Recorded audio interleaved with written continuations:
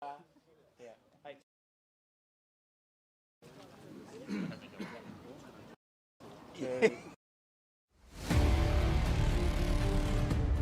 going to do some damage here.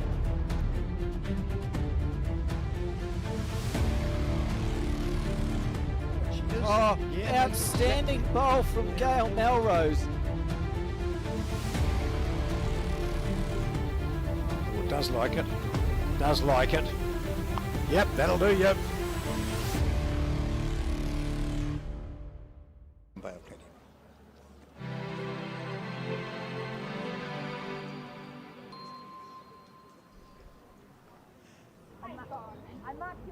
Welcome to the Burnside Bowling Club in Christchurch, which is headquarters for the Summerset National Men's and Women's Fours.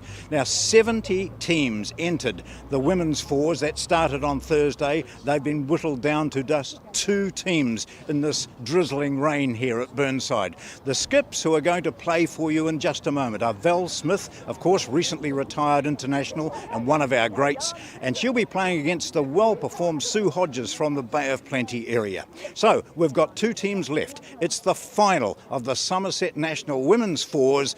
Commentator is Dave Edwards. Thanks, John. Yes, welcome along, everybody. We're in for a cracking game here, I feel. And it's just a shame about these conditions that we've got outside. It really is, as you can see, they're rather a bleak day here in Christchurch. Complete contrast to yesterday, where we had stunning weather. The weather forecast guys tell us that this is slowly meant to clear, and the good news for us is 2 bits of good news, actually. It is only drizzle, so not heavy rain that is affecting the green as such yet. And the other good bit of news, no wind. So the players will be relishing the fact that there is no wind, and they'll be ready to go. And look, we've got an interesting match-up here, as John said. The 2 skips of the team, Sue Hodges, the remainder of her team, and because this is a composite team, very much a composite team, 2 players that are based here in Christchurch, and 1 from the Bay of Plenty area. 2 from the Bay of Plenty area. Sue Hodges is the skip. She's from the Tauranga club up in the Bay of Plenty. And at 3 for her is Julie Adams from the Belfast club here in Christchurch, a very well-credentialed Cantabrian for sure. At 2 is Minna Paul from the Nongataha club. And the lead is Kate Kennedy Newton from the Bowls Papanui club here in Canterbury as well. In the other side, you can see on the mat there, just about to let the first bowl of the match go, is Kimberly Hemingway. She's out of the Auckland club, another composite team we've got here. At 2 is Ashley Jeffcoat from the Carlton Cornwall club, Debbie White from the Hinarua club, and Val Smith from the Nelson club. And what a great start there from Kimberly Hemingway. You couldn't ask for any better than that. So, unfortunately, we've got no stickers on one team's bowls. We might have some stickers on Val Smith's team's bowls, which will help us. And you can see they're a gold-coloured set of stickers on Val Smith's team's bowls. And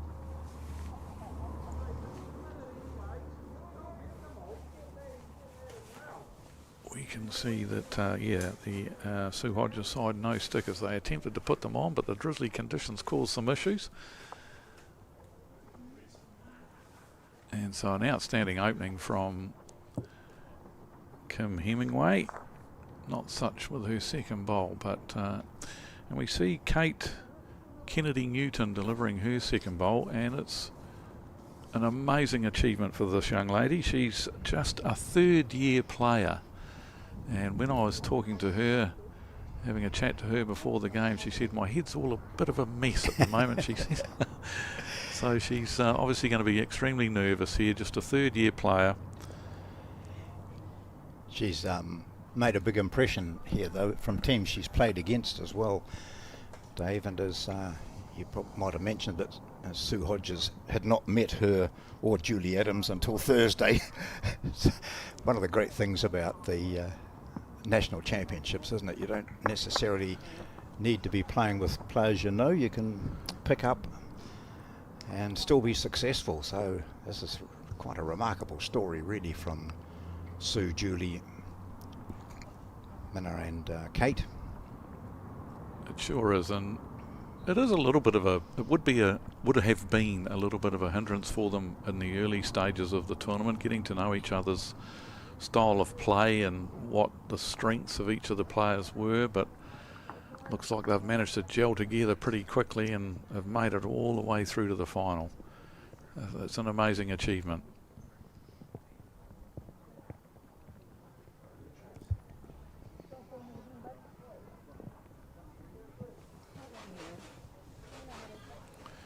Ashley Jeffcoat, her opening bowl looks to be a bit of a ripper of a bowl as well. Yeah. It's actually her second bowl, because there's her other one. Yes, even I could tell that, Dave. There were two white ones there. Yeah, so it's early in the day, John. I'm still sort of, getting my bearings. Well, Hodges' team were involved in a remarkable, really, semi-final win when they were up against what you probably say is the superstar team. And the game went, interestingly, they got away against, this is a team that included Amy McElroy and Taylor Bruce and Kirsten Edwards and Mandy Boyd. Boyd.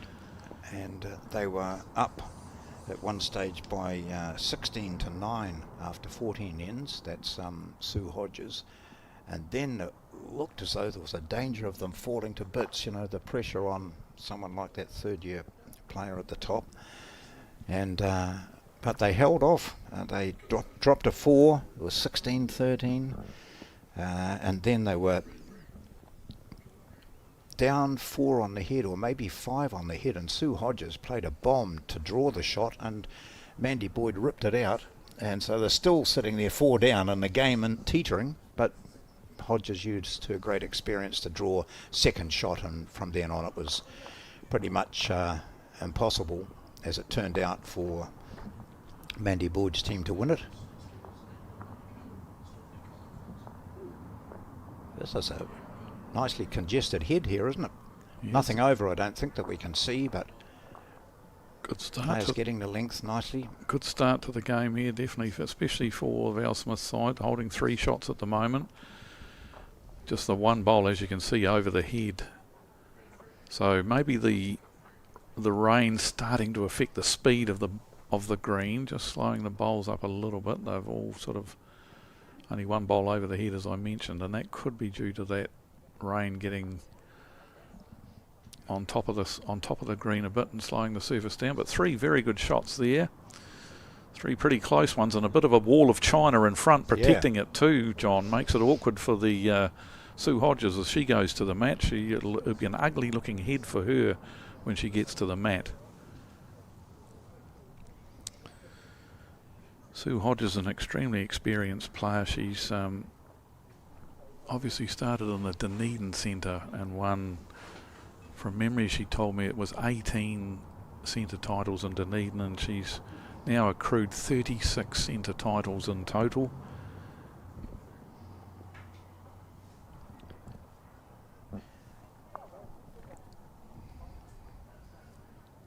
Val Smith definitely looking to put one round the back here, and that's a wise decision. Yep, it's over the head. That rain's a little bit more heavier out there now. Yes, it's a shame. And recall that Sue Hodges likes us to refer to those bowls as not green. They are lime fizz. Lime fizz. Okay.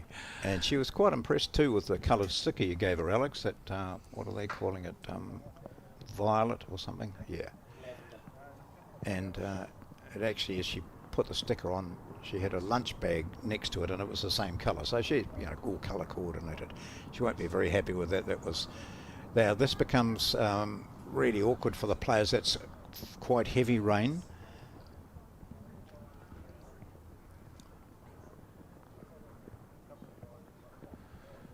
Yeah, so those lime fizz bowls, they're a Taylor SR that Sue Hodges uses, as does Julie Adams, who's playing 3 for Sue, and the other 2 girls up the front have both got Henselite XG bowls. Yeah. Well, they've all got the green pretty well, and when you look at half a dozen of them anyway, the weight's not bad. 3 perfect, 4 ideal. Just those couple past, so yes, you'd say that the conditions are just altering the speed. Sue hasn't got many options here really. Probably the only thing she can do is sort of try to arrive to those bowls, maybe promote her own blue bowl that we see that's the 4th shot into the head, but she's going to duck away underneath the head here. So a good solid opening for Val Smith skip side. 3 on the first end will give them a bit of a boost.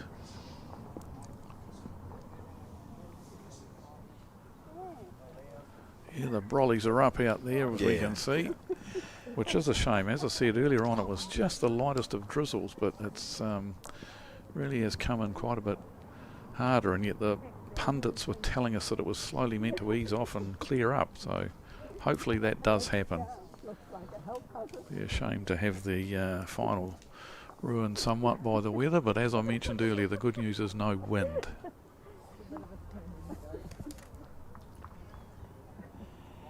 It's driven everyone inside, so upstairs here at the Burnside Bowling Club, that's the windows are starting to steam up, people having lunch, getting vantage points up there, and there's probably a good 150 people upstairs.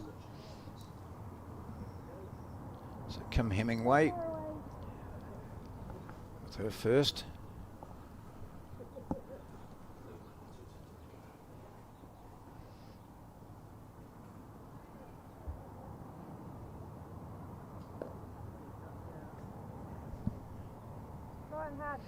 So Kate, who's as Dave has mentioned, just a 3rd-year player, but has made an immediate impact here in the Canterbury area out of the Papanui Bowling Club, picking up a centre Colts title in singles.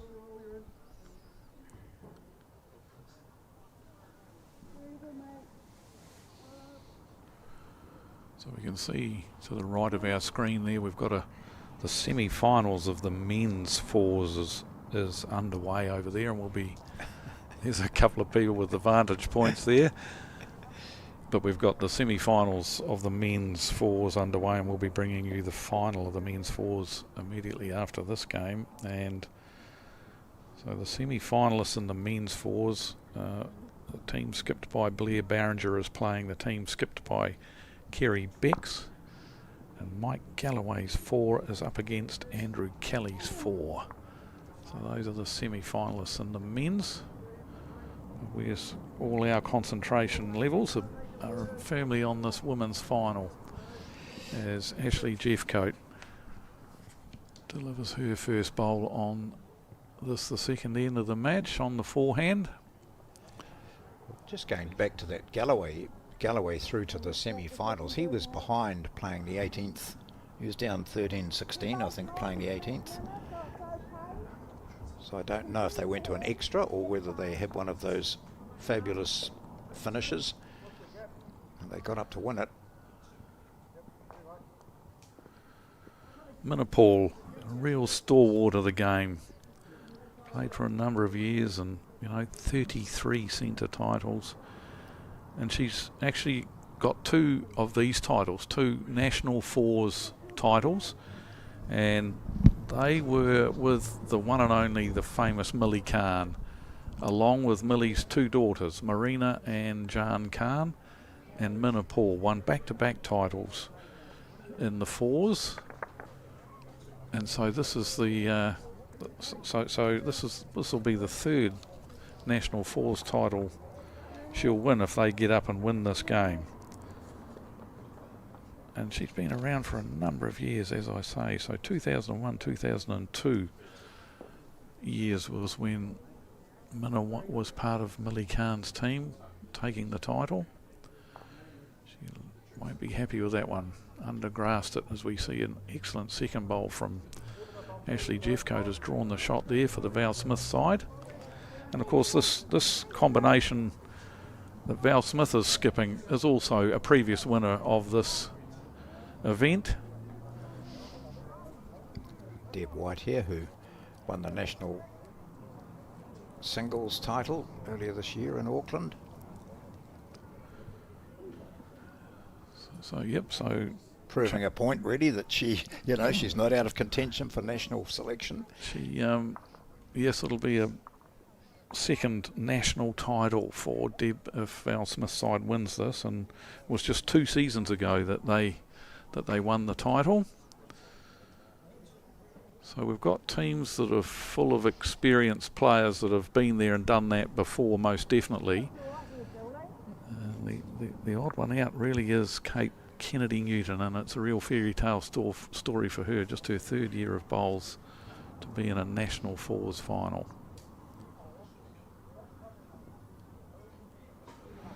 So Debbie White with her XGs. All 3 front-end players for Val Smith use the Henselite XGs, and Val is an Aero Optima user. So excellent speed there from Deb with her 2 bowls actually, but just missing her line. This one here, I don't think we've quite got enough grass here for the desired result from Julie Adams, and she promoted one of Kim Hemingway's bowls forward there. I'm not sure whether she's promoted it far enough to be another counter, but it's definitely one to Val Smith's side as the skips head to the mat to play their bowls. So it went down. They didn't have much of a break, the team from Sue Hodges' team, because they played probably, 45 minutes longer than Val Smith. So an extended break for the Smith team. I went down to see what they were having for lunch. I just popped my head in and said, okay, I'm checking to see who's having pies, and none of them were having pies. Absolutely, just flummoxed me, really. The men had probably already eaten all of it. That's right, there are probably none left, no. No, They're all looking healthy with nice filled salad rolls. There's Val Smith, those Aero Optimas just plonking in onto the jack. Brilliant bowl from Valerie there. Wouldn't mind $1 for every time she's done that in her bowls career, John. But look at her, she just always thinking, oh, did I move that too far? Is that opened it up for the opposition? Always thinking. By all accounts, Sue played exceptionally well in the semi-final against Mandy Boyd's team. She was, a couple of her teammates commented to me, if it wasn't for Sue, we wouldn't be here. She really did play some big bowls for her team, and here's another great effort here. She's going to cut it down to just the one.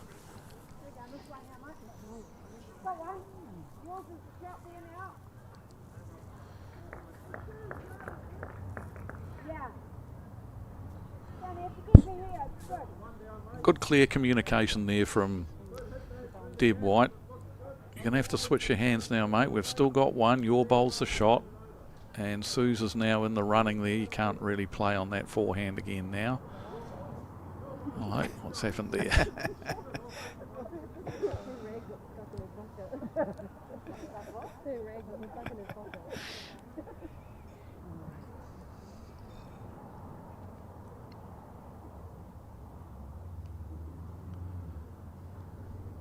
It's a nice example, really, of her attitude. How Absolutely. She relaxes, has a laugh, and then you see the serious face turned on, switched back.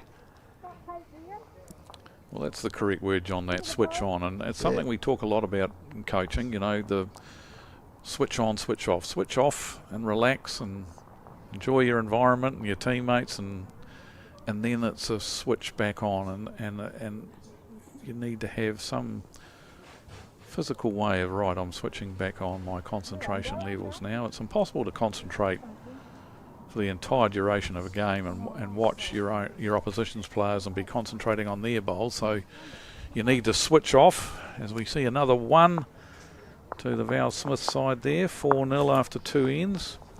Yeah, and just have that trigger that's going to start your pre-shot routine ready for your next bowl. So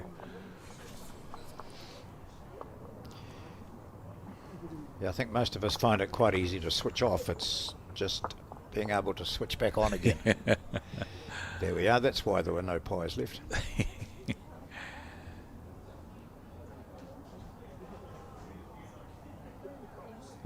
There was a vast number of people here surrounding this main green here at Burnside this morning, and then the rain just became heavier and heavier, so some of them have left, some still standing under the big umbrellas, which are there for the sun shade, but handy as water protection as well. But the vast majority of those wanting to stay and watch are upstairs.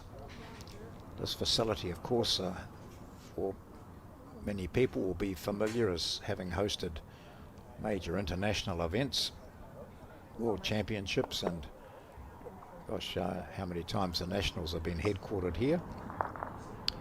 So one of the best facilities around. Greens in particular, always good.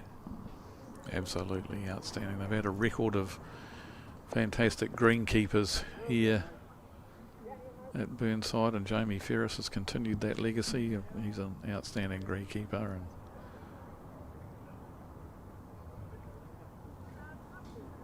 Ken Preble and Glenn Miller, they were outstanding greenkeepers in their own rights, and the greens have always been outstanding here at Burnside.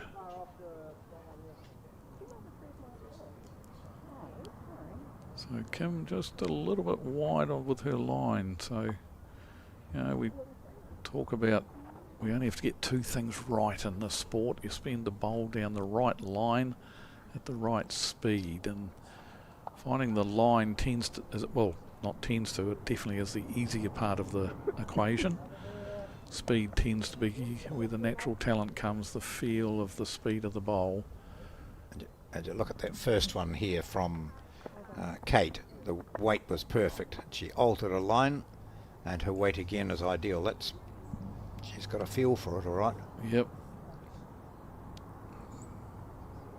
I used to get frustrated. I know the top players get really frustrated when they continually have perfect speed but miss their line, because they know that the line taking aspect of the game is the easier of the two things that we need to get right.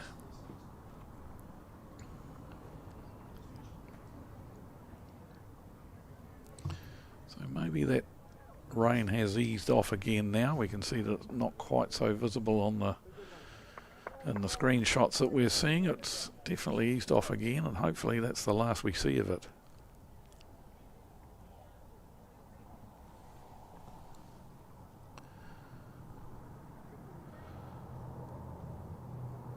Once again, superb weight there from Julie Adams. Not Julie Adams, Minna Paul. Minna Paul, of course. Yep.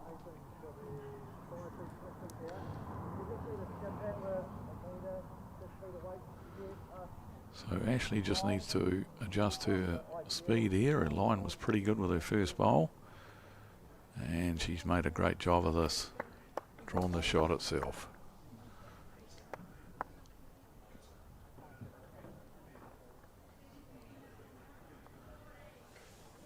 You know, a number of years ago, it would be a number of years ago, probably 20 years ago, Minna was part of the development sort of system with Bowls New Zealand. She was definitely been a fringe player for the, as we see a great bowl here, look at that. Made the line adjustment, got the speed right with the first one, and then got the nailed both with her second one. So a great bowl from Minna Paul.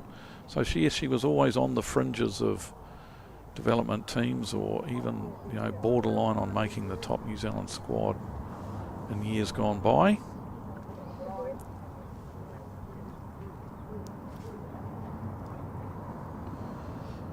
Going to a good home here, Debbie White. Yeah, very good bowl. Two very good handy second shots there for Smith's team.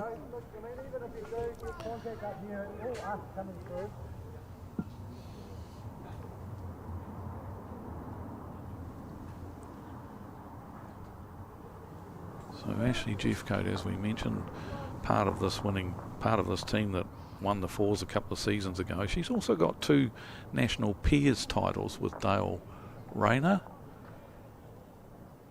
and then informed me with rather a sad look on her face that she's also been beaten in 3 finals. Yes, that's right. She would have been too. She's been a consistently high quality performer. So an interesting call there from Hodges, who said, I'd just like something up the back, because sensing maybe that when she gets to the head, she might need to play slightly aggressively. So Val, you mean? Yes, Val is called for the bowl over the head. So she's got a plan in mind but and this is where we talked about in commentary on some of the previous days we've had about the game of chess, just setting the head up, getting bowls strategically placed. You know, Val's thinking, I'm only 1 down, but there is a shot on there. Yeah. But the danger is I might pop the jack out, and that's why she's got Deb to stick that bowl exactly where it ended up. And I think prior to that, Sue had called Julie to be up, and she got caught up in that blue stuff. Now she's getting one over there. So I like it, watching this sort of game. 2 very talented skips. I mean, Sue Hodges hasn't got the same reputation as Val Smith, but she's won a lot. Absolutely. And you can see her way of thinking, planning. And so she's got one over the back. She's got 2 purple bowls, that both belong to Sue Hodges' team. And the one that just fell in belongs to Val Smith's side, with Deb White putting that there. In the background to the left, you see the 2 men's semi-finals, and a reminder that we will be showing the final of the men's after this. So the shot that Smith will be looking to play here is just clearing round the short white bowl and looking to land that second shot that's just low of the jack and plant that onto the shot bowl and stick around for shot. That's what she'll be attempting to play here. So just sitting onto what looks like a black bowl there, yes, onto the blue bowl, which is the shot. She's close here. She's very close. Is it going to drop enough? Is it going to turn? Here it comes now. Just turning this bowl up and over. Look at that. What a great shot from Val Smith. Perfectly executed shot there. Very well played. So Hodges might just look at playing the other hand and a similar shot. Yeah, there we go. What weight am I looking at, Julie? You're probably a couple there. Drawing to left. So I'm under Kimberly's bowl. Another good call there. You can see those 2 purple coloured bowls out the back.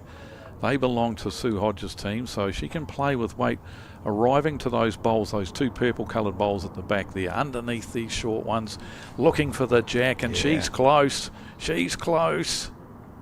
She's got it. What a great shot. That's a beaut shot.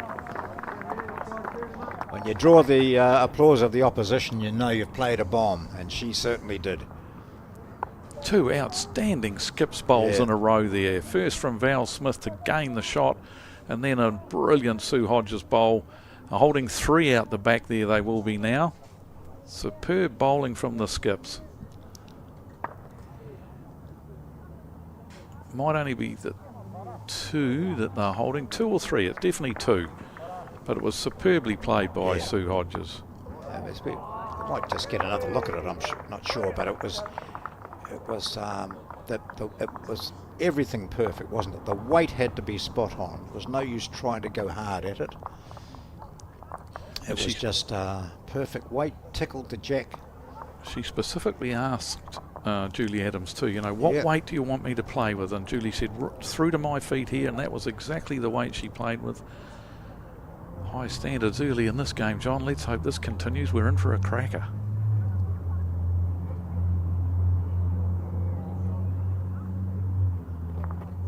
Been down to have a look at the head. Can see that maybe the white bowl is promotable. Doesn't like that one from the moment it left the hand. Yep.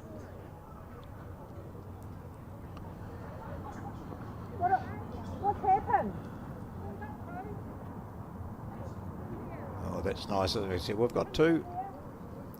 Under the black bowl.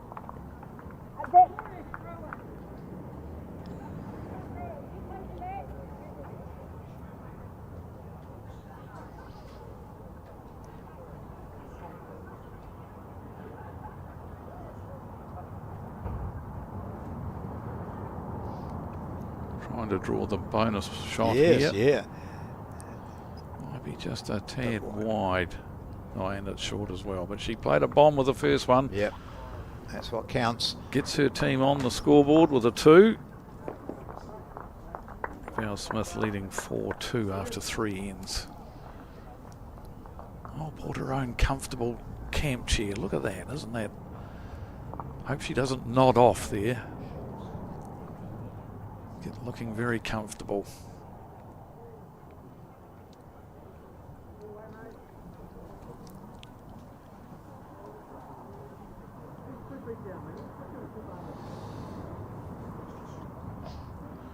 So by all accounts, that was how Sue played in the semi-final. Played some really, really good bowls apparently to extricate her team from some precarious positions.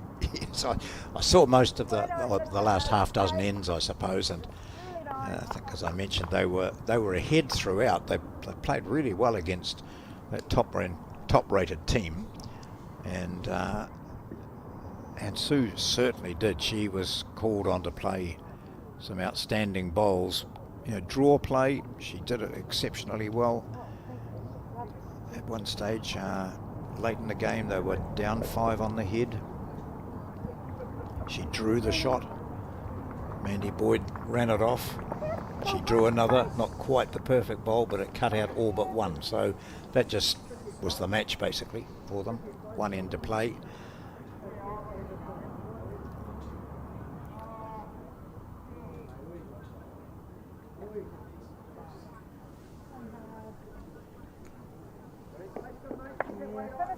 Well done. Yeah, just slight overcorrection there. You can see weight the same for both bowls. I think we have to go back. Someone will let us know anyway how many players with full 2 years experience have played in the final of a national championship. Yeah. There'll be some around, I'm sure. Alex is thinking about it. He would have played in the final as a 2-year bowler, but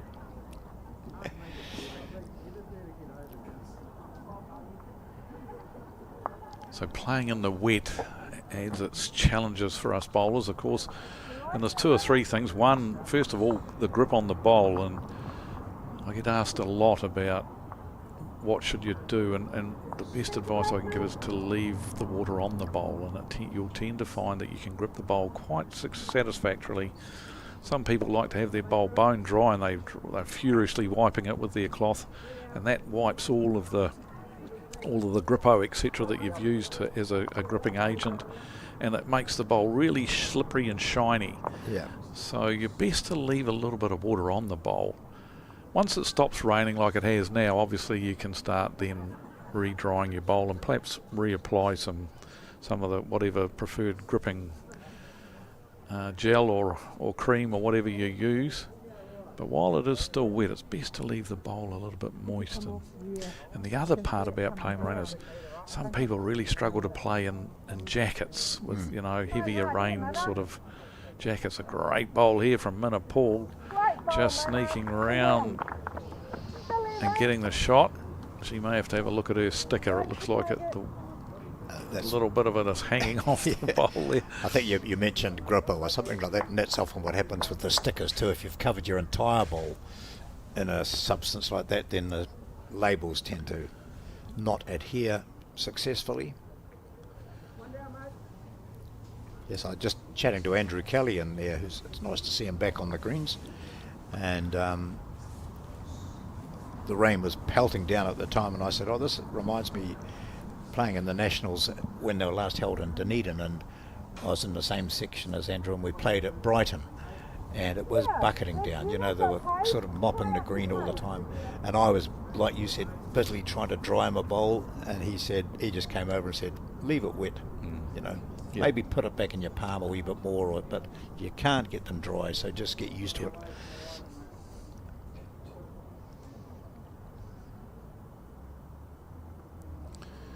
And then, as I say, the challenge of playing in jackets, and there's some players I know at the international level, they just do not put weather gear on at all because they feel that it inhibits their the feel and the flow of their deliveries, and so they look like drowned rats at the end of the game when they're playing in steady rain. But then, you know, other people more than happy, as long as you've got plenty of room inside the jacket, are more than happy to wear the wet weather gear. And for some players, it's difficult to get some room inside the jacket, isn't it? I had just when I was out there on camera before, I was using one of the Dynasty, who are a sponsor of and supporter of Bowls New Zealand, and they've produced a waterproof jacket, which I've got one of those in my bowls bag, and it's made from recycled plastic, and the water just sits on it, the droplets sit on it, and then you just brush them off. So absolutely waterproof. Awesome. And what made me think then, when you're talking about players not wanting to wear jackets, is perhaps then you get into it's raining, I don't want to have a jacket on, but I've got this waterproof shirt that I can, you think that might be the next step. Might not be all that comfortable, I don't know, but you're quite right, some people just cannot play with a jacket on. Yep. So 4-2 the score. It's 18 ends this final of the Summerset National Women's Fours at Burnside. It's Val Smith who's wandering around to have a look at this final bowl coming in.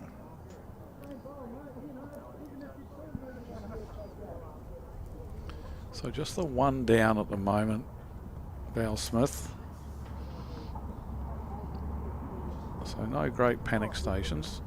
Not as tight a head as what we've had in the past 2 or 3 heads, but we'll watch keep with interest whether it's tight at one end and not quite so tight at the other, and work out. The other thing, often you find too that one side of the green, the rink is different, quicker or slower than the other, and absolutely. Wind. There's no wind factor here to be concerned about. You just need to look at those trees in the background. There's hardly a movement at all of any of the foliage.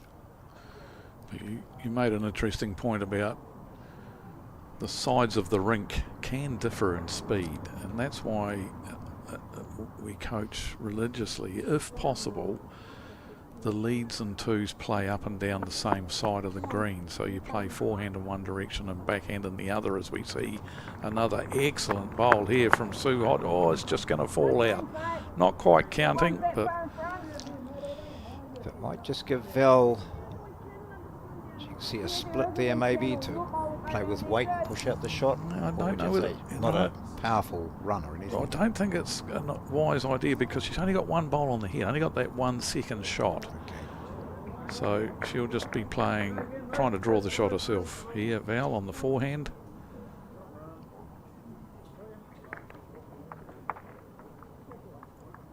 Yeah, so as I say, we really try and encourage people to play up and down the same side of the rink, especially the leads and twos. And that way you're playing on the side of the rink that's got the same speed all the time. She's going to get a wee feather off this bowl, and that might help her. Well, it's just falling short as well, but gives her another bowl on the head, so that might make her think that I can perhaps play a shot now. Although I still think Val, knowing Val, pretty conservative, not known as an aggressive player, relies on her draw shot to get her out of trouble more times than not. Tends to be a last resort with the weighted shots, and it's been something that Val's done all her career, is really just draw to win.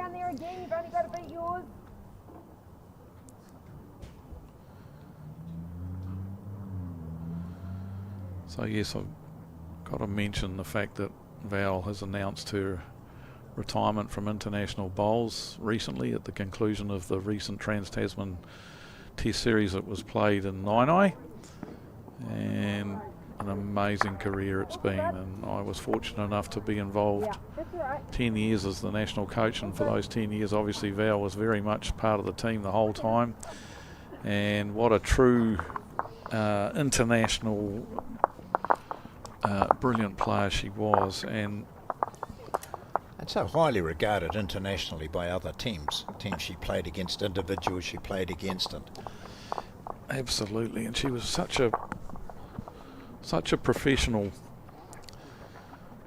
in all aspects of the game. She prepared exceptionally well for events. She was passionate about playing for New Zealand. She was truly dedicated to the cause. And the other thing, while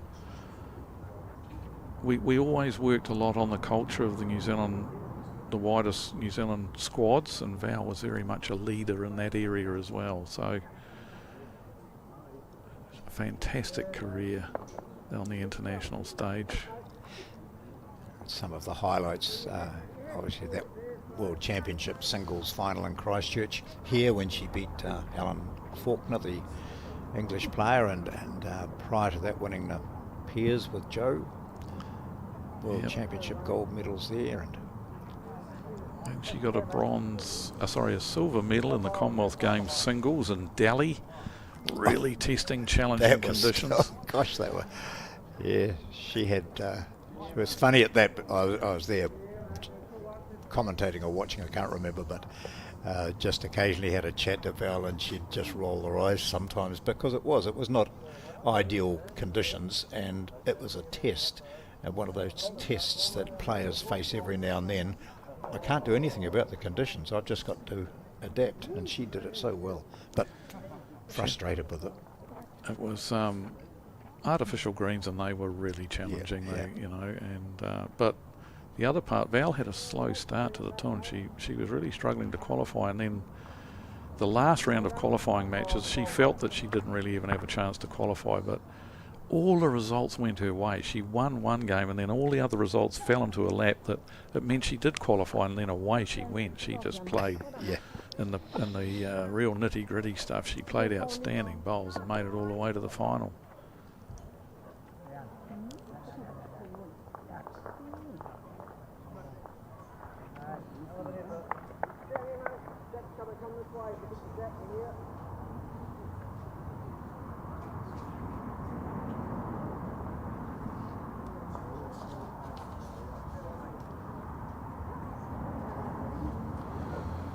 The thing, running my eye over the 8 players, we've got all 8 have got pretty good techniques too.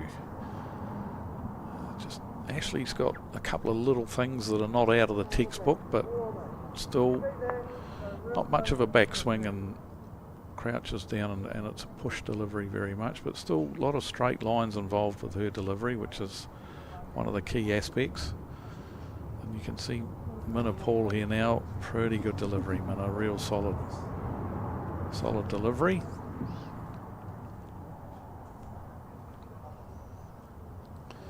As I say, all 8 players involved in this game, pretty sound technically with their deliveries.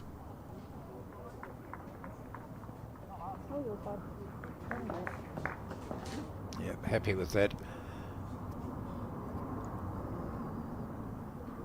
We'll just look at the commentator's curse here. What I've seen about Ashley is that seldom does she break the line, cross the line. She, if she's errs at all, it is wide. Which I love that, John. Yeah. I love people who take their green. So look at this, so just perfectly up to the jack. Beautiful ball. Yeah.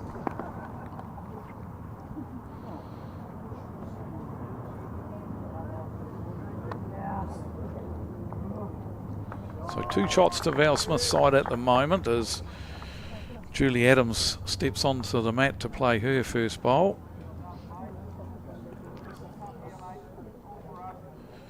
She'll be very familiar with the greens here at Burnside as she's close to changing this up.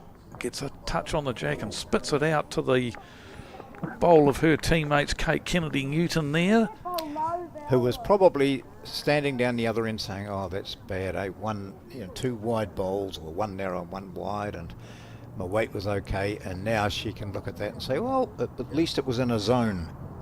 Any movement of the jack might prove beneficial, and it did. The key part of your statement there was her weight was good, so yeah.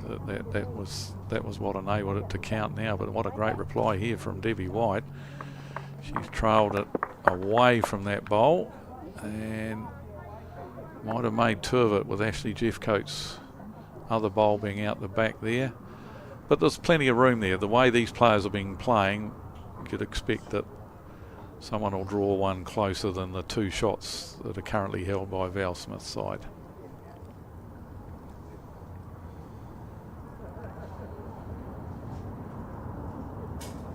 Julie, as she pulls up here, she's going to do it with her bowl. She's just going to run through. So it's probably still two shots there to Val Smith. Yes, Julie Adams, as I mentioned, a member of the Belfast Club here in Christchurch, but she's been there or thereabouts in the Canterbury Centre. And so, as I said, she'll be very familiar with these greens here at Burnside, as we see another excellent bowl here from Debbie White. Very, very good bowl. Well, makes it 3 shots to her side. The way Sue Hodges is playing, you can't put those in the bank yet. No.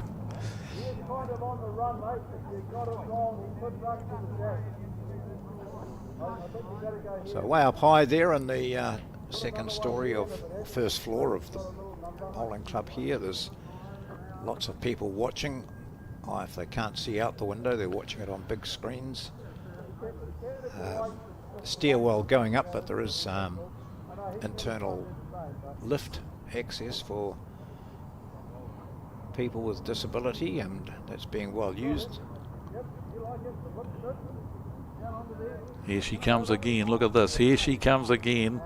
The Lime Fizz. Oh, it's pulled up. I thought that looked to have good speed.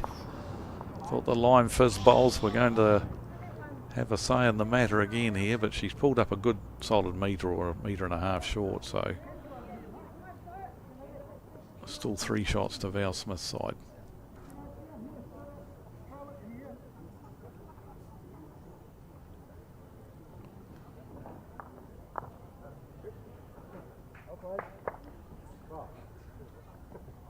I'm sure Max will find it. Well, let's see what's on Val Smith's cap. I know it's a New Zealand cap she's got there, but what it comes from, we don't know. Here we go. There's another one.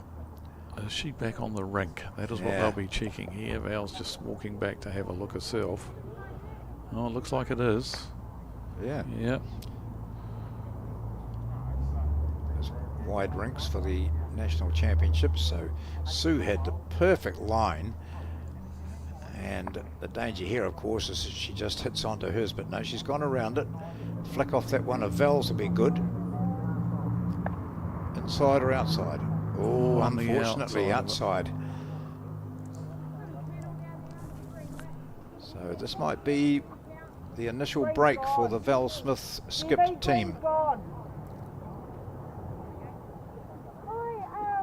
Line. If I do it, wait, would it count? Like if it lands to me, I don't want to come in now. No, you get to yours, you count. So a good question there. She was asking whether her bowl would have counted the last end. So she doesn't want to change her line because she's afraid of running into one of those 2 short bowls which are both against her. So she's just saying, if I finish out as wide as what I did with my last bowl, will I count? So this is a prime example of where all you have to do, oh, it's very narrow this, she might do what she didn't want to do, or is she going to find the hole? She's found the hole. She's a bit lucky there, but trailed the jack. Might only be 2 now. So she didn't really, that was not a great bowl from Val. She wouldn't be happy with that. Holding 3 and looking to add a 4th, and just trailed the jack. She, by simple virtue, she was narrow. She asked the right question, but then totally missed the line that she was trying to play. And let's see whether it's, 2 have been taken out already. Let's see if there's any more. But as I was, that one's in. So 3 it is. So as I was saying, Val was asking whether the line that she took with her first bowl was going to be good enough to count. And the big thing there was that it's not about having to be right hard up against the jack when you're looking for that bonus bowl. You've just got to beat the bowl that's of the closest bowl of the opposition. And so this was a top shot here from Julie Adams, which gave her team the advantage, springing the jack over towards one of Kate's bowls. But then what followed was all against Sue Hodges' team. So that was the line that Val took with her first bowl there, and so that was counting, and that was all she needed to. That's why she asked the question, but then she just sort of mucked up a little bit with her last bowl, and was far too narrow, and was a bit lucky to get away with it. Here it is here as it comes between those two short bowls, and you can see she wasn't sure whether she look at it down the back. She was Birmingham 2022. Yeah. Thank you, thanks. Right, we're into now end number 6. The jack's already been sent down by the lead of the Val Smith team, Kim Hemingway. Saw Kim in the New Zealand development team only a matter of 3 or 4 weeks ago.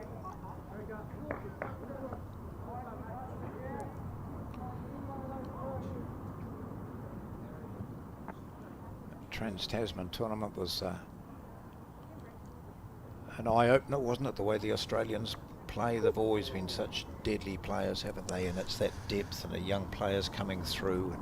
Look, there's no two ways about it. They are the best.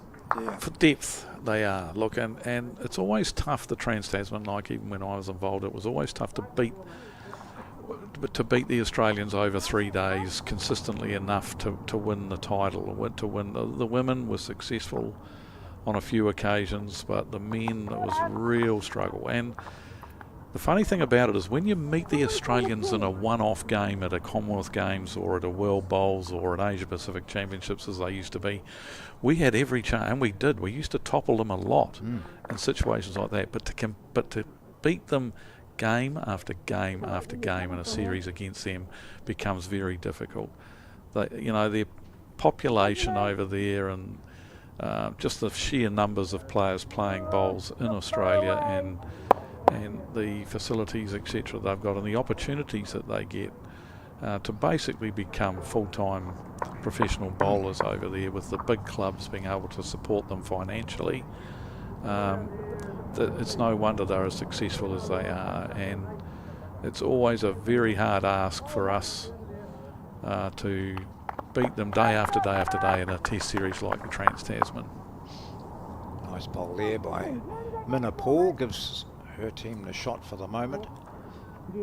I think what amazes a lot of Kiwis watching bowls, and particularly the Trans-Tasman, is just the number of young players they've got coming through. There's that, from primary school, secondary school, out of learn it at primary school or secondary school, and they don't drop the sport for other things, do they? Because, as you said, there is a career path there for them. They play, just constantly playing high quality bowls, and their interstate system, of course, is good. They constantly meet other top players from around the country. Well, I don't mean this in a bad way either. They've got a reason to be arrogant, and I say that not a nasty way at all. They stand there, they believe in themselves, they know that they can win, they can beat anyone. Yeah. So a couple of points you made there. One of the big things is the top players, the top sort of 20 men and women, are continuously playing with and against each other over there.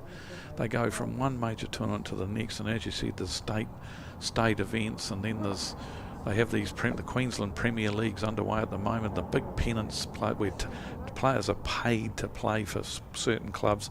Clubs recruit them, so the top players go from one series to another tournament.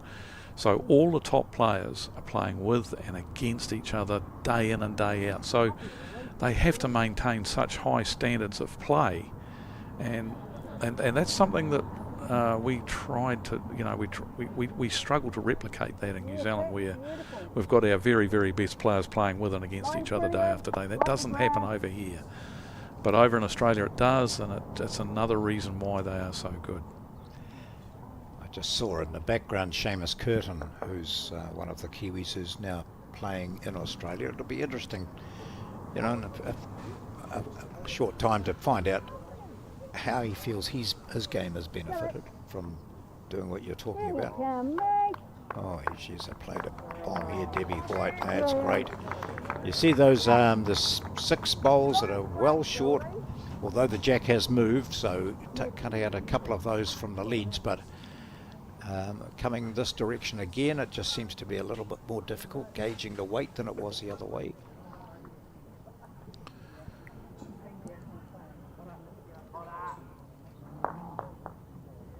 Yeah, it was interesting for those that were watching some of the post-section play matches that we had yesterday. We had one game in particular where the guys, one of the men's matches where we had the old headwind tailwind scenario, and coming in one direction, there was the Great Wall of China was built almost every end. They just couldn't get them up there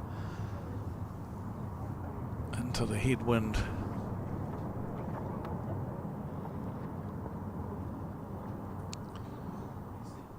So Debbie White with the perfect bowl there, front toucher, nestled up against the jack. Al Smith will be looking to add to this, and she'll be probably being a wee bit more cautious that she doesn't come narrow like she did with the last bowl of the last end. Yeah, because a wee nudge of the jack, or the shot onto the jack, will send it back to Minna Paul's bowl. Yeah. So line is important here for Val. She needs to finish on the high side.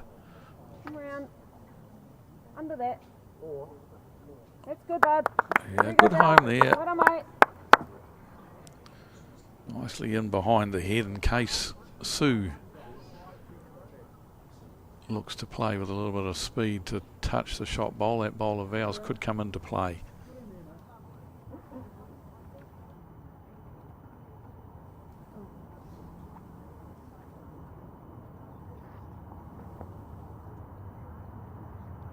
Down there again, mate. Anything just beating yours is good. So not really trying to add to the score here, it's just what can the opposition do. We're holding shot, we can just make sure they don't score out of this. Cut down the options for Sue Hodges. There aren't many options for Sue Hodges, Well are done, there? bud. On No, that. it's Just Well really done, play mate. onto that. Oh, look at that. That's pretty good. That could be Very good not effort. quite a second Well shot. done. There's that wee gap between those 2 bowls is where Sue Hodges could Between go. them. Yeah, so it'll be in Sue's eye, and she's just asked, do I need to go between those?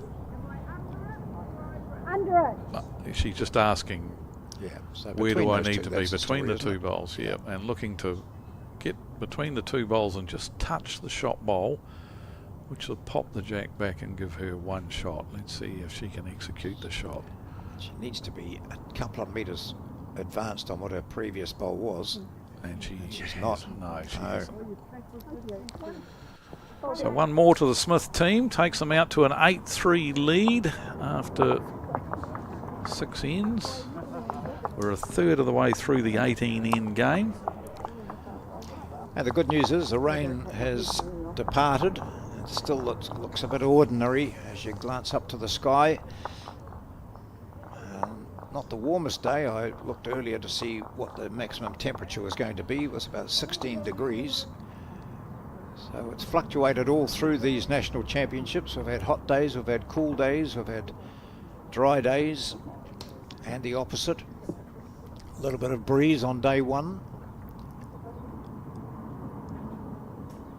These fabulous greens here in Christchurch all around have been pretty impressive. What clubs did you get to play at, John? Played at Elmwood Park on day 1. Kelvin Scott's the greenkeeper there. Yes, he now. is. Yeah, Yes, yeah. So yeah. he'd prepared a beauty, and it was fantastic to see their facility there. That's a great complex, isn't it? And then we went to Rangiora on the second day, which was great. I bet you the scones were lovely. out Yes, there, yeah, eh? yeah. They Everything would- was good there. Yeah. And the greenkeeper there was. He was very proud of what he'd achieved, and I told him he shouldn't be because some of my bowls weren't. Well, in fact, most of my bowls weren't going where they should have. So I blamed him, of course. Of course. They're a good bunch up there in Rangiora. fact, yesterday I called into Woodend. I hadn't played at Woodend since Alex Wiley was there. You know, Right. Bris had a major tournament there every year, and I played in that pre-COVID. So I just popped along and just stayed a gala going on in great conditions yesterday. So some good clubs around, eh?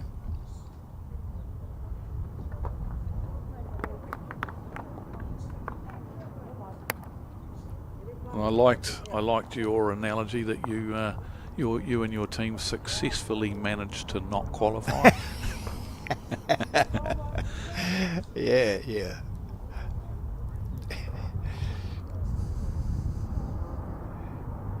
Wow, it's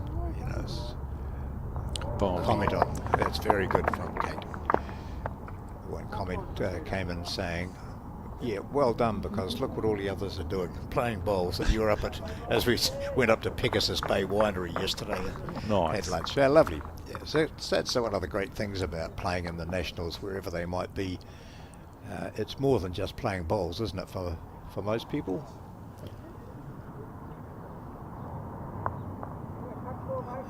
And here's me talking about how Ashley Jeffcoat is seldom cuts the line early, but that's not a bad bowl. In fact, that's possibly the shot, is it?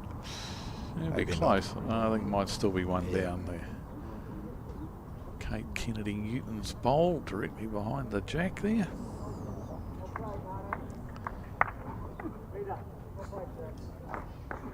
So Minna, you'd think might be the glue in this team, really. She's the one with the experience playing at 2. She's got that ability to draw the shots. Good line from her. So Val changing Ashley Jeffcoat's hand here, switching to the backhand. More options there. Got her own bowl to roll in, her own white bowl there that we see, or just underneath it, whereas she didn't really want to run into Minna's short bowl and promote that for another one, but she's overcooked the weight here.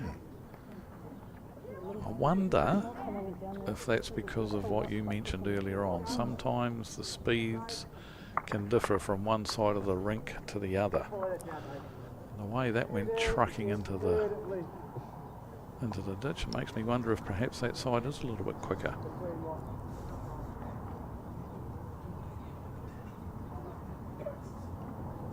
Well, and conversely.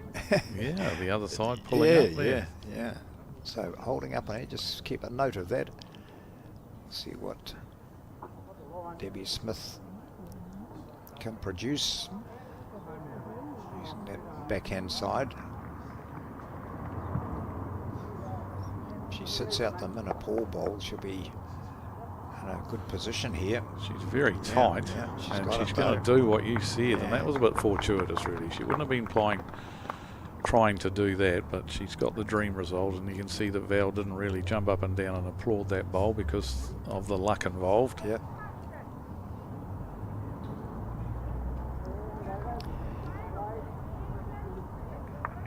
So Julie can't afford to be short here. If she can.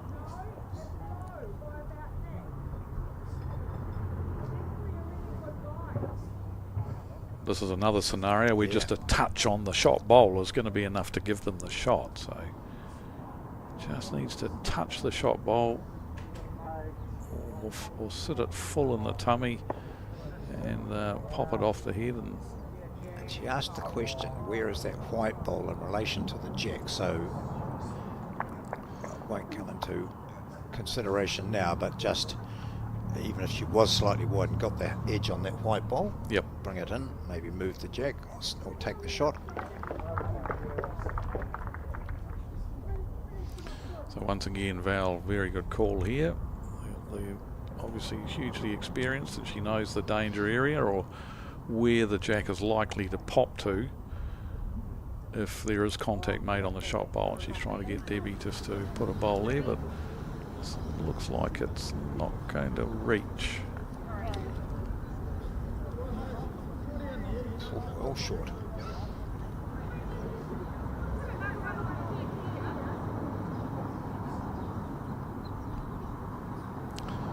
change of hand now for Julie. Put another bowl on the head was the call there from Sue Hodges. Let's try and drawing another handy one.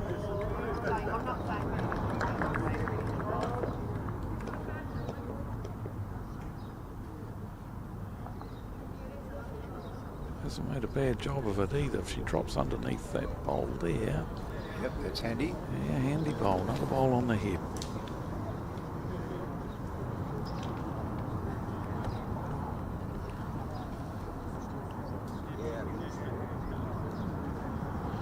This is another thing I enjoy seeing, and that is the team discussions. It's not all about the skips and the threes. I love to see that the involvement of the leads and the twos, and also the advantage of that for the leads and twos is it also gives them, they feel part of the team, but also for someone like Kate Kennedy Newton, who's not in Val's team obviously, but for someone like that, it's an opportunity to learn from the experienced players too as to what they're looking to play. So I do enjoy seeing the team discussions. And particularly when you've got experience there. Yeah, you're right, it's not all about the skip.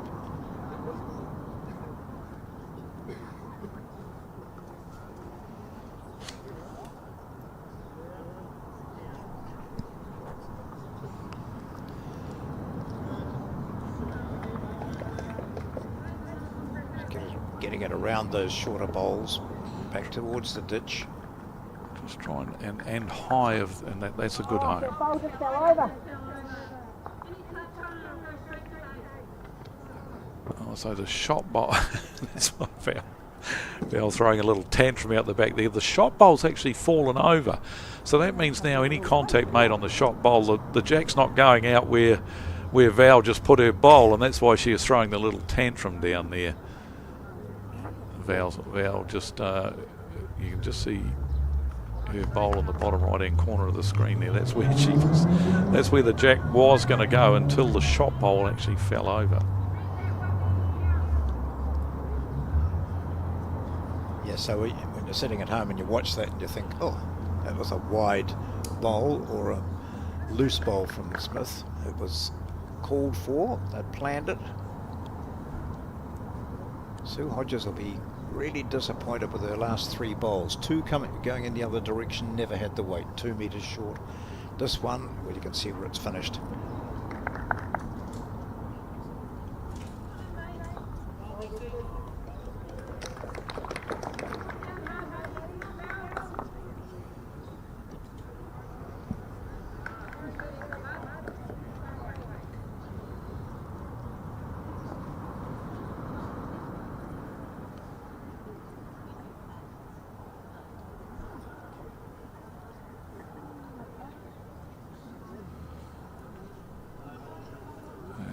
We see Sue playing with weight, but she's gone way too wide here and high wide enhancement of it. So another one to the Smith 4. Takes them out now to a 9-3 lead. As we hear some hilarity, or not hilarity, but some applause from the rinks next door. The men's semi-finals are in action, and I can tell you, give you a quick update there. Blair Barringer and Kerry Becks are locked at 4-all after 7 ends. And Mike Galloway leads the Andrew Kelly 4 by 5 shots to 2 after 5 ends. So still very early days in both of those matches. And remember, we will have the men's final immediately following this ladies one. And if you want to keep up to date with those other scores, then go to the Bowls New Zealand website and just click on the National Fours and Mixed Pairs icon you'll see there, and follow your nose, and there's a live scoring button that you can hit, and that'll give you the update on those men's scores. So 9-3 it is. This is the final of the Summerset Women's Fours. Two different paths to the final, with Val Smith's team beating Donelda Scott's combination quite comfortably. Although Scott's team played well, but Smith was always on top. think the final score was 25-9. So the great run by Donalda Scott came to an end in the semi-finals. But for Sue Hodges, it was a thrilling battle against the Mandy Boy skipped team before they took it out, and they played for probably 40 minutes or more longer than Val Smith. So they've reached the final. This third-year bowler, Kate Kennedy Newton, local player from Papua Nui, as we've mentioned, that she and Julie Adams were just asked if they'd like to play, and Sue Hodges needed a couple of players. She already had Minna Paul, and they introduced themselves to each other on Thursday just before the first game, and probably would not have had expectations of reaching the final, but here they are, and they've played really well throughout.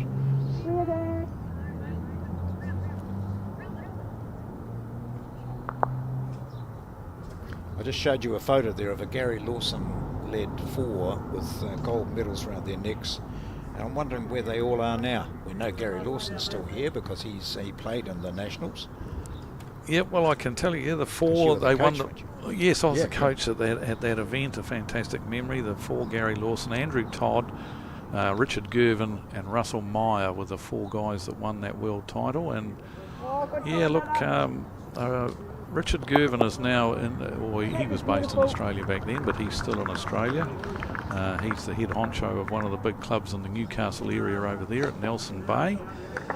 And Andrew Todd is in Brisbane, and I mentioned earlier on about the bowls, the Queensland Premier League competition that they have over there. Well, I noticed his name popping up playing for the Pine Rivers Club in that competition. So, and I saw Toddy when Joe and I were living in Australia, and we were working at the Pine Rivers Club. I did run into Toddy a few occasions over there. He wasn't playing for Pine Rivers at that time, but he was living in Australia when he played for New Zealand. Yes, then, yes, also, yes. Yeah. And Russell Meyer is now in the UK, living in the UK.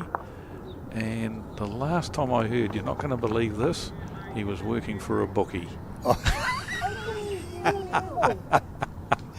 There you go. Those that know Russell Meyer will get the joke there. Yeah. He was a great punter. Loved to bet, so now he's working for a bookie in the UK. Living the dream. Living the dream, yep. Doesn't play bowls anymore, but living in the UK, yep. Debbie Smith watching this down all the way, feels that the weight's okay, I think.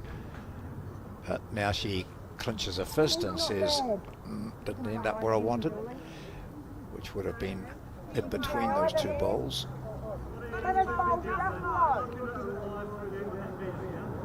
So we've got noticeable here that the Smith team have tended to stick to the 3/4 to longer length ends.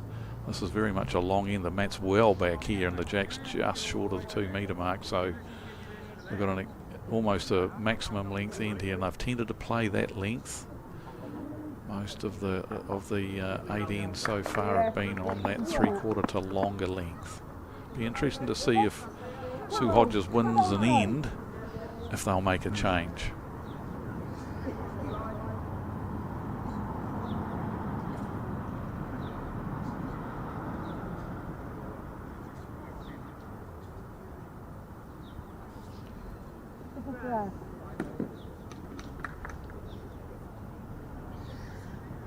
It's coming in from out there. It's taking a bit of green on that hand, isn't it? Yeah, she had pretty good grass, just a yard of running would have been nice. But currently 2 shots to Val Smith's side. Kim Hemingway's bowl and Ashley Jeffcoat's bowl, the 2 culprits that are holding the shots. So we see the second bowl from... Yeah, and between those two would be good. Julie Adams here, she had pretty good speed with the first one. Turn that one over, might help things. Might have cut one of the shots out. Val having a look, well, could even be the shot. Val having a good look at things there.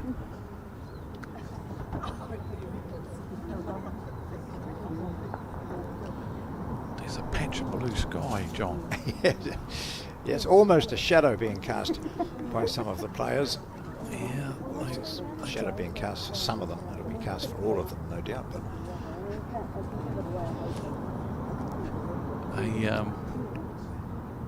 an improvement in the weather, which is what the forecast says, and it's looking good for the rest of the week from the start of the national mixed pairs tomorrow. Massive entry into the event tomorrow, and I know we've got lots of ladies fours who have played, and the men's fours obviously, and then teaming up with friends, partners, husbands, or people they don't know. Yep. You know, it's exactly the same. Yeah. I'm going to be there. Do you know of anyone who would be keen to play? Oh yeah, we've got a couple of guys here who, you know, one of them would be good to play with, or the other way around. It's been really good.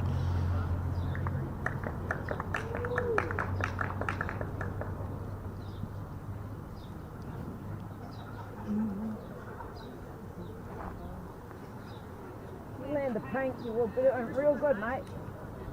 Land pink. Oh, right idea. Good.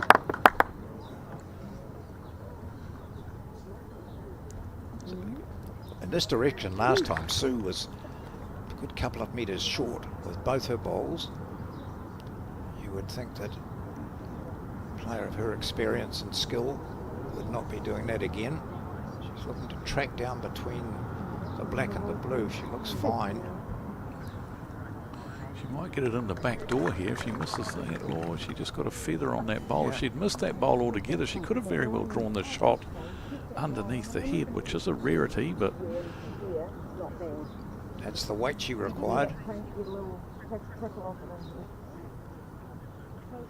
So the way Debbie is talking to Val there, it seems pretty obvious then that perhaps they are holding, Val Smith is holding the shot, because she hasn't even really asked her to try and draw these shots. She's just asked her that if you get a wee feather off the purpley pinkly coloured bowl to the 4 o'clock on our screen there, if you get inside of that and get a little feather off of that, you might get a second shot for us, was the way Debbie White was talking.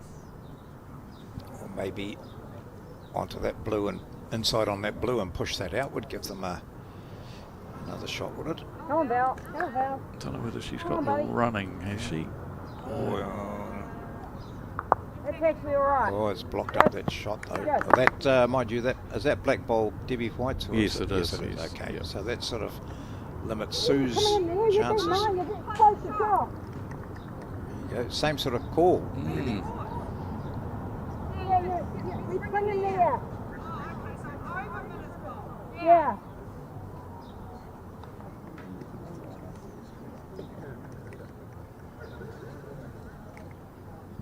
Yes, Sue had been a bit of a bowls gypsy. She had an extended period of time living in Dunedin area, and has since moved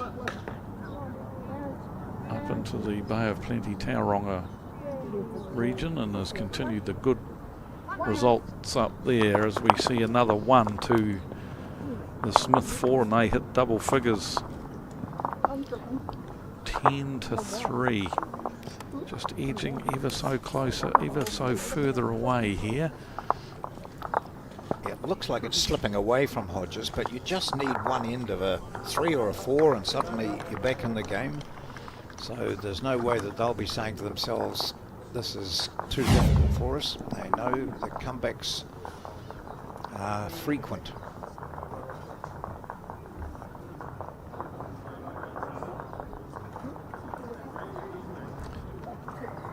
So once again, Matt well back from Kim Hemingway. This is their preferred length, obviously, to play as long as possible. It's working for them, so why change it?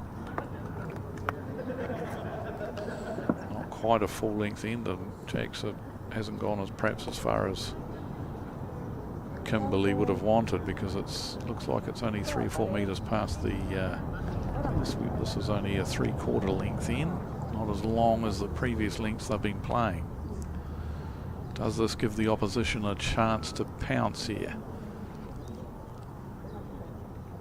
Is this length more to their liking? Watch and see what unfolds.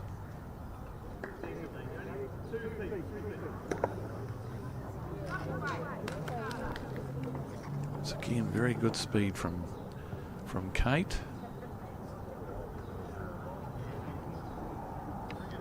Very good technique from Kimberly. As I mentioned, all 8 bowlers pretty good, but Kimberly nice, straight lines, gets nice and low with her delivery. Excellent bowl here, a little feather off her own, right beside the jack. Immediately her team has the ascendancy. That's the beauty of a very, very good lead. It puts you on the front foot immediately.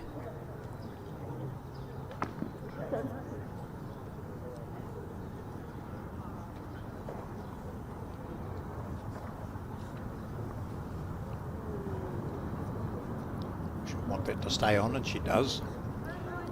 So that weight sort of indicated that Kate was maybe endeavouring just to sit that shot over, but the weight was a bit too strong.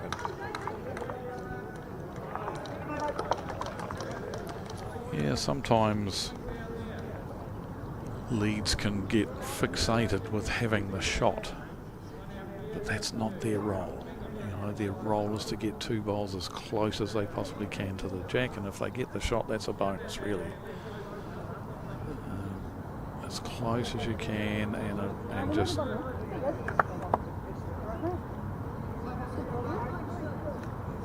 remember playing pairs with my brother, actually, when he was he had only been playing for a couple of seasons, and he picked it up pretty well. Jock, of course, he had a pretty good hand-eye coordination, so he picked the sport up pretty quickly. He was very competent and able at it. But he 3-bowl pairs, of course, and he had drawn a couple on his hand. He was playing up and down one side of the green, and he was going really good. He was getting bowl after bowl was close, but he played 2 bowls down one side, and the opposition drew this shot, and it was in his line. It was in the running on the way in on the hand that he'd been playing. So he gets on the mat changing his hand. I said, "Hey, woo, what are you doing?" And he said, "I can't get the shot there." I said, "That's not your job. No. That's not your job, Jock. You're playing this hand so well. Yeah. Just get another handy one." And funnily enough, he fell off the shot bowl inside it and got the shot anyhow. And as we're crossing over, I said, "See it? Yeah, righto," he says. So yeah, it's not necessarily a job to have the shot as a lead, it's just to get the bowls as close as you can. And also to set it up so that the skip can have the glory, Look, Jock, I'll get the big shot later. You just set it up for me. You're on to it. But that's where, the roles of the players in a game of fours, they've definitely got set jobs and set roles to do. And now that Kimberly's done exceptionally well in getting the shot, and Ashley's added another one, so we can see, and she's got one out the back. It's now Deb's job just to, it looks like they're happy for Debbie just to draw another shot here, and she's going to finish short, which is a shame. But so they've got good position. They've got 2 good shots, and they've got the back bowl. So really, it is a matter of, yes, okay, we're safe now to just draw another shot. The key thing they probably don't want to do is really fatten the size of the head up and make it a big target for the opposition. But she's already having a go at this now, even though it's only a 2-bowl jack target. She might get a result off this bowl. Not quite. She's actually flicked the second bowl up on its edge now, which makes the target not as wide as it was before. I guess she was able to say to Julie to play that because of that bowl that the lead had put down on the ditch. So they had the back bowl, didn't they? That was of comfort, although... Yeah, right at the back on the... Yeah. You're right, they have got one way at the back. So wondering whether Adams will have another flick at this. Both could go. She is. Yep, she's on the drive, and she's closer this time. Is she going to get down? Not quite, but she's taken Ashley Jeffcoat's back bowl off now, so and her bowl stayed on the rink as well. So they got two right on the edge of the ditch down there now. So that might mean that Sue Hodges will still be keen to play a similar sort of shot. See what Val Smith has to say about things first.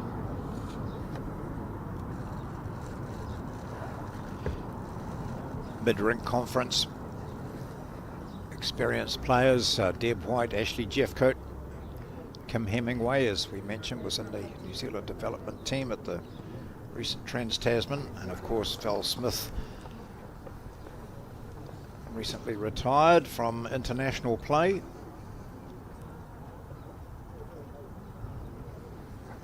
And she, with her Aero Optima black and white bowls, she's playing that forehand side.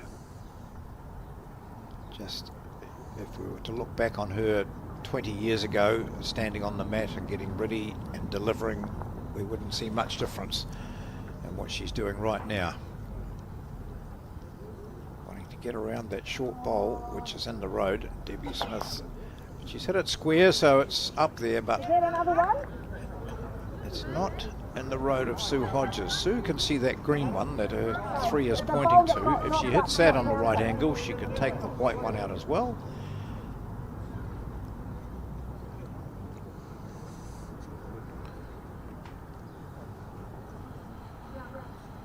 It is.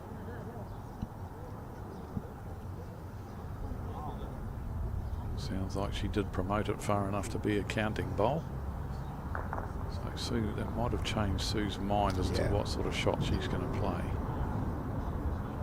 She's still playing with a little bit of weight, but nowhere near as much as what Julie Adams did, and she's close here. Wow, you wouldn't think it would go through there without creating a bit more havoc than it did. That was a genuine attempt.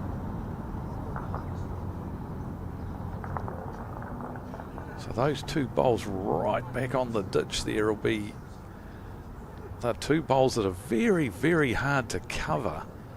But I think that's possibly where Val will be trying to go, is it? Or is she just happy to draw another shot? No, she's going to draw another shot. They're thinking, well, if you get that and get the jack all the way back there, well, it's another counter. So they're holding 4. This is a very important bowl now for Sue Hodges. The game could really start slipping away big time if she can't convert here.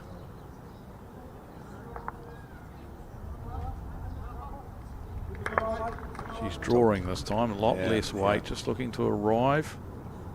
Is it going to get down for her? Needs to hit her own, that blue one there. That'll help, that'll help. That might get second shot. She'll breathe deeply now, I think. Just the one.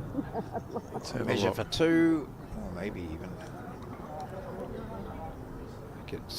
get someone who can get down and up quickly to do the measure. Get the youngsters. So that might have saved it. Well, it could have solved. Oh, yes, only one. One up. Yeah. So she saved 3 with that shot. It was an important bowl because even though they did concede, a 4 there could have been fatal. But 1, we're at the halfway mark in the game now. We've played 9 of the 18 ends and an 8-shot difference, so still very much in the game, but an 11 or 12-shot difference, it would have been a different story. Black-shirted, black uniformed team. Kim Hemingway off the front.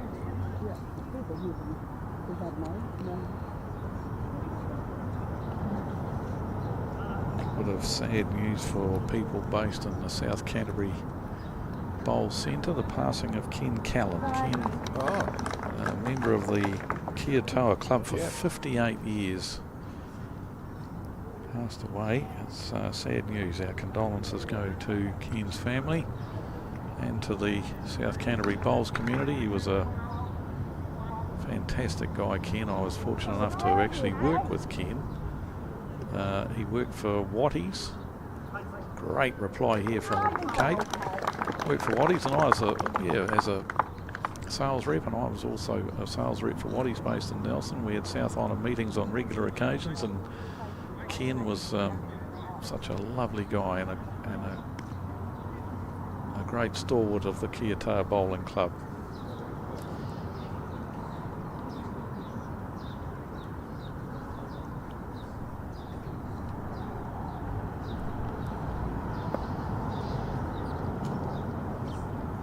Kiatoa Club was one of the major ones when I was growing up in Timaru.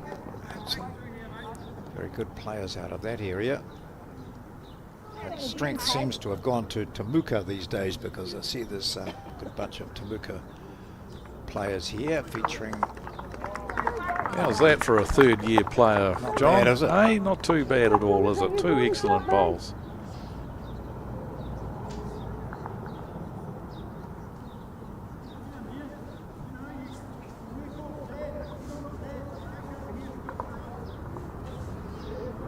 Really top stuff. So just an indication that the pressure's not getting to these players. Kate Kennedy Newton plonks them in there. It'll make her feel much better, and it'll also make Sue Hodges feel good as well. Got a couple.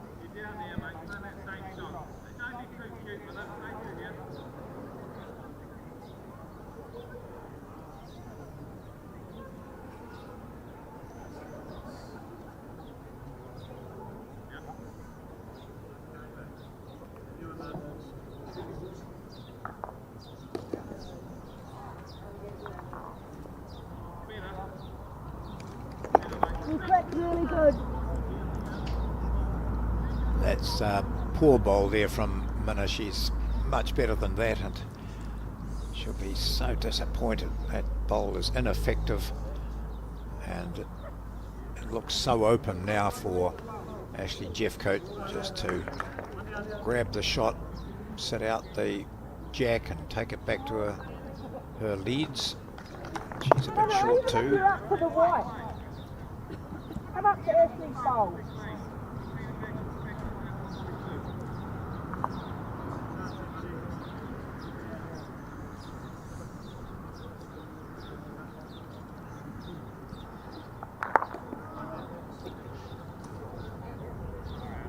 Yeah, that's real nice.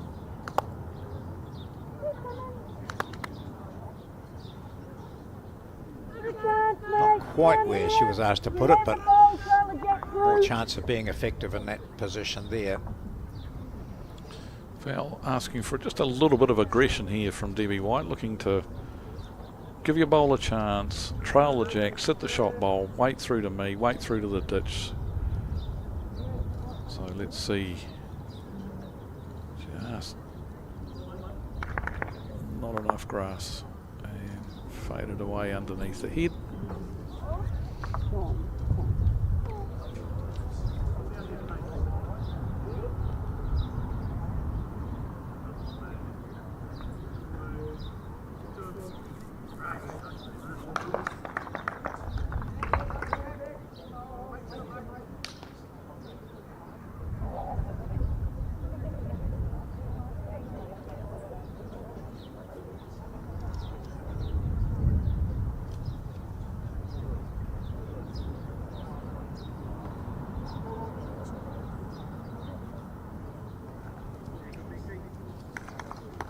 Pleased to hear that Peter Bellis is back on the greens. He's had a bit of time out. Yes. He's playing for Wanganui in the inter-centre.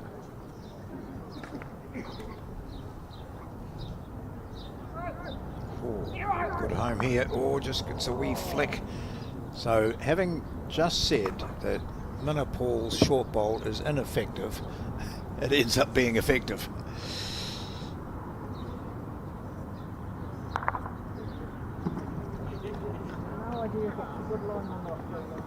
The leads, 2s and 3s, are on the way down.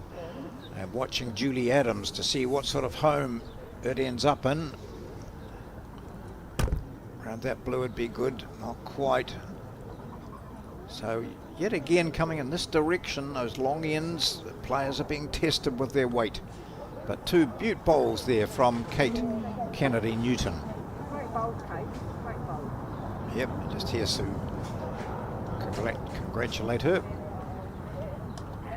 So Val will no doubt be going raiding down there, looking to get the jack or just change something up there. They're 2 down, I believe, with those Kate Kennedy Newton bowls.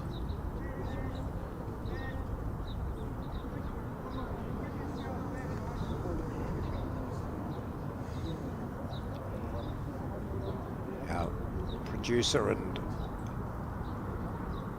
most times commentator Alex Reid has been doing some good background stuff, and he's brought along these Bowls New Zealand Bowls magazines from before we had the internet and had all the newsletters just parked up on a screen somewhere. So he's got the hard copies here, and I've been well, I've been a bit silent. I've been just flicking through some of the stories there, and it's great to reflect on some of the high points of our bowls history. It's good that Bowls New Zealand have done that with the Bowls magazine. It used to, the bowl, I remember we used to religiously get the Bowls magazine. It was a fantastic magazine. You used to wait for it to arrive, and Bowls New Zealand have bound them into a hard-covered book, which is great to have. That history will be there forever now. It's awesome stuff. So we've got in front of us March 1995 to August 1998, and February 2006 to November 2008. Was that the last ones? Yep. Yeah, really good. Val on a very good track here again now, as she got the jack she has and poked it through. Is it going to stay in? That's a shot. Her bowl will be the shot that's dribbled into the ditch, I would imagine, and I think the jack has stayed in.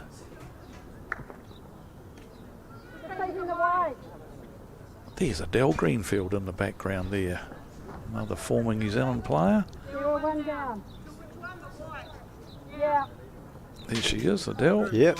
Member of the Horsfall Club these days. Used to play, originally started her career in Invercargill. Then moved to Canterbury. Very competent player, and as I say, a former blackjack herself.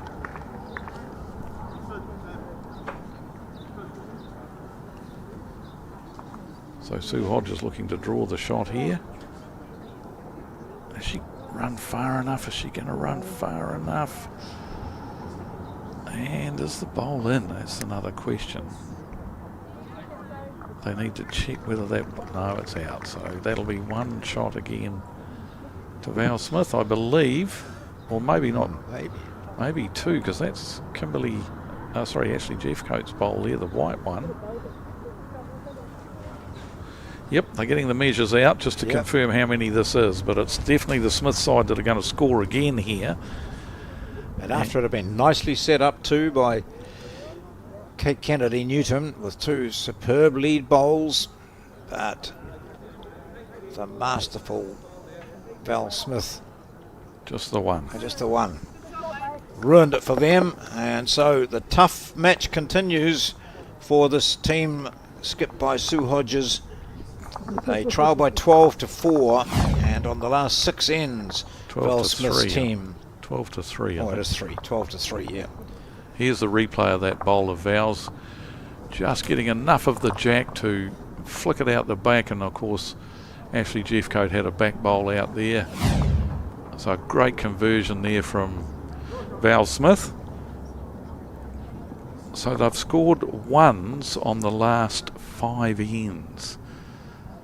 But while you're scoring, your opposition isn't. And so the ends are ticking away. We're played 10 now, 8 ends to go. So even though they're ones, as I said, it's just stopping your opposition from scoring. Whoopsie, a bit of a whoopsie there from Kim. Whoops, bit of a whoopsie there too.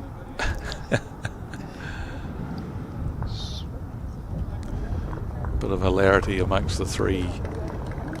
They'll be reasonably relaxed. Yes, well, I think Kimberly's a bit embarrassed by her bowl there, the fact that it was charging at the jack the way it did. And also, I think she'll probably get on the mat and say to Val, shall I just draw this time?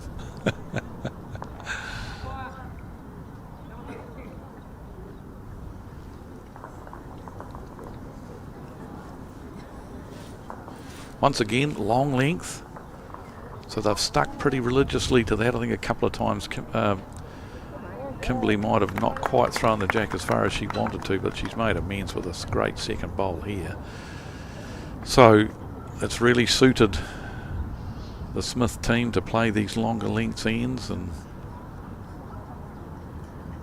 they just Sue Hodges can't arrest the initiative away.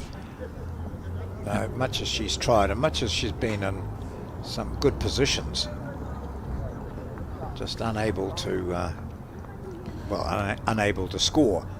Good position there from Kate.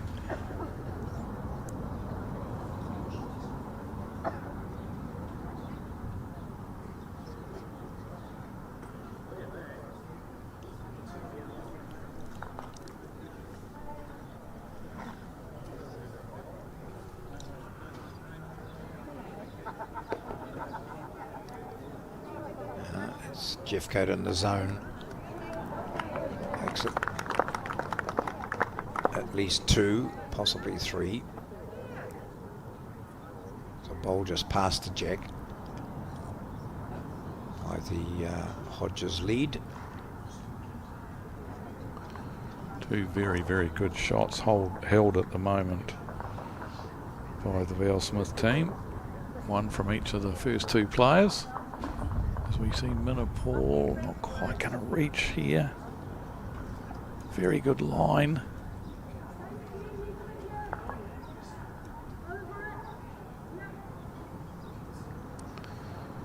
Another quick update from those men's semi-finals that we've got going on adjacent rinks. And remember, we're going to see the final of the men's fours straight after this game. And it's Kerry Beck's side with Rowan Ware, Sam Morton, Marshall Stoddard, who have skipped away to an 11-4 lead over the Blair Barringer, Kelvin Budge, Liam O'Connor and David Budge team. And the other one's as tight as a drum. 5-4 Mike Galloway leads Andrew Kelly. So Mike Galloway's got David Clark, Martin Dixon and Steve Fisher with him. And Andrew Kelly's got Seamus Curtin, Nathan Glass and Kelvin Scott.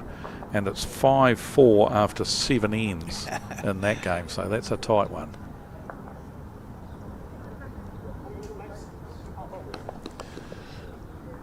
Not looking very healthy at the moment for Sue Hodges' team on this, the 11th end.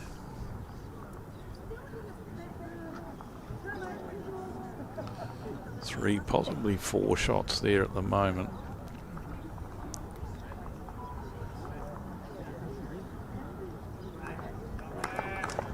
So it really has been an excellent display from Kimberley and Ashley up front. They have outplayed their opponents, and you can perhaps understand that Kimberley was always possibly going to have the edge over Kate Kennedy Newton, with Kate being just a third-year player.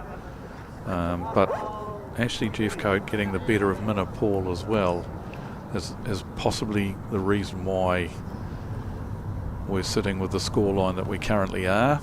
So it's like Julie and Sue are getting on the mat and are down almost every end. So the front 2 are dominating. The front 2 from the Smith team are definitely dominating proceedings here. Makes it difficult for your back 2 players to rescue the situation end after end. Sue Hodges remains stoic and still smiling up there on the head. Internally, she'll be thinking, oh, it looks like I might have to save here again.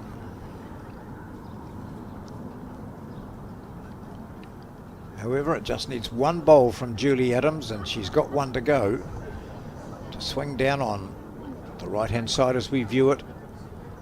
Onto the jack, pop it back a little bit, because they have got 1 just behind that white bowl. Big bowl here. It looks to be tight and short possibly. In fact, she'd like that back.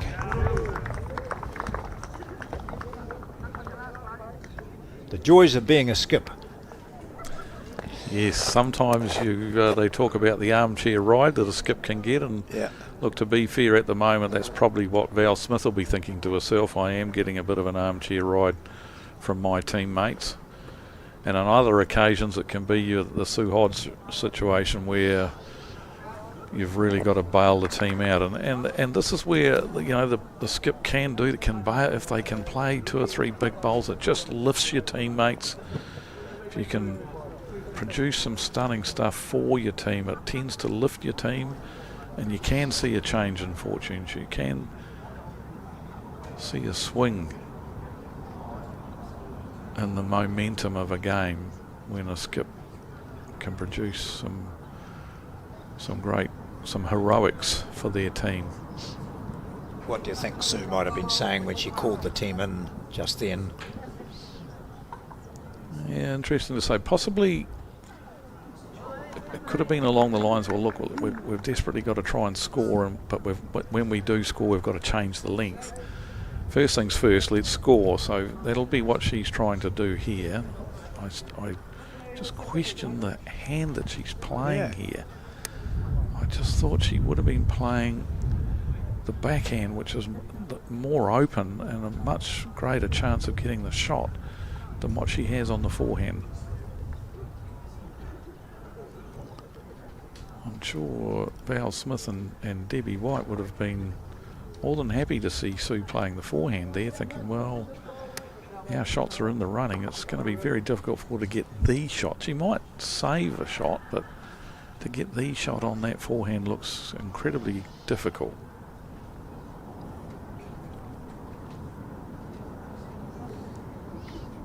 And all Val has to do is just sit into those 3. She'll grab another. I wonder if Sue will now change her hand, and with that last bowl of hers going up to the no, she's staying on the forehand, or is she? It's hard to tell with her sometimes. There we go. No, it is a forehand. I mean, they've done well that they've only dropped singles, and if she can cut this down, it means they're still in the game. It's a pretty good shot. Just going to run out of puff. So that's 3. Yeah. So now things are getting rather dire for Sue Hodge's team. The professionalism of Smith's side, they're all just fulfilling their roles in the team brilliantly. Look at the cow on the hat there. Look at the cow on the hat there. Yeah. I wonder what that signifies. Maybe it's her nickname. She's been called "you old cow" so often that she's decided to put a badge up there. Very good. I don't think so. Whoops, my phone's going. Right, we're in this final. We're getting towards, we've gone through 2/3 of the match so far. 12 ends. We're up to end 12, and we're of 18, and it's 15-3. So it is pretty desperate now for this team to start scoring. That's Sue Hodges, Julie Adams, Minna Paul, and Kate Kennedy Newton.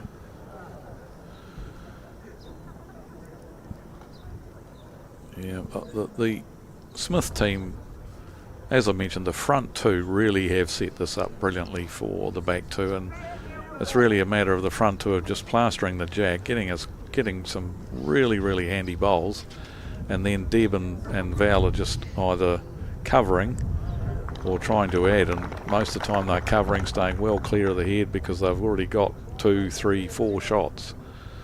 So it is a masterclass being displayed here from the front 2 girls in the Smith skipped team.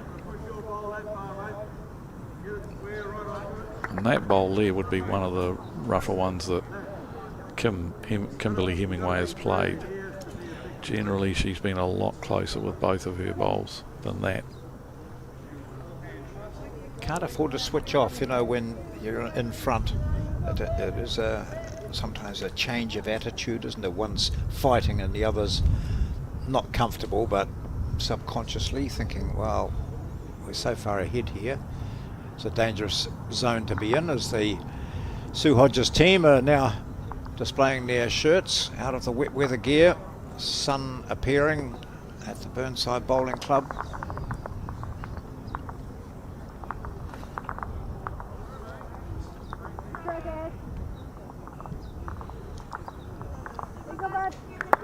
So Val Smith has been one of those really versatile players in a team, hasn't she? She's an outstanding skip, obviously, but she plays 3 and a 4, or she, in fact, you know, you could stick her at lead and you wouldn't be bad off, would you?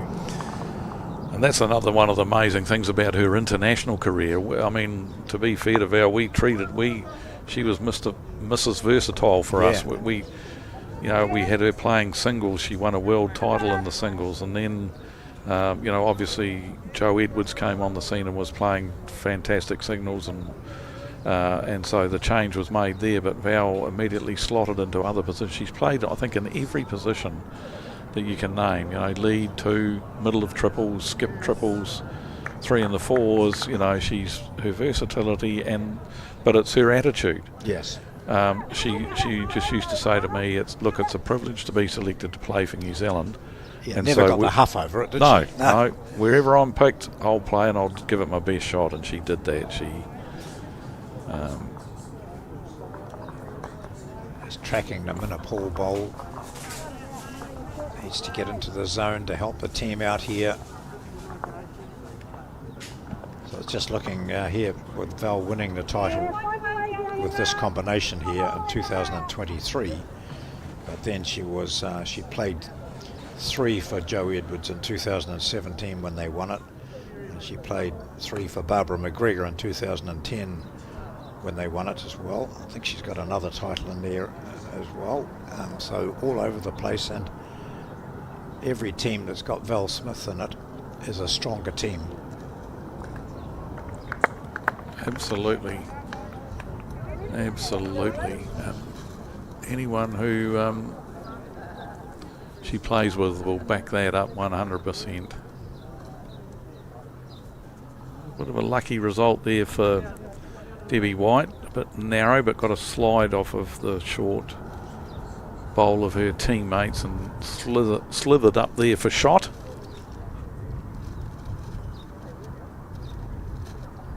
Whereas Julie Adams can't quite manage that. Yeah, I think Julie will be pretty disappointed with her performance in the game so far. And I think the one thing that she's failed to do is find that centre line. She hasn't really settled into good lines that are getting her bowl back to the centre line, and I think that's something that when she sits down after this game, she'll probably think, well, yeah, look, I struggled a bit. And that's why, we always talk to players when they are struggling, work on your line first, because that's the easier of the two things to get.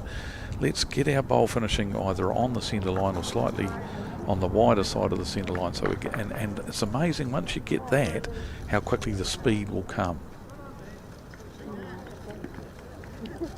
So when you're encouraging players how to use the trial ends, what are they looking for? Line? Absolutely. Obviously you want the feel of the pace, but definitely trial ends are all about finding the lines. And you'll get to know what the speed is like whilst you are working on nailing the lines in those trial ends. How's Julie looking this time? Just a bit quick, but yeah, she's found the centre line this time. Encouraging from Sue Hodges as she tries to drag the best out of this team.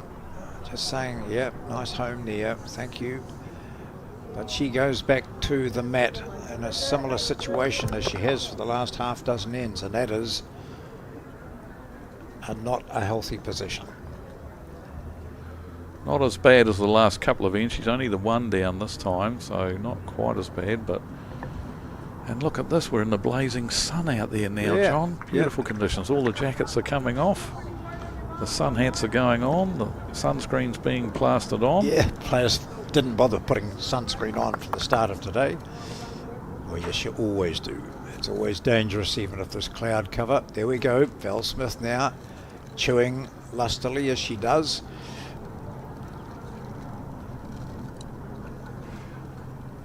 plenty to promote here for her. Yes, that's why they're playing this hand. She's just a bit narrow. Well, she's probably not narrow. She needed more speed. Needed speed to really arrive to those bowls to promote them. But a nuisance bowl though for Hodges, who's playing her forehand. It could very well be. Might be in her eye out there. Yes. Yeah, it's made her go short. Narrow. I'm sorry. Yeah. Well, if her weight's there, she might. No, it's not there.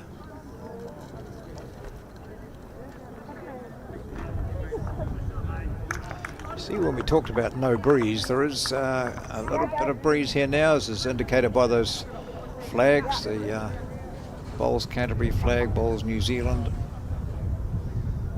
Burnside.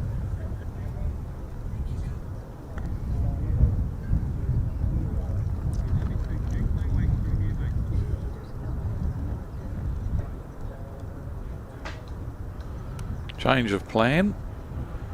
Trying to draw another shot on the forehand this time. Doesn't like it. Straight away turned her back on it. So for Sue Hodges, she's got a bowl at the back. I mean, she won't be deliberately trying to run that jack back, but she can draw it if she can and get a shot. But she's got one bowl back there by Val Smith's feet, I think. That's hers. Here we go. This is the last bowl on the 12th end. No, she's hung out there wide too. It's never going to be here, and so it is another single. Yep, it is a single, and the scoring continues. It's becoming monotonous now, but not for Val Smith and her team. On the 5th end, they scored a 3. They've scored on every end since then. The majority of them have been singles, and after 12 ends, they lead by 16-3. It's the final of the women's 4 at the Summerset Nationals. And Alex Reid will be happy. We just saw a shot of a dog.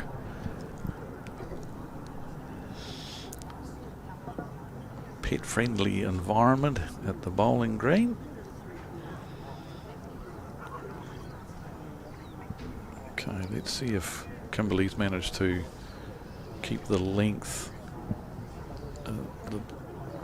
the jacket, the desired length for her team. Yes, she has another full length end and a pretty handy opener bowl from her as well. So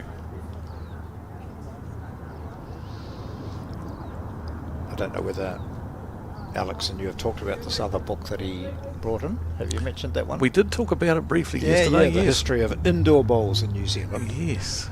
Written by Frank Harris, and it was produced in 1950, I think. And that's a book and a half. It's a small book, but that from an enthusiastic sports people. We used to get that a lot, where enthusiast people who were, train spotters, those sort of people who just loved the statistics, and then they'd produce a book that was full of fascinating facts and figures and stories, and they'd sell about 2 copies, but they'd get into libraries, and I think Alex said this one is from a library, and it's only been taken out twice since it was put into the library in 1950. And I think the last time it was taken out was 1983-ish. Yeah, Yes, gosh. Frank Harris of Herne Bay.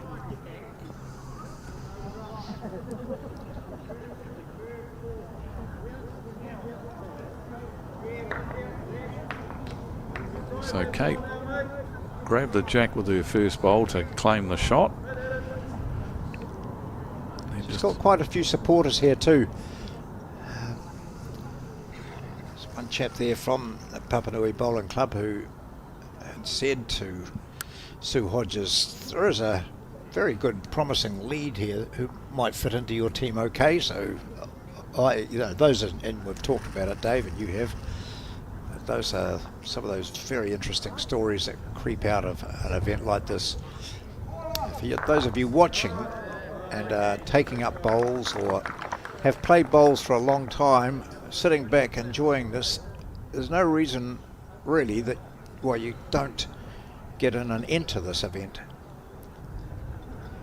And you see lots of photographs and Facebook posts and that about people, what they're doing when they don't qualify. But they have a heck of a good time, and you meet so many people. There are people here who just every year meet up with friends and fellow bowlers from all over the country. Do we know where they're being held next year as yet?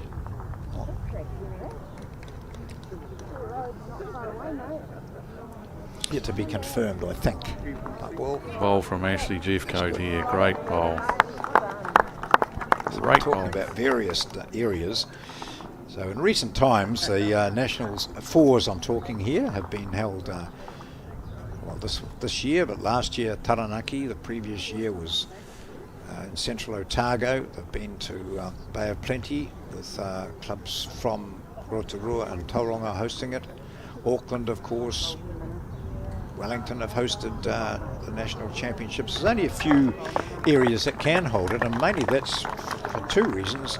It's the accommodation problem, but also getting enough high quality natural greens.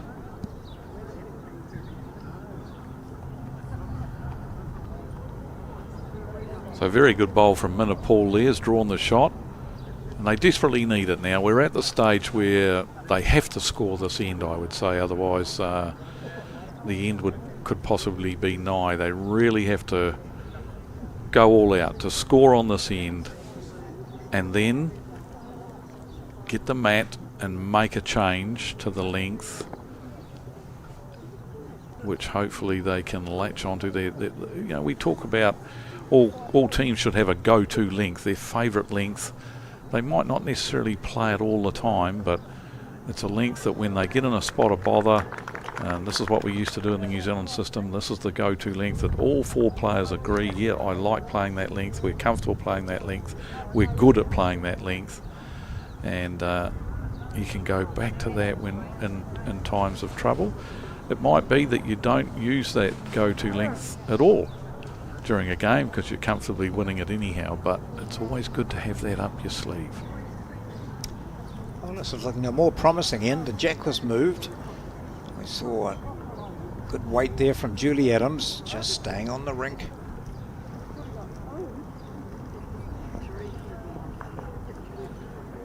Muscle memory. She get another one down there into that zone. This looks okay too. Pretty good. Yeah, great bowl. Yeah, top bowl. So this is a rarity. Val Smith going to the mat, not holding the shot.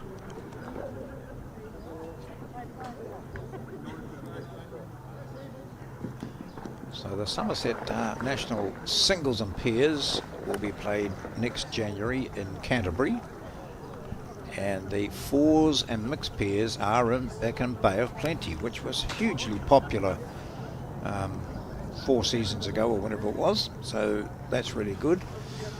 And other things coming up next year, the National Inter Centre will be at Auckland and North Harbour, Kitty Hawk National Under-21s at Wellington, as are the National Inter-Club 7s, and the Bowls 3-5 Inter-Club. It will be held in May of 2026, yet to be confirmed, so that's good. So the National Fours and Mixed Pairs in Bay of Plenty. Start planning your trip.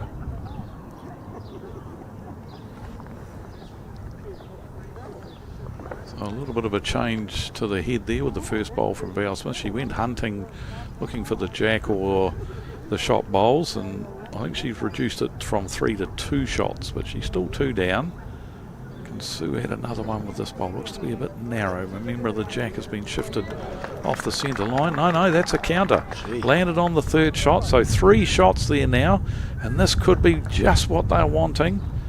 Val's got 1 bowl to play. She'll be looking to raid down through there, looking for the shot bowl onto the jack or get to the jack herself. Trying to reduce the count.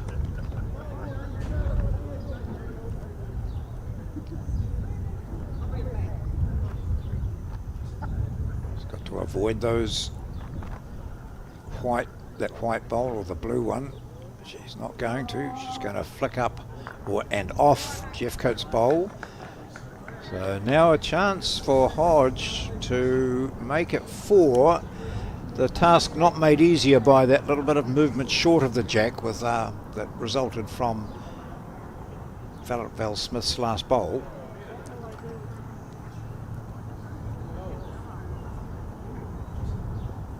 She wouldn't get hooked up on that one of Val's cheek. It doesn't want to hit it square. That's all right.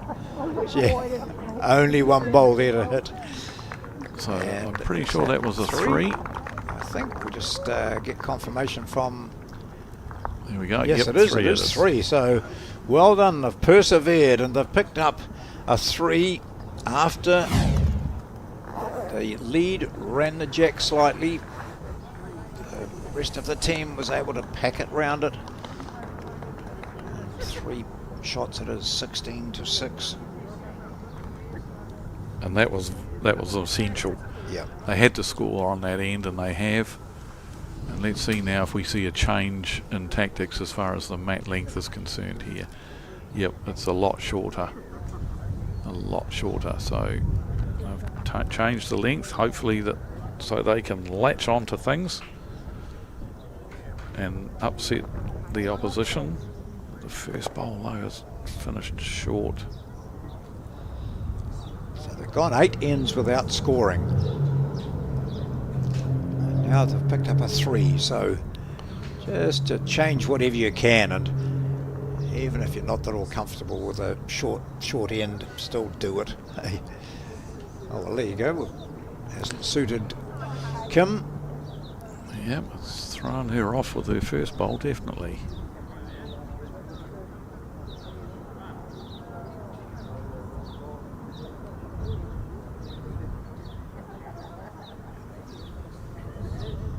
Good bowl here from Kate. Very good bowl. Just going a little bit, and so the jack sprung a little bit further away from her bowl than she would have liked, but still. In the background, we still see the 2 men's semi-finals being played. And at the completion of this, and then after a reasonable break for the players, we'll be bringing you that final of the men's 4s.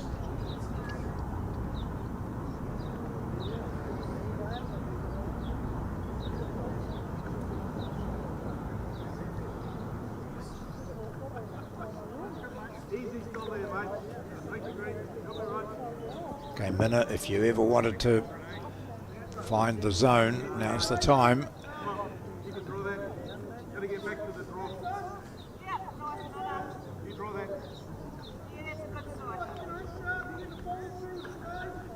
Quick update on those men's semi-finals for you. Kerry Bex is 4, leading Blair Barringer's 4 by 12 shots to 5, and they're on end 12. And still tight as a drum in the other one. Mike Galloway leading 8-7 over Andrew Kelly, and they're on the 10th end.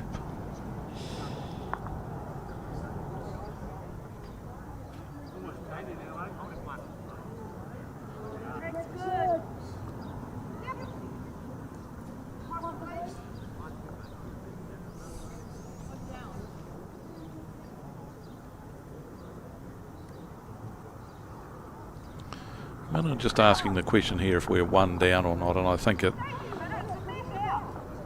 probably, which she was asking that question as to decide which hand to play. If it was the shot, and it is already the shot, then she probably would have stuck with that hand and happy to.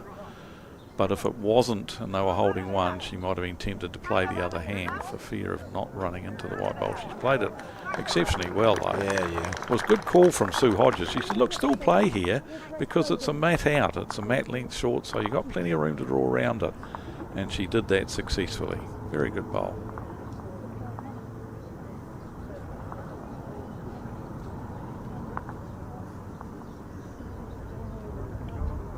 Val's backed off already. So the change of length has just found the front 2 of Val Smith's team wanting a little bit. They 1 down on the head is a chance here for Sue Hodges' team to gain another end and score again. And she's close here too. This is another good bowl. The head building up nicely for Sue Hodges here. Who enthusiastically applauds that last bowl. Just giving her a bit of a lift.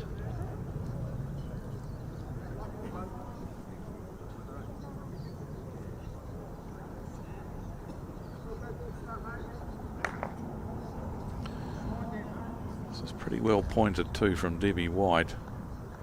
How far is it going to run? She lands that bowl. That's second shot. Good. Yeah, good bowl.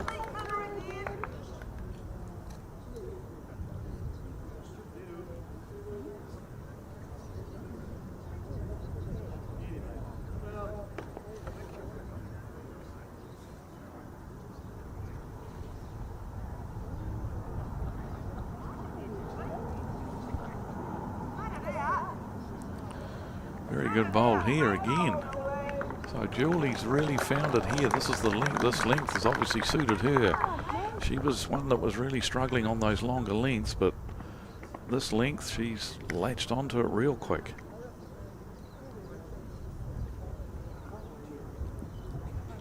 Players start the move up to the other end to get a close-up look of what this head is like. It won't have changed much after this one from Debbie White. See the Burnside flags either side of the bowl's New Zealand one. There's a bit of movement in the air up there. Not too sure what's happening at ground level. Doesn't look to be too bad down there, does it? He doesn't think so. No. Hopefully that chair didn't have legs before he sat on it. It's just collapsed. One of those squatted ones, so to speak. Right, here we go. Sue Hodges. Opportunity.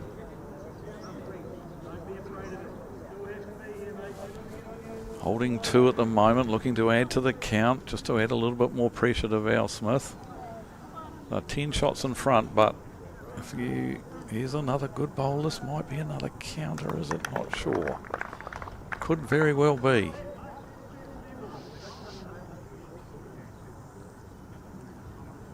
I'll be wondering what we got going on here. Yeah.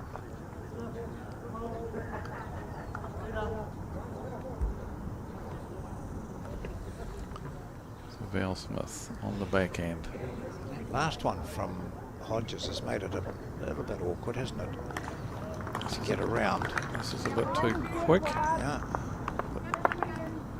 Once again, good call from Debbie White there, accentuating the positive. Your line's great, bud, you know, so Val knows that she can stick to that line and just make an adjustment with the speed with her second bowl.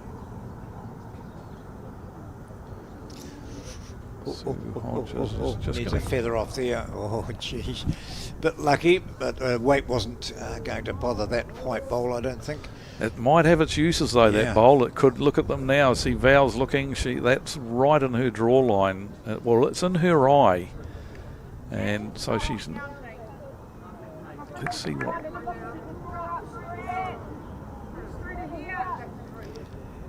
It's a nuisance, but it's also something to use, isn't it? Either the white or particularly the white. Just an edge off that. I think that's why a good call from Deb White here, I feel, because that bowl of Sue Hodges is finished in the draw line, but it hasn't finished in the line that for the weight that Deb's asking Val to play here. She's asking her to play with that metre or so of running, metre or a couple of metres, and she might have pushed this out a little bit too wide still. Let's see if it comes back. No, she's going to... Oh, that might give them another one. That could be 4 shots. Let's have a look how many... So big swing here. Is this the start of the comeback for the Hodges side?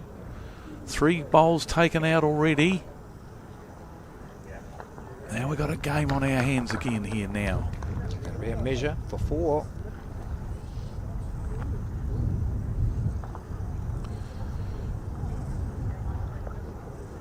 $16.10 looks far better than what it was before. $16.3. If it is 4.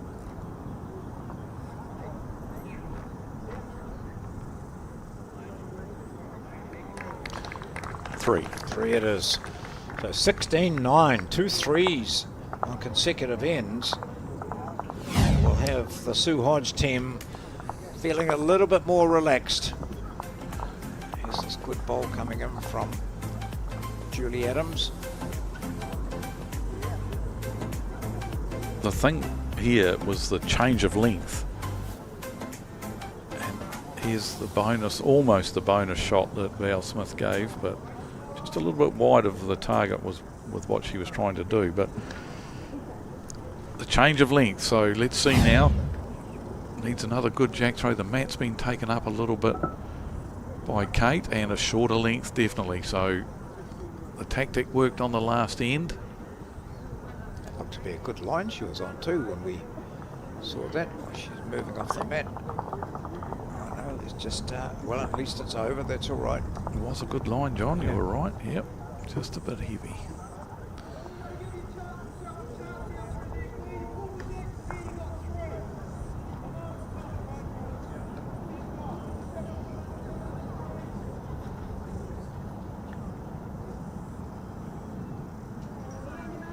Good ball from Kimberley here.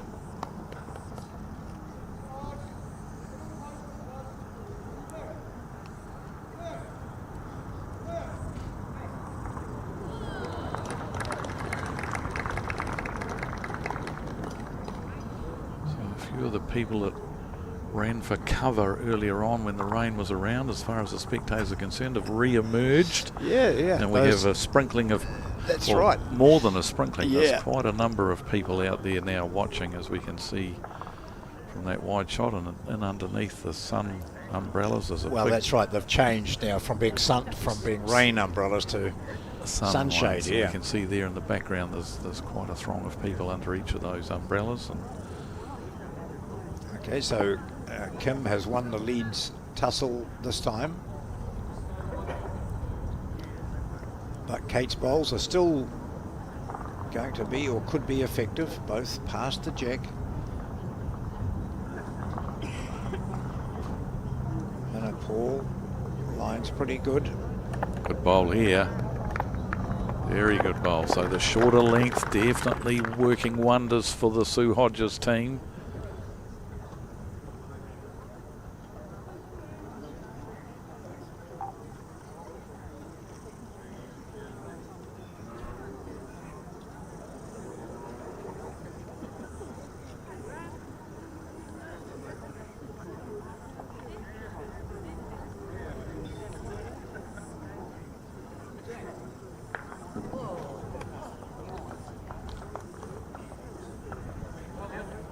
Another one in there. Playing lead now a minute. One on, one over. She goes again. Similar sort of track she's taken. Another very good bowl. Two very, very good bowls here from Minna Paul.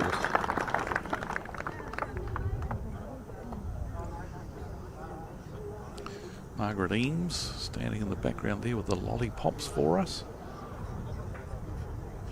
Margaret does a splendid job on the umpiring. She's now domiciled in Auckland, an ex-Nelsonian, shifted to Auckland, her and her husband Tony, and she's loving it because she's able to a lot more activities. Yeah, she's everywhere.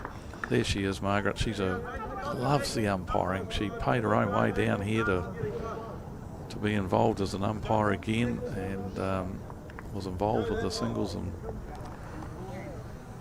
pairs, and I believe even the Trans-Tasman in Wellington. She was, yeah, so, and she's an excellent umpire. She's very, very competent and on her toes whenever, like she's just doing the paddles for us in this game, but what I liked about Margaret as an umpire is she's always scanning the green, keeping an eye out on watching what's going on, so that she's almost waiting on the end of the rink because she knows she's going to be called for something. So, and she's very, very good at her job, Margaret.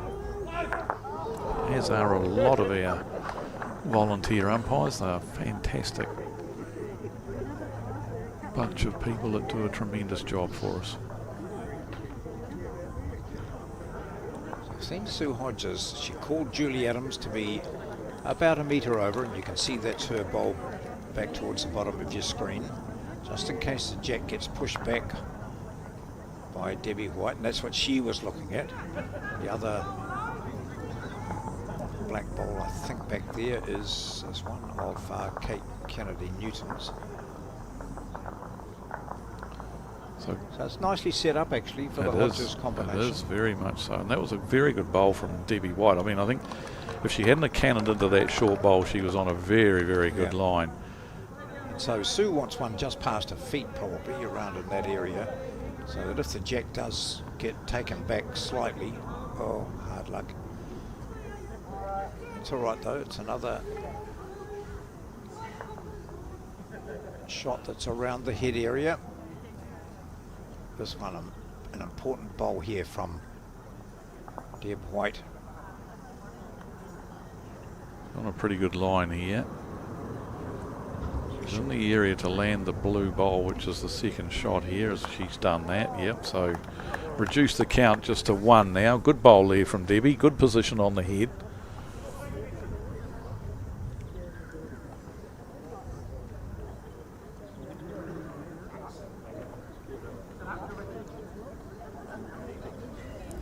See that you sense the sort of a change there, right? Previously we were talking when it was 16-3 that there was a bit more joviality, and yes, we questioned or talked about the fact that sometimes your mind just drifts a wee bit when you're ahead.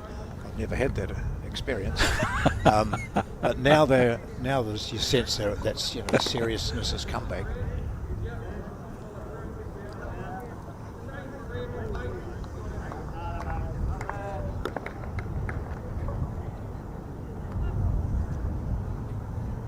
She's in the area here, Sue. What a great bowl this is. Yeah. Oh, just went through the hole, but it's another one on the head, so Val can't do anything too drastic here. She's just, all she can do is try and draw this bowl off. Try and land the bowl with just a foot or so of weight. She can't really be trying too much else because there's too many of the opposition's bowls are handy to this head. See there that if the jack comes to the left, which is where Sue Hodges will be hoping it does, if she just gives it a wee tickle, there's a few of her bowls out there. The blue one, the fizz, whatever it is. Lime fizz. Lime fizz, yep. The purple one. Yeah, but if she was to poke the jack just around the corner a little bit, it could be worth 3 or 4 to her. She doesn't think she's there. She's a bit too wide to achieve the trail. That's what she was commenting on. So Val won't be trying anything drastic here. Only the 1 down. Yeah. It's the 15th end, so they've got only another 3 after this. Dropping a 3 there would have been a little bit stressful, but it might only be 1. But there's still this 1 bowl to play. Anything could happen here. Good call too from Val. Debbie was wanting her to play with just a foot or 2 of weight to try and sit on the shot bowl, but whoops, she hit the ground, so this one probably won't get there. Hit the ground as she released the bowl, so it's another 1 to the Sue Hodges team. So you go back to that bowl by Deb White, which just sat the second shot out. That was a very telling delivery from her on this particular end. We've had 15 ends now. And for the 3rd end in a row, it's the Sue Hodges team, which scores 16-10. 3 ends to go, 6 the difference. They're definitely still in it. Yep. But they probably have to score on at least 2 out of the 3 remaining ends to get up and get in front, unless they get a real big number, of course. I can't see them getting a real huge number against this particular 4. But who knows, stranger things have happened.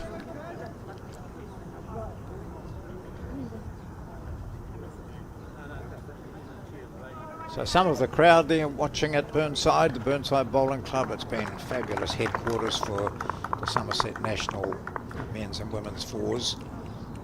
This is the final, and leading for Sue Hodges is Kate Kennedy Newton. It's a handy start from her, this 3rd-year bowler. On the mat, her opponent Kim Hemingway. Once again, the short end. The short end is just catching Kimberly and Ashley not as dominant on these last 3 or 4 ends where it's been a bit shorter than what they were when we were playing the longer length ends. So a real good tactical move by the Sue Hodges side to shorten the lengths up, and consequently they've scored on the next 2 ends, those 2 ends that they've played the shorter length.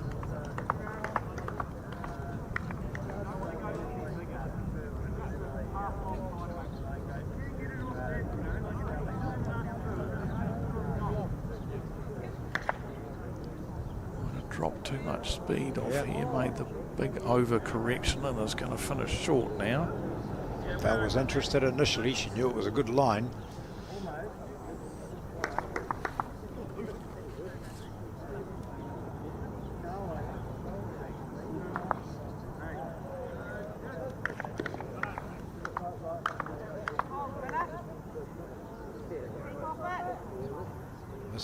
Missed that. Yeah, that's all right there though. It's promotable for the Hodges team. Possibly cuts out that hand for Smith's side. Yeah, forced a change of hand immediately. Ashley Jeffcoat playing the forehand, which is another little bit of a pain for them because they've been playing consistently down that backhand side. So she would have reluctantly gone to this hand. She's made a pretty good job of it though. She's made a pretty good job of it. Going to land the shot bowl here, is she? Well, it's definitely only one down. If they are down, it might even be the shot.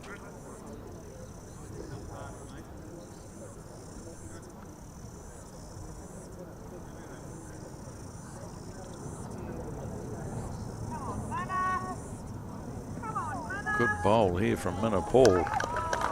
She's one who's really come onto her game since the ends were shortened. Yeah. Really found favour she has with that.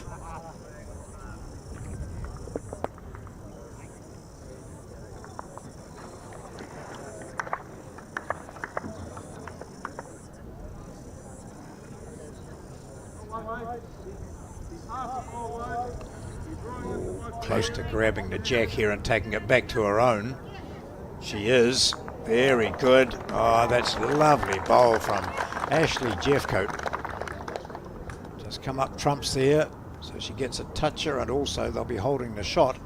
Outstanding shot, that one. Drawing the jack off of the hard up against Minna Paul's bowl and trailing it to her perfectly positioned bowl just behind the head.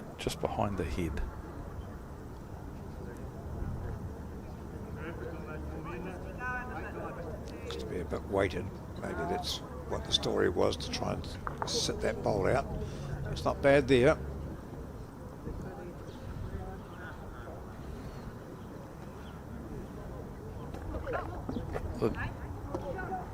Simple. Now, draw a shot, she says. And it's also the fact that the jack's been shifted back a little bit now reopens the backhand side of the rink for the Val Smith side to switch back to. That was the one that they favoured most of the game. So it's the one that they know the best. Debbie, I don't think she sent this one. No, that's way short.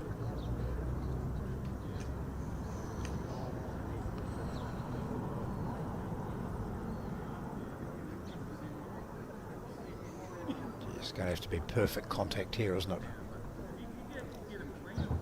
Sure is. She's tightened the line nicely. She's close. Yeah, sure. She's played a bomb here, hasn't she? She's played a bomb. Oh gosh. She went through the hole.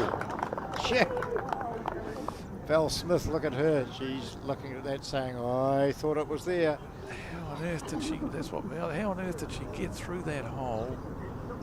And now, I think what's happened is they've got two. I think she went through the hole and pushed Kate's bowl back enough to bring this, maybe not, it's hard to tell from that angle. But the jack is still short of the left-hand white, I think, isn't it? Oh, no, yeah, on the right hand. It's definitely, could be two, yeah. It's definitely forced Val to just get Debbie White to stick one right round the back now. So maybe that is two. Yeah. She was unlucky there, very unlucky.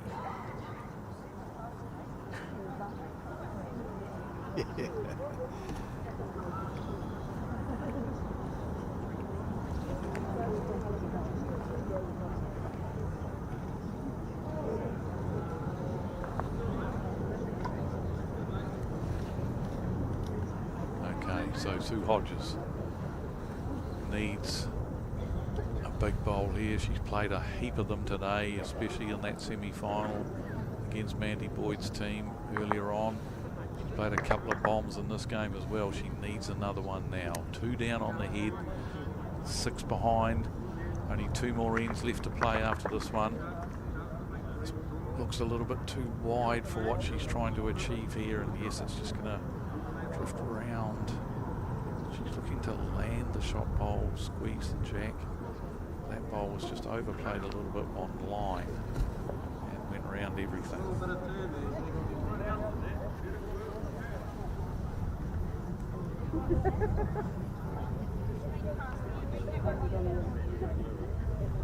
Somehow, Sue Hodges needs to score, create a situation where she yep. can get something in it. Yep, only 2 ends to go Yeah. after this one, and if she doesn't score here, Dropping at 2, this is pretty much wipes it for them. But it's been a good fight back over the last 3 ends. Have scored 7 shots.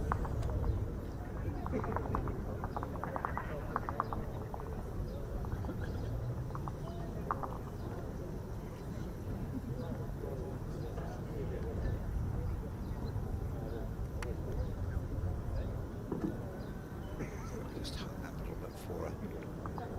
Righto, Sue, what have you got? What have you got in your armory here? just round those short Gosh, bowls. yeah. Look to make contact on the squeeze the jack, pop the bowl off. Oh, that looks wide again. Yes, that's far too wide. She'll be disappointed with that. Maybe she dropped the weight and was just looking to dead draw it, but pushed it out far too wide. Don't play it. Don't play it, they're saying here, which is. So I think, let's see, I think it is 2.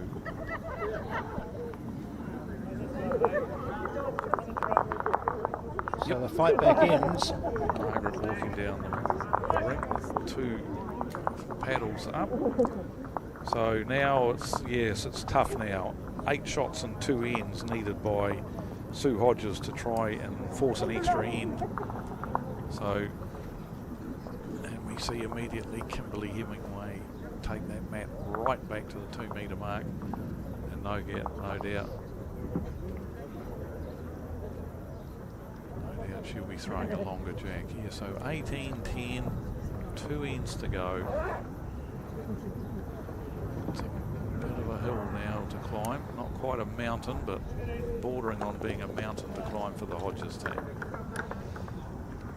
So this team which won the event back in Alexandra in 2023, set to become one of the few teams to win multiple fours titles. Just noticed in that crowd down the far end there was Peter Shane, who turns up at every event, doesn't he? He won the men's fours back in 25 years ago, I think, late 90s.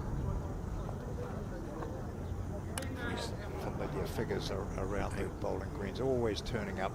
Most definitely. Loves these bowls, Peter. Yeah. He says to me before when I was chatting to him, I'm too old now. I'm too old to challenge these boys now. But yeah, he still fronts up. Well, I think it's only a couple of seasons ago that he was in the semi-finals of the national singles.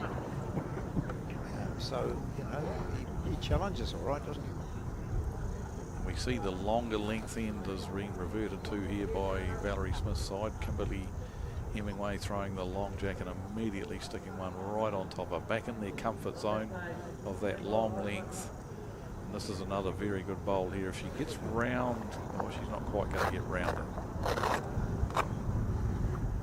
It's another bowl on the head, and they won't mind the fact that it pushed Kate's bowl a little bit closer. They'll just be looking to either score themselves or limit it to 1 or 2 at the most for the Hodges side here. Yes, I think anything more than a 2, they'll be really annoyed with. Oh, she's playing a good shot here too. Underneath her own, she's going to draw the shot. Oh, Yeah. what a great way. Oh, great bowl. Awesome bowl.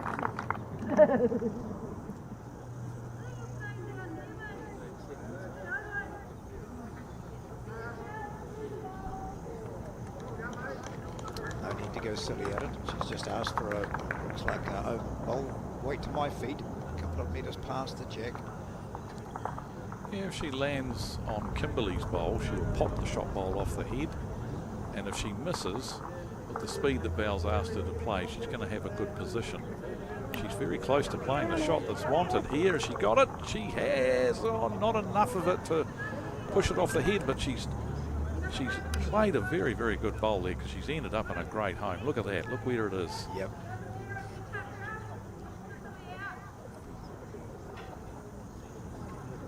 So now Sue asking Minna to play just similar sort of shot, looking to get an edge on Kimberley's bowl and just roll it off the head so that it might leave them with 2 or 3, but Minna's not going to reach.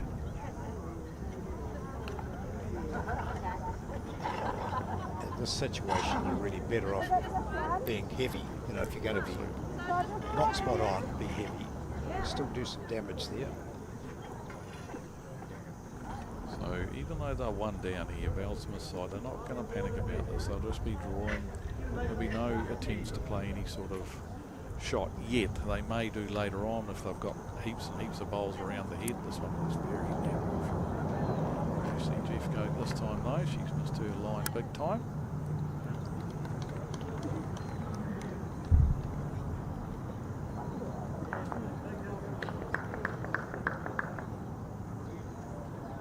Yep. Get up there, Minna.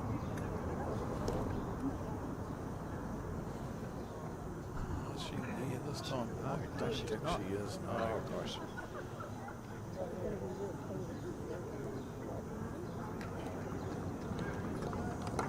Remove the chalk from her bowl from the last end.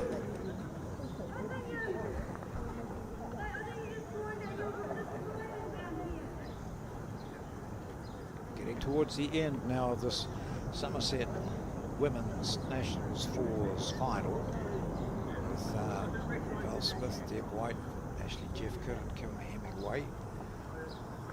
With a big advantage approaching the last end. Just reminding though that Sue Hodges and Julie Adams, Minna Paul and Kate Kennedy Newton had a, of course, really scored a fabulous win in the semi-finals for a team which included Mandy Boyd and Amy McElroy, Taylor Bruce, gosh, you know, just Kirsten Edwards, just a star-studded team, and yet they were too good for them on the day.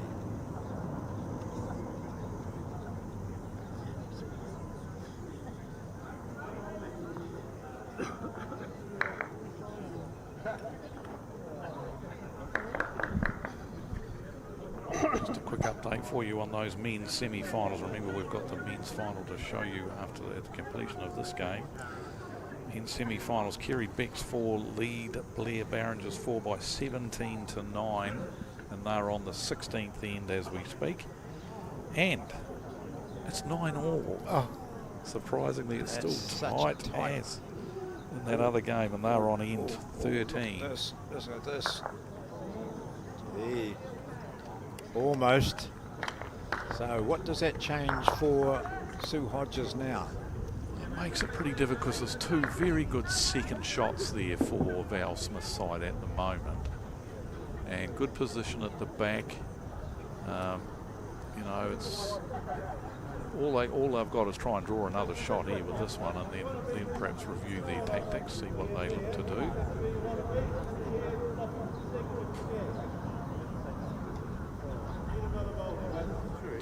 They might even have 3 seconds there at the moment, Val Smith's team, because this one's going to go underneath. It's going to hit the jack. Oh, just feathered the jack on the way past. But I don't think Val will be trying anything fancy. No, They'll be play the thinking board. Yep, dead right. Play the board. We're 1 down. someone's rescuing a bumblebee off the green there. Oh no. See Ashley rushing off. There you go, little bumblebee. Saved your life. Someone walks along and accident. Treads on it. Yep.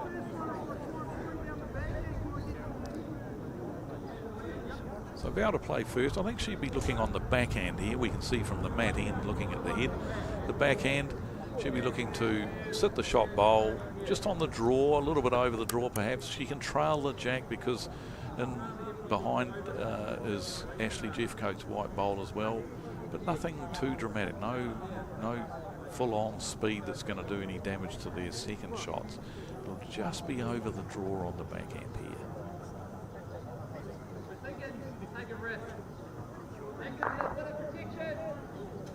Looks to be a bit tight. Just going to run into the short hole. She was way underneath the green there. Probably at a very good speed.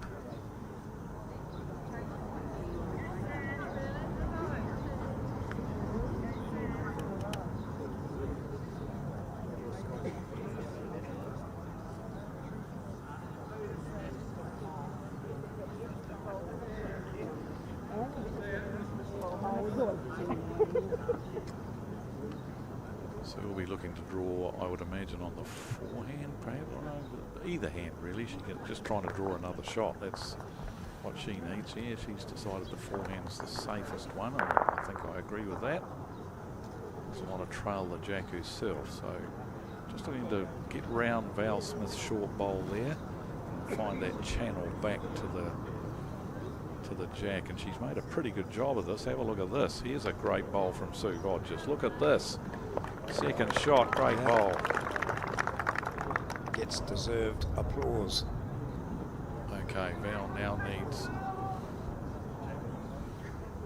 to be a little bit higher. She had good speed, I think, with the first bowl, just needs to take a little bit more green. Need to land the shot bowl, trail the jack.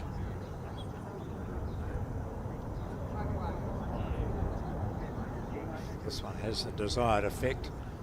Could be the jack movement back would give Val Smith one, maybe two shots. She's close. Oh, gonna get down. Played a little bit quicker than I thought she would.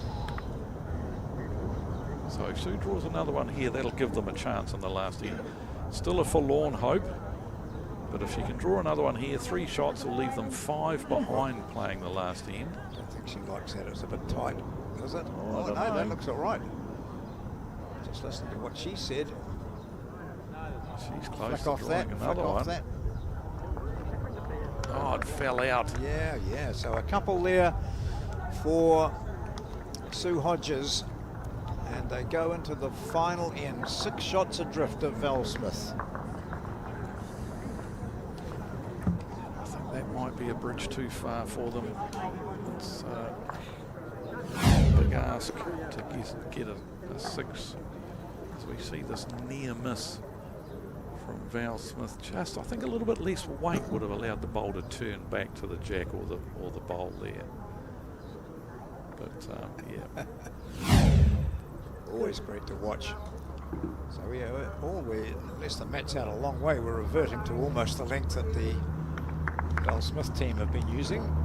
And it's 18-12. It's been a nice fight back here from, without doubt, the underdogs going into this. Sue Hodges, Julie Adams, Minna Paul and Kate Kennedy Newton.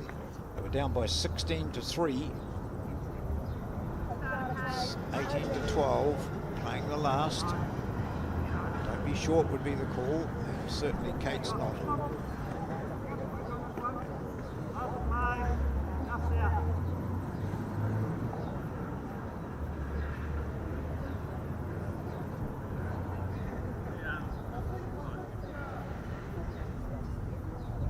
Good line here from Kim Hemingway. Yeah, very good bowl. Excellent bowl.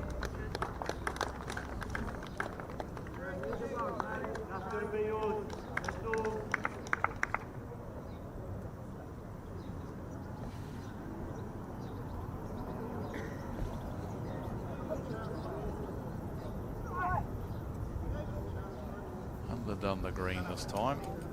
But what a What a huge thrill for Kate Kennedy Newton, third-year player, playing with Sue Hodges for the first time ever, and she's made it all the way to the final of probably the first national she's ever entered. That is something that she will remember forever, regardless of what the future holds for her. It's a real feather in her cap. She'll be getting at least a silver medal, and I think it will be a silver medal from this event, as we see another excellent bowl here from Kim Hemingway. Two absolute fantastic bowls.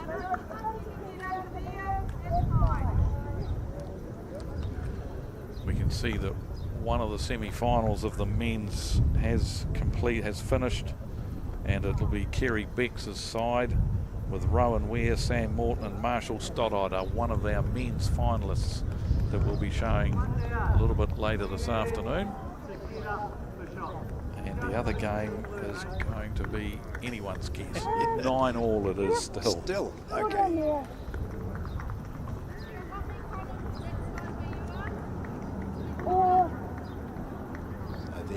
The group behind your bowler there, Julie Adams and Minna Paul, Kate Kennedy Newton, just chatting amongst themselves and grinning. They know this game is now beyond them. They're playing the last end. It's 18-12. Excellent captaincy here from Val. You know, there's no need to draw another real close one. Let's start just putting some position bowls in. So maybe wanted a little bit more speed on that one for it to be back a bit further, but not going anywhere near the head now and making a big target. They've got two very, very good bowls and a fourth shot that's pretty handy as well.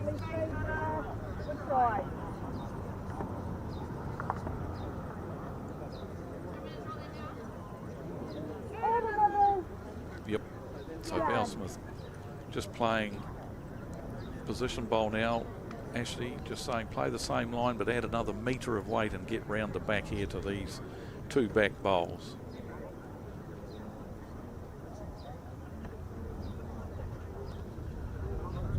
Yeah, she's just going to go round her own. As long as she stays on, and I think she will. Yeah, this is a good bowl. Excellent bowl, very good position. So do you think they're interested in killing it, or will they just... I think they'll play it out. Yeah, I think they can probably see that the chances of getting 6 shots against this quality a team. Yeah. You never know.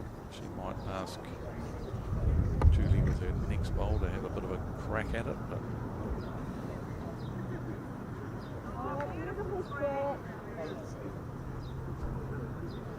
Finishes right on the centre line. so Val just running for cover with Ashley Jeffcoat's bowls, and now Deb White as well. Let's give us a back bowl on the other side of the rink over here now.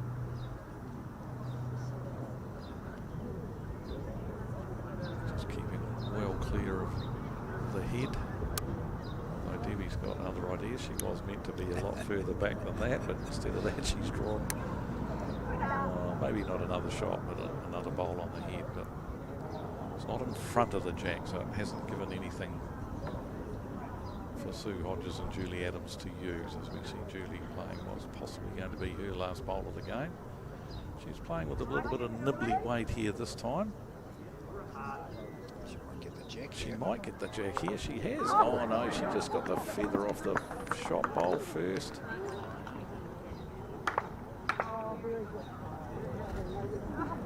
What a thrill. This team, which only got together for the first time on Thursday, introduced themselves to each other and have gone on through the half a dozen section matches and qualified and have carried on and picked up a massive scalp along the way in the semi-finals, get to the finals and have given a really good account of themselves against a quality combination, an experienced combination which won this event back in 2023. A team of Val Smith, Deb White, Ashley Jeffcoat and Kim Hemingway. That's the group there who are likely now to win this title for a second time with this fabulous New Zealand bowler, one of our best of all time, Val Smith, to play the last couple of bowls.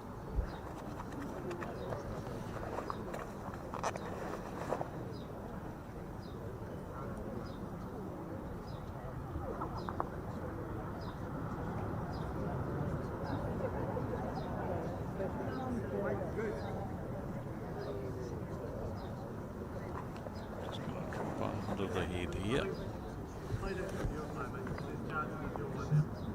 So this is one of those scenarios that, you know, it almost makes you wonder if Sue's not going to try and kill this, which she obviously isn't, then it makes you wonder why they bothered playing again, really, isn't it? They obviously felt they couldn't get the 6. But still, it's their call, their decision. Yeah, absolutely. And what she'd like to do now is just play the perfect draw shot and finish on a high, because she has played, as you and I both mentioned previously, some delightful and important draw bowls throughout this event. And in that semi-final in particular, against the Mandy Boyd skip team, she played out of a tree.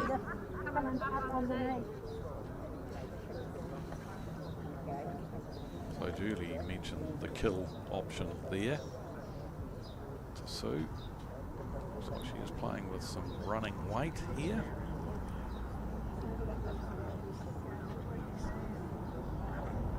Oh, just about took it out. There we Shake go. the hands. Worthy champions again. That's Val Smith, Deb White, Ashley Jeffcoat, and the lead, Kim Hemingway. They take the title. It's 2 out of 3 years they've won this event.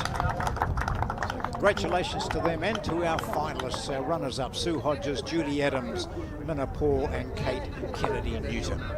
We've got the men's final coming up for you, well, I was going to say soon, but because the semi-finals are still being played, one of them anyway, it'll be a wee while. We'll keep you up to date with the timing on that. We'll show you some highlights of this match, and then we'll have a chat to the winners.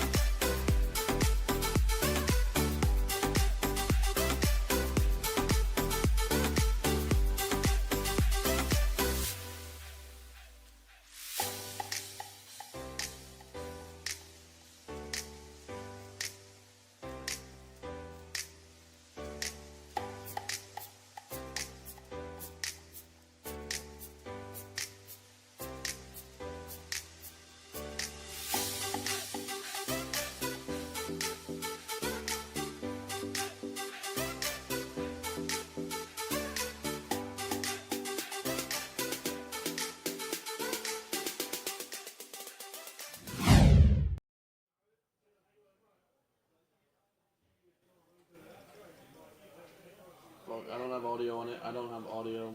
I don't have audio. I don't have audio.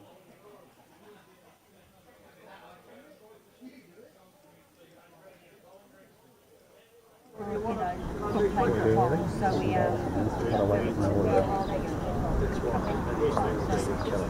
there's at no point where you felt comfortable. I mean, there are times where you get to the stage of the game, you manage the game and just go but no, the audio is not coming through from the Harry. yeah, and Still want it. outstanding. We knew that if we didn't stay tight, we just we didn't want to allow a chance for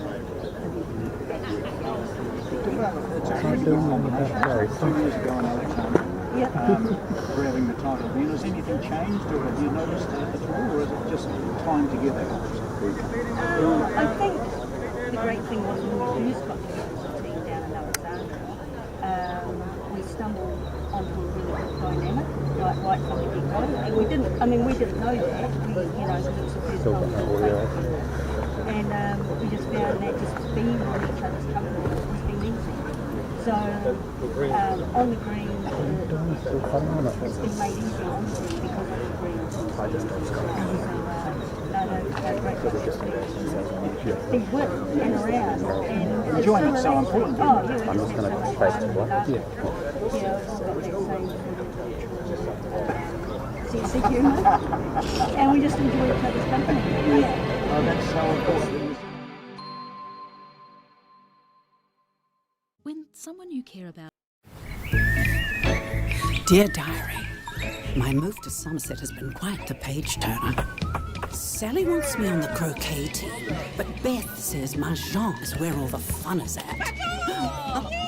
I can hear Barry's choir from here. And Kenneth's passionate about getting everyone's heart rate up. But Molly and I opted to do a whole lot of nothing today. A wonderfully underrated pastime.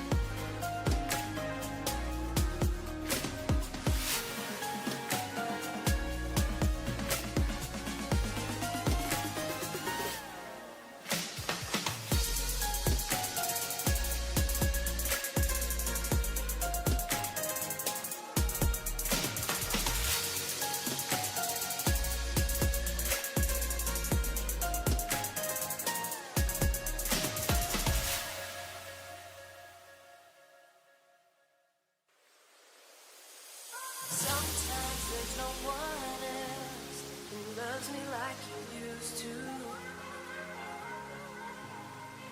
Sometimes we're not ourselves. There's no one I can turn to. And I know all the feelings that we shared are in the past. And I know your relationships are never meant to last. And I'll take some time, but I'll be alright. We're moving on. I know times are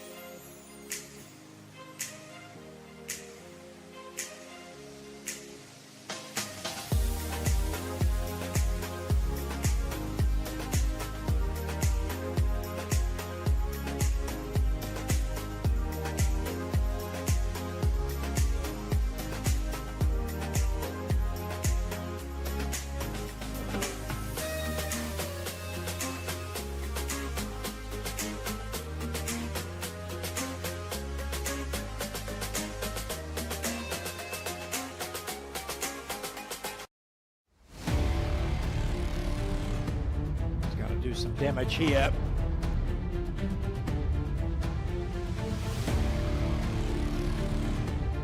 Oh, outstanding bowl from Gail Melrose. Oh, does like it. Does like it. Yep, that'll do you.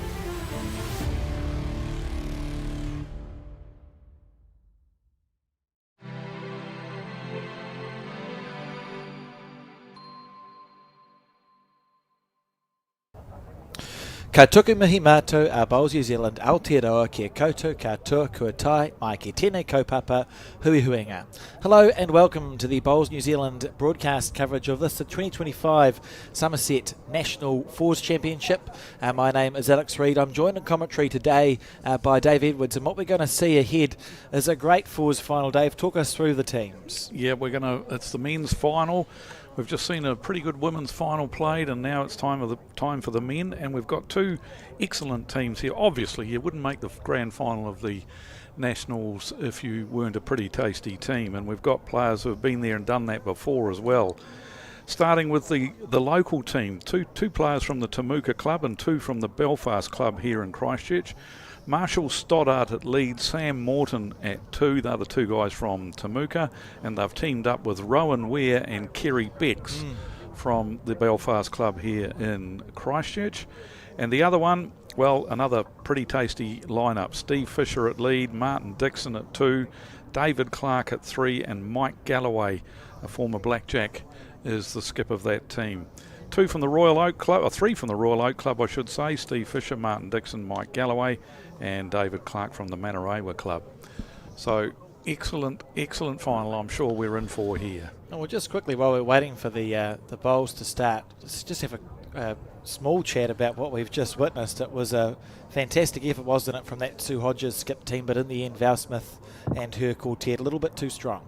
Yeah, a little bit too strong, and to be fair, it was the front two of Val Smith's side that really did dominate the game. They outplayed their opposing leads and twos, and that set things up brilliantly for Debbie White and Val Smith to weave their magic at the back end. And they didn't have to do a lot, to be fair, because the front two really did dominate proceedings. So, yeah, disappointing for Sue Hodges' side. Sue, to be fair, had played exceptionally well. She played very well again in the final, but in the semi-final she played outstanding bowls to eliminate the very, very strong side skipped by Mandy Boyd. So Sue, outstanding in that semi-final, showed glimpses of that in the final, but not enough to stop the steamrolling Val Smith side, and the same team that won 2 years ago in Central Otago, so they certainly know how to win, Alex. Yes, and coming back to this game, this final that we're about to see between Mike Galloway, played at that semi-final against Andrew Kelly. He was 13-16 down, playing the last end of the semi-final, and scored a 3 to force an extra end. Quite a remarkable effort in the semi-final, and considering the fact that Galloway is our defending champion, to see them here in the final again, they've got to be pleased with how it's going. Yeah, most definitely. And Mike Galloway, as I said, a former black cap, and there's probably, I don't know, half a dozen players around the country who I would recommend you watch if you want to see the most perfect delivery. And one of those is definitely Mike Galloway, one of the skips in this final. And we'll point that out during the commentary, just what an exquisite delivery he's got. And it's almost textbook, as I say, if you're just getting into the game and you want a technique, a delivery to try and emulate, then have a look at Mike Galloway's, because it's beautiful. It doesn't get any better, really. It's smooth as silk. And what I found quite frustrating, having played Mike on a number of occasions, is that every single bowl he plays, you think, oh, it's close. Oh no, he's given it a good chance again. It's an exceptional bowler. Not to discount the strength of this Kerry Becks team. Kerry Becks, former Fours title winner himself, Dave. Absolutely, and look, you look at the strength of the record of these players, and Kerry Becks, 12 Canterbury Centre titles he's got. His number 3, Rowan Ware's got 4. Sam Morton, 11. Down in, I think he's got some South Canterbury and some here in Canterbury. and Marshall Stoddart, the 7 centre titles, so they know how to win things. And Kerry Becks has always been there or thereabouts. He was close. He was a fringe Bowls New Zealand squad member a few years ago, and he'll know these greens like the back of his hand. He's played a lot of bowls here at the Burnside Club, so yep, you definitely wouldn't discount them. And then looking at the Mike Galloway skip side, my word, there's some experience there. 23 centre titles for Mike Galloway, and he's got 3 national titles. David Clark, 34 centre titles. Martin Dixon, 20, and Steve Fisher was proud to tell me that he has 1. So. Well, what I find unbelievable about Dave Clark and Mike Galloway is that they won their first national title together in about 2002, and both of them took 10, 15, nearly 20 years off the game to raise a family, etc., etc., and they've come back and they still have these records that you look at with an eye-watering number of centre titles. How good are they as bowlers? Absolutely, and so basically Mike Galloway has had 2 stints in the blackjack system too. Way back prior to taking a break from the game, he was in the blackjack side and then regained his spot in the team when he came back as well. So no mean achievement in doing that. Good opening bowls here from Steve Fisher. 1 right behind the jack and 1 jack level. Interesting to note that Marshall Stoddart hasn't mucked around with that backhand. Played his first bowl on the backhand, but he's seen how close Steve Fisher got on the forehand, so he's promptly swapped to the other side of the rink and drawn a pretty handy one with his second bowl. So pleased to say conditions are a lot better than we saw for the start of the women's game earlier on. We had some drizzle that turned to a little bit of heavier rain. Didn't stop play, but and then luckily halfway through the game it stopped and the clouds have cleared away. We've got a pleasant day out there now, just the gentlest of breezes at this stage, so wind and conditions should not play any part in this. Hopefully the wind doesn't kick up any more than it is at the moment. Sam Morton on the mat. He's been around the sport for many years, Sam. Was started in high school and came through that system. His in his role as a journalist had a lot to do with promoting the sport of lawn bowls, written a number of stories for different newspapers all around the country.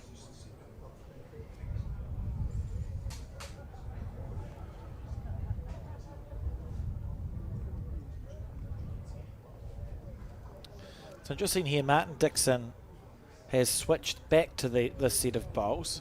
I can't recall if he used them for the winning of the New Zealand Fours last year, but they are a Taylor bowl, and he, for at least 2 seasons, had switched to an Aero Optima, a speckled blue Aero Optima with a football club of some description on it, but switched back to these bowls. He just finds them easier to handle.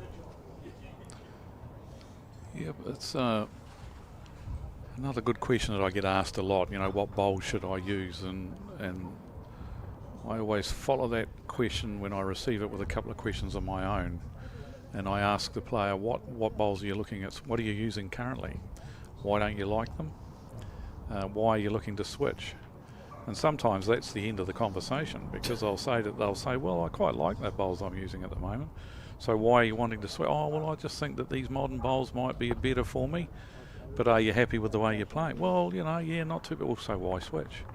You know, so that can stop the conversation pretty quickly. See 2 excellent bowls there, and the head building up nicely for Mike Galloway's team. And I think Rowan Ware's just playing a little bit of an arriving shot here. Oh no, looks like he's out on the draw line. But yeah, getting back to the bowls discussion, if you are looking to switch, what bowls are you looking to switch to? Well, I'm thinking about this one or this one. And what I normally tell them to do, get a set of each of the bowls that you're looking to switch. If you can't make up your mind, say between a Taylor SR and a Dreamline XG, try and borrow a set of each of them and have a game of singles against yourself. using both sets of bowls and have a game of singles against yourself. One of the bowls will feel a bit better than the other one, or maybe you might go, well, actually, these are no better than the ones I've already got. But it's, yeah, have a go with them, and but eventually one will just feel a bit better in the hand. You'll like the line that you see as it's leaving your hand, and so that's I never recommend a bowl to anyone. I'd let them decide themselves which is the best one for them. And ultimately, that's what it has to be, doesn't it? You know what the bowl does for you, and as long as you know it, it's no worries anywhere else. We're going to see an attacking bowl here early on in this final.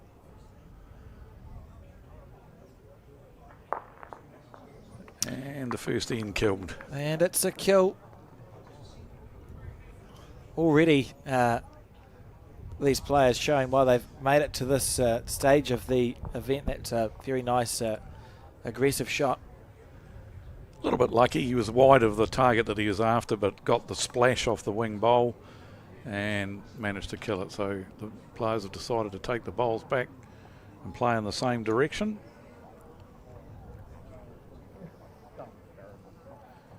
It was a nicely, head was building up nicely from Mike Galloway, but I think Kerry Becks, they could see that it was just building up a bit too much. We need to bring out the heavy artillery, and he got the desired result by killing the end.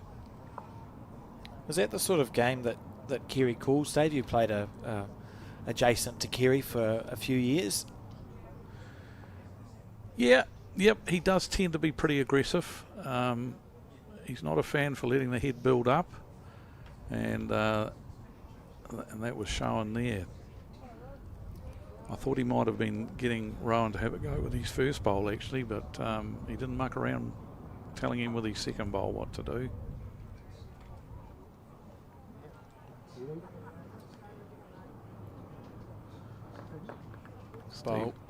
Steve Fisher's pretty well back on track again here, just a tad short.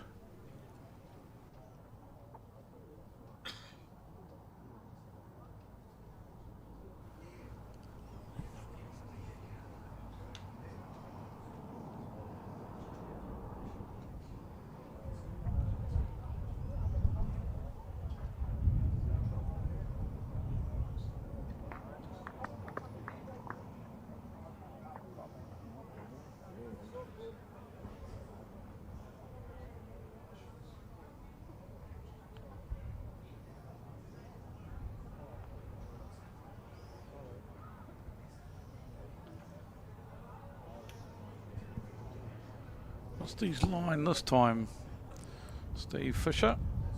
He'll be disappointed with that because he's got good speed.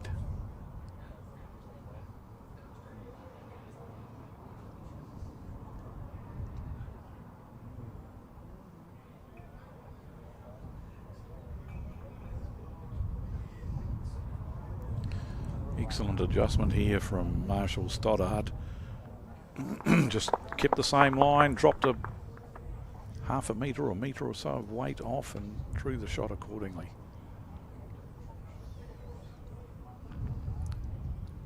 Marty Dixon and Sam are going to have a very good battle in the two position, I would think. They're both players that are comfortable playing the draw in that sort of reaching bowl. It's nice to have in the two position. Interesting that Martin's decided to play that side of the rink because his lead, Steve Fisher, didn't muck around on that hand for very long, only played one bowl down there and immediately switched to the forehand. But being a left-hander, Martin might find a better track that suits his bowls, and that's why he's decided to play there. But let's see if he stays. He's going to have another go on this hand. Forehand for him.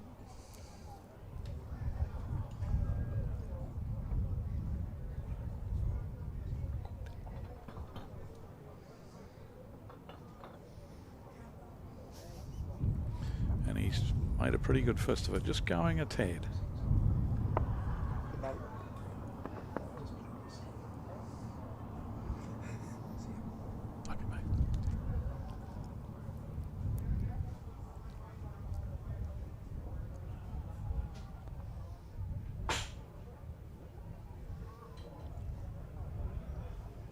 Sam Morton out on the forehand, and he's got a very, very good line here. Looks to be handy, and he is. That is a delightful bowl, isn't it? Sam uses a Taylor GTR.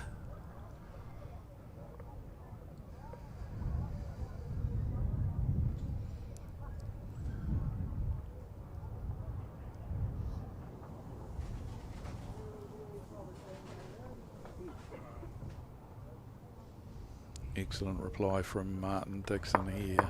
Oh, Dave. Oh, that's David Clark's first bowl, of course, yes. They've conveniently got very similar coloured bowls, so it's quite helpful for the broadcast point of view. Yep.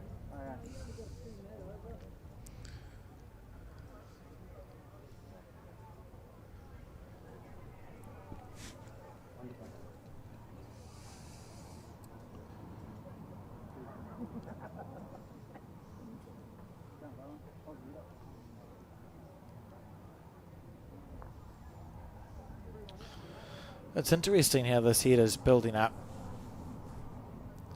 As we see two nice shots, some shortish bowls. There's a gap if Carey and his team felt like being super duper aggressive and seeing if they could kill the first end again.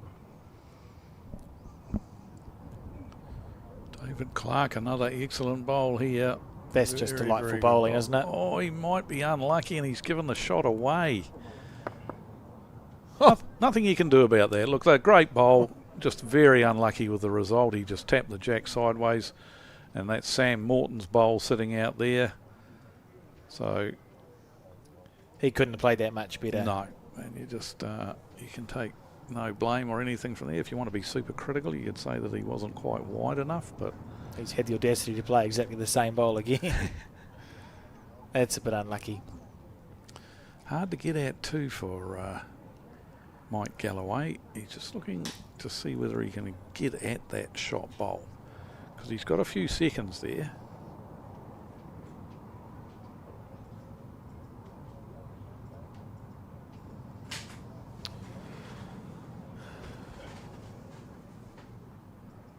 Square through the bowl at 12 o'clock. What's the whose bowl is the split blue? That's one of his teams. Yeah. I suppose there's half a chance. Or is he indicating now up and over on the red bowl on the forehand might be easier?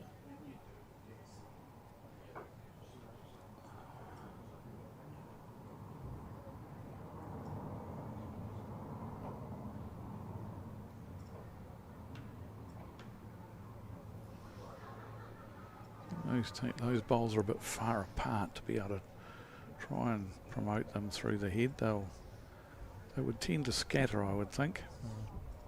He's just trying to sneak past the short bowl out here and try and land the shot bowl. I tell you what, he's close. He's very close here. He's going to get the wrong angle on it. Oh, he might have got the shot out of that. He may have done enough there. I think he has, yes. One down, says Rowan Ware. He points to Kerry Becks. We're one down.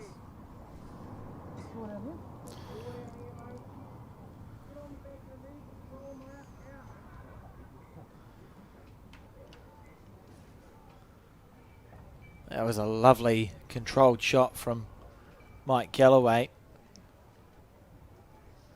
Kerry Becks looking for the same line, but he just a little bit tight. His weight wasn't too bad for what he's trying to do.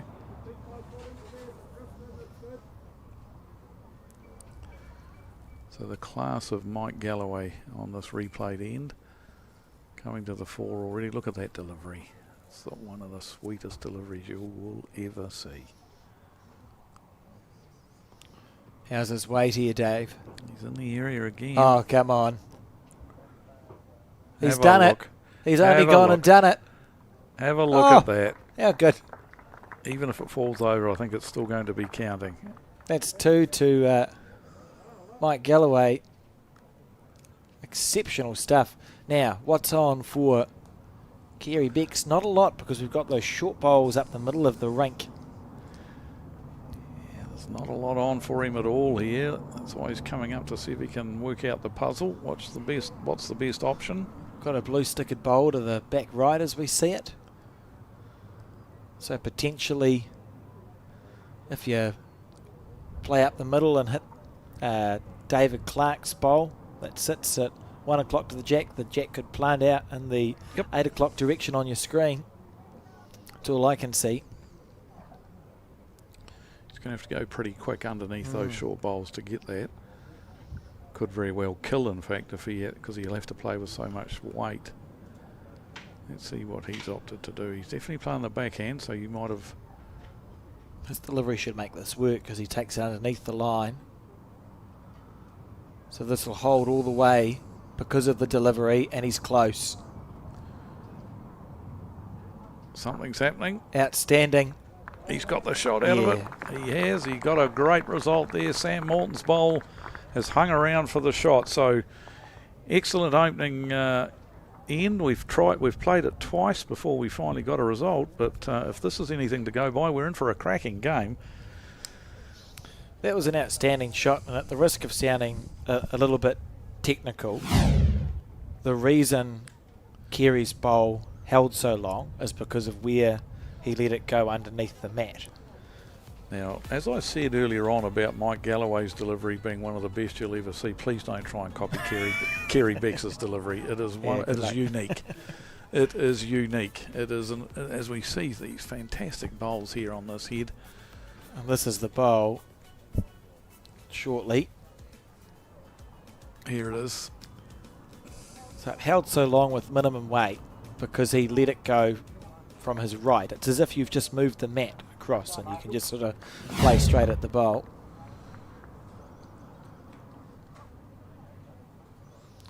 Steve Fisher with a good opening bowl. Sorry, Marshall Stoddart. We'll get this sorted eventually. Marshall Stoddart with a good opening bowl. They've got two blue bowls, but luckily we've got stickers on them. So there's you can see almost the gold sticker for Kerry Bex and his team, whereas Mike Galloway and co have the blue or purple or whatever lavender colour. It almost looks white. It matches whatever's on our scoreboard, and here's the gold one. So that's, you look at the scoreboard, you can match the gold with the gold at the top of the screen. Okay. You're colourblind too, of course. Yes. So that doesn't help. It's not been of a great help, to be fair.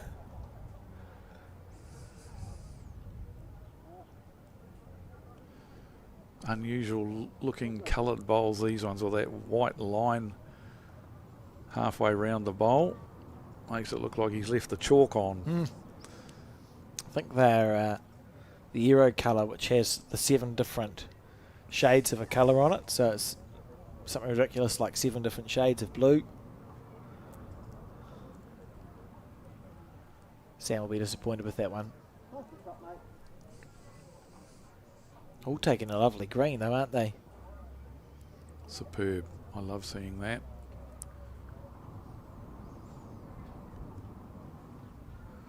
See if Martin Dixon can follow suit.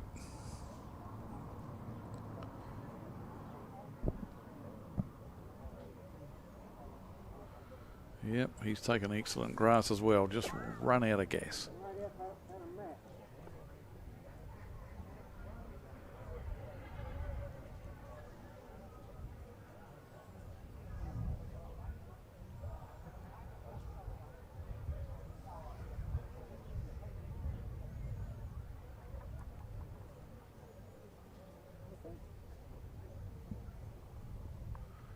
Great correction here from Sam Morton. Very good correction. Once again, very good line, and just added that metre or so of weight that he needed, and that'll be another shot. So holding 2 at the moment, Kerry Beck's team. As we see Martin Dixon with his second bowl, and he's close here too. This is another very, very good bowl. Oh, that's a lovely shot from Martin Dixon. Nice head so far. I think I just have a funny feeling we might be in for a very close game in this one, as we now see Rowan follow it down on his backhand.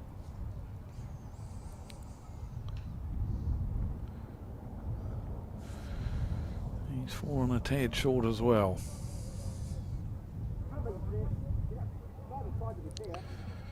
So in the semi-finals, Kerry Bix had quite a comfortable win over the Blair Barringer skipped side, whereas the Mike Galloway victory over Andrew Kelly's team was very close. He, I think you mentioned earlier on about him getting a game going to an extra end. I believe that was his quarter-final Yes, match. it was. Yeah, we were totally wrong. Yeah, the quarter-final match. But in the semi-final, he was 2 up playing the last end, and there was a chance for Andrew Kelly's team to get the necessary 2 shots to force an extra end. But in the end, Mr. Cool, Mike Galloway, drew an absolute screamer in behind the jack and just sat there, and it was an impossible sort of a position to get at, and Andrew Kelly was unable to alter things, and so Mike Galloway won that semi-final. But that was an outstanding game of bowls as well,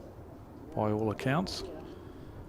Just enjoyable to be involved in those games, and whilst it is always disappointing to not win, it can feel different than if you lose a game by playing bad bowls, doesn't it? If you've been involved in a epic battle and everyone's played really well and you happen to be the team that's not finished up on top of the ledger when it's finished, that's quite different to some of the ways that you can you can lose in this game. Absolutely.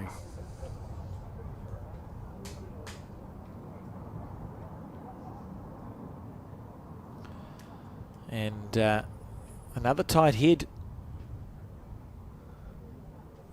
Kerry Beck's on his backhand, so just watch where he lets the bowl go, underneath the line. Which means the breaking point of his bowl is different to everyone else that he's going to play. I can't remember how he plays his forehand, Dave, so I look forward to witnessing that. It's a most unusual delivery that Kerry's got, but have a look at this delivery of Mike Galloway's. It is poetry in motion. Outstanding delivery. Look at that. Beautiful.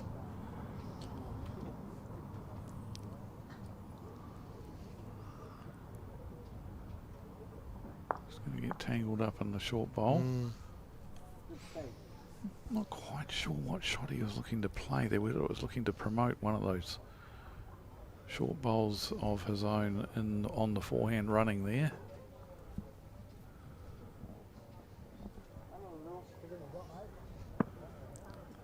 Kerry's not quite going to come home enough. Oh, just about.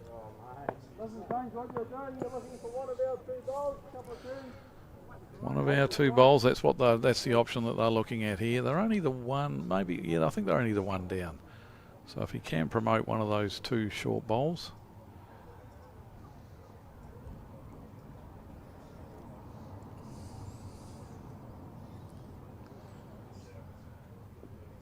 Is he going to hold long enough to get to that bowl? He did, but didn't promote it enough, I don't believe. Nearly enough. Having a good look at things here. In fact, the tape comes out. Well, it's he'll be happy enough for that effort then. Often, I sort of half expected to see that bowl go another roll because the bias you can see is up as we see it, but that it usually takes it up and over it. Oh, he might have got shot out of this. Yes, yeah, 1 to Mike Galloway, and the score locked at 1 apiece after 2 ends. A cagey start, but nice bowling from both teams. We saw the first end killed once before it was played.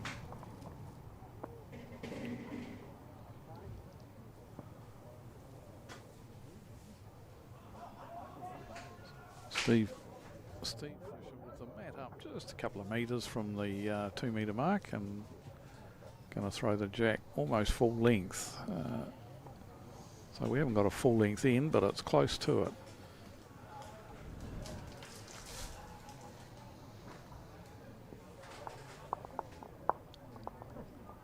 Saw them at the end of their, near the end of the semi-final. Steve was being asked to pull the mat up short quite often as they approach the end of that semi-final against Andrew Kelly. That's a lovely first bowl from Steve Fisher.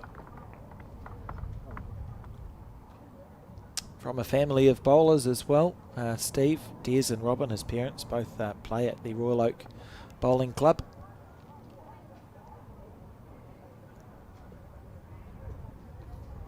If you remember the Bowls 3-5 event that Bowls New Zealand ran on Sky Sport for a few years, Robin Fisher played for the Royal Oak Rockets, I think for 1, maybe 2 seasons.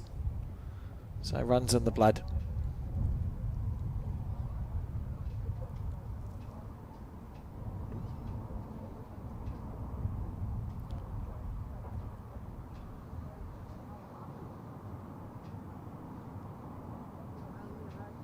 Buddy. Good ball. Hold on. You can hear David Clark and the ambient mic there.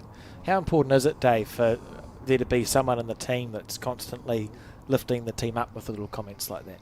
Absolutely, it is good, and it is an important part of being in a team. It's the same in any sport, any team sport that you play. You want to be encouraged. You want to be congratulated for playing well, whatever sport it might be. So team environment is important. That's why fours is good. Fours is very good, and triples. At least pairs a little bit different because it's one player at each end of the rink, but definitely keeping the communication lines open and congratulating your teammates on good bowls is very much an important part of it. I think we need to be dropping the sand as well. It's twice now we've seen Martin Dixon. His bowl's been reluctant to return on that clubhouse side. Yeah, and interesting that Kerry Beck's team, I don't think anyone's played down that side of the rink apart from Kerry when he had that drive, but big difference between a drive shot and a draw, as we see an excellent bowl here from Sam Morton. Just got the wee feather off the shot bowl and then in and touch the jack as well. I think I'm right in saying that Sam 2 or 3 years ago won every champion of champion event in South Canterbury. I think he won all 4 in one season, which seems pretty ridiculous. That's an amazing achievement because you've got to win your club championship first to get to the champion and champion event. That is an amazing achievement. If I'm not right in saying that, just ignore me and move on. But I believe that is correct. I'm sure there was a story on it on the Bowls New Zealand website.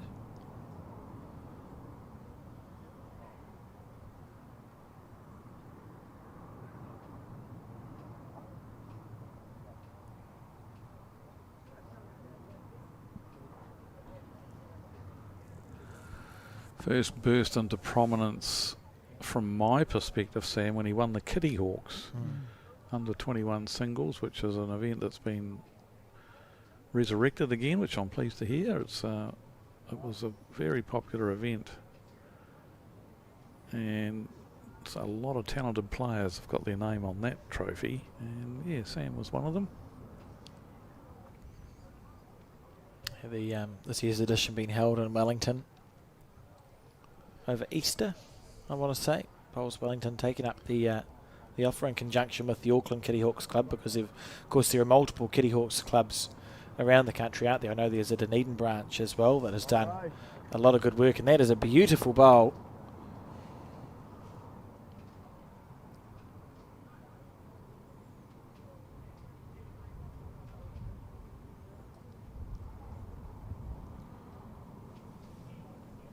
So Rowan Ware, the Ware name is another prominent one in Canterbury bowling circles.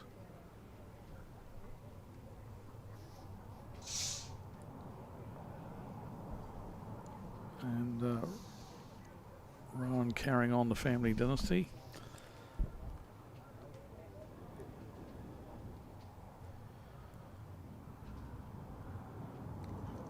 He's gonna grab the jack here. Oh, he's just popped it sideways. So a little bit lucky that he's maintained that. I think they still will have the 2 shots. If he'd really swallowed the jack, it might not have been the dream result for him. But he's hung on to the couple of shots there. Yeah, it's certainly 2, isn't it? And a reasonably loose head here for Galloway. Be intriguing to see if he does play the backhand and try. We'll actually learn something if he plays the backhand with a draw line, because he'll take a tighter line than what Marty did. And it'll be interesting to see if Marty's bowls only held because they were wide or whether it's a straighter hand. And if he plays the forehand, we'll never know. He's playing the forehand, I'm sorry to tell you. We'll have to wait to find out.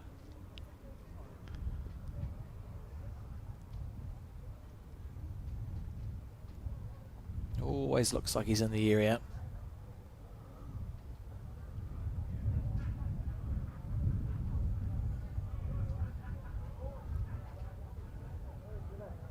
Yeah, good bowl. And for second.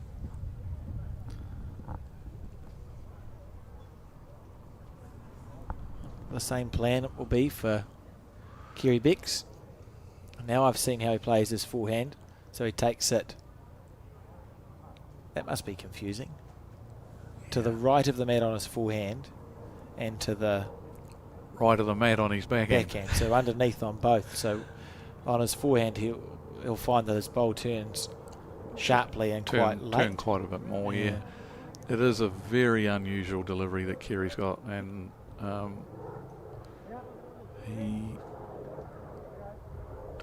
had a good chat with him about it years and years ago, and he said, look, I don't know how I came to deliver the bowl like that, he says, but I certainly can't change now. And it was so true. He just, done so many deliveries that way. There was no point in trying to change.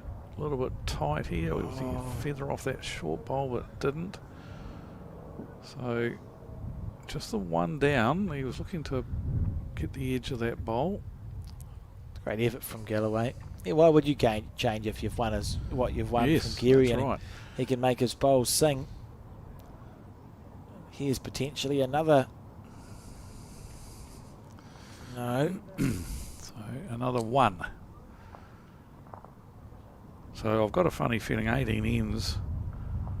This is going to end up 10-9 or something like that to someone, is it? Well, it's got no signs of not doing that. It's just chipping away here.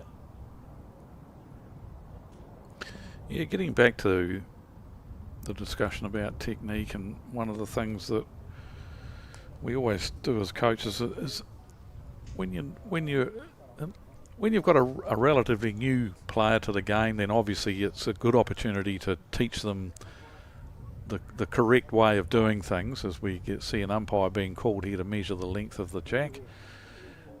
And so it is a great opportunity when people are just starting out, before their deliveries have become really set in concrete. Is a good opportunity, a good chance to really change techniques and get the technique right at the start, using the textbook version of the technique right from the word go. But once someone's been playing for a number of years, and what I always I still do this as a coach, is that if I see a technique that is wrong, there's something horribly wrong with the technique, I then ask myself, is that technique blemish in that person's delivery, is that affecting their performance? In other words, what I've noticed, is it causing them to play horrible? Is it causing a particular fault, like they're always wide on the forehand or something like that? So I generally watch them and determine whether it is affecting their performance, and if it is, then we act, then we go in and we say, okay, you need to look at this because it is affecting your performance. But if they've got a blemish in their delivery and it's not affecting their performance at all, then leave them alone. So Kerry Bix, who's already won a New Zealand Fours and is in another New Zealand Fours final, just keep doing what you're doing. You're doing the same thing every time and it's working for you, then don't change it. Fair enough. So sometimes coaches can get a bit carried away with technique and they rush in there, you're not doing this right, but just check first. Is it affecting the player's performance? If it is, act. If not, leave them alone.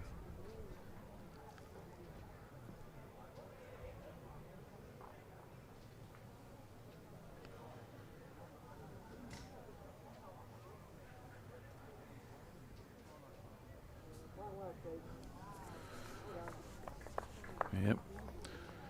Very good opener there from Steve Fisher. Just a couple of feet behind the jack.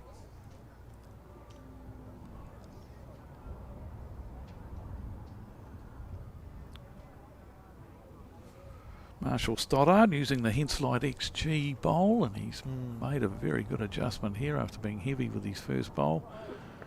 Drawn a ripper. So we've got only one XG on the rink. Sam Morton and Rowan Ware using Taylor GTRs, and Kerry Becks using the Greenmaster Premier.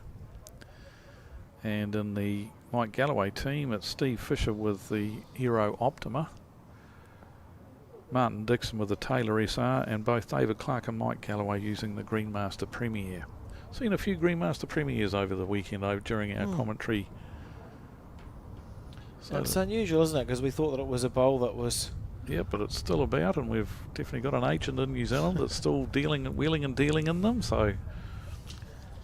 Yes, we do. Bob McKenzie from the Thames Bowling Club is the man to approach if you are thinking about acquiring a Greenmaster Premier for your bowling.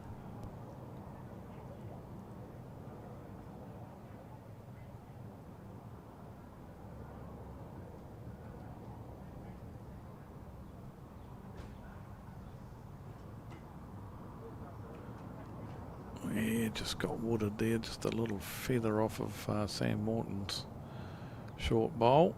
He was probably a little bit quick anyhow.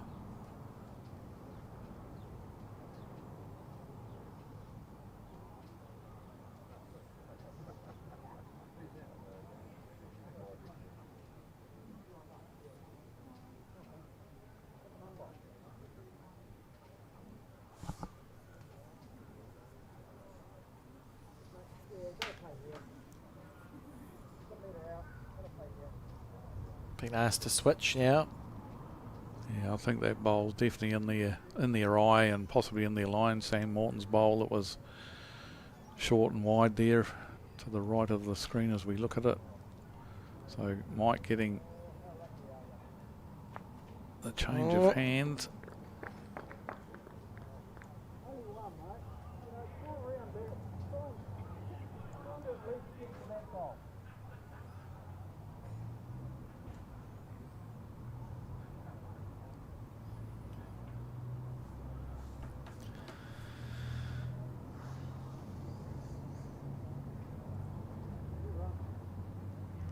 They went from one down to one down. I think it might even be more than one now. Well, let's have a look.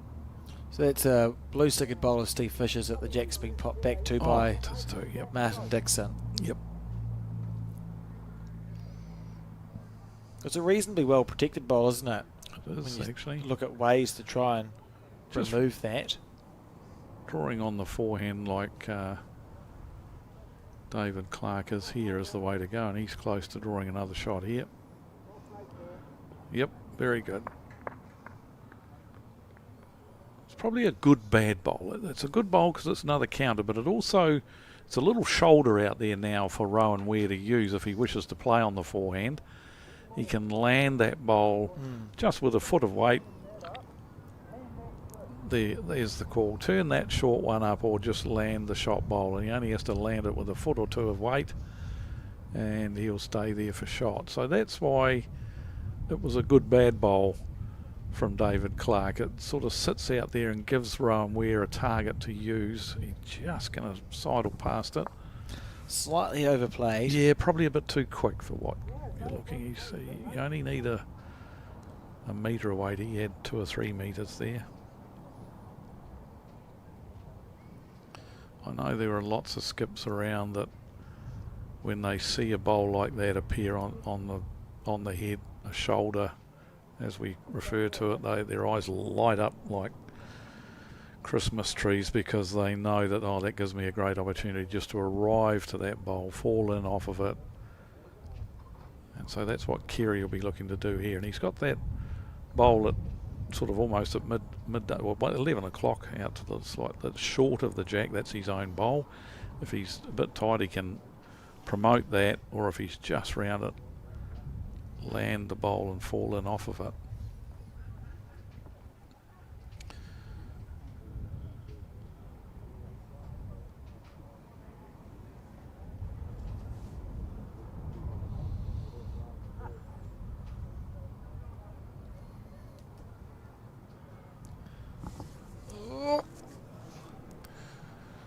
Not quite the weight or the green. Mike would be delighted if he could fit a third shot in here.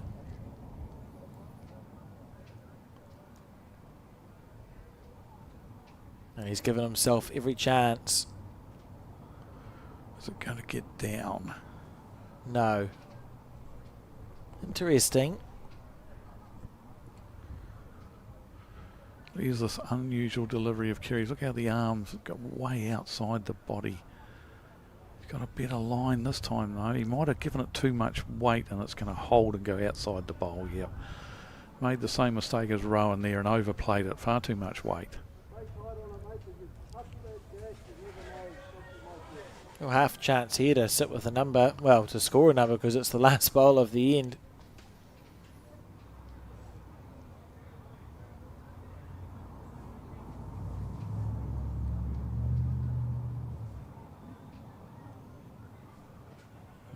You're not quite going to get here, I don't think.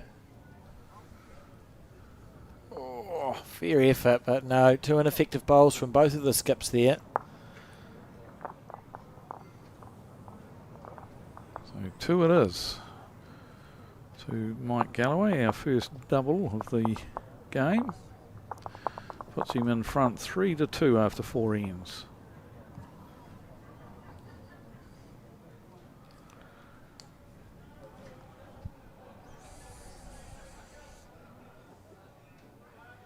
Still feels like this game is simmering along.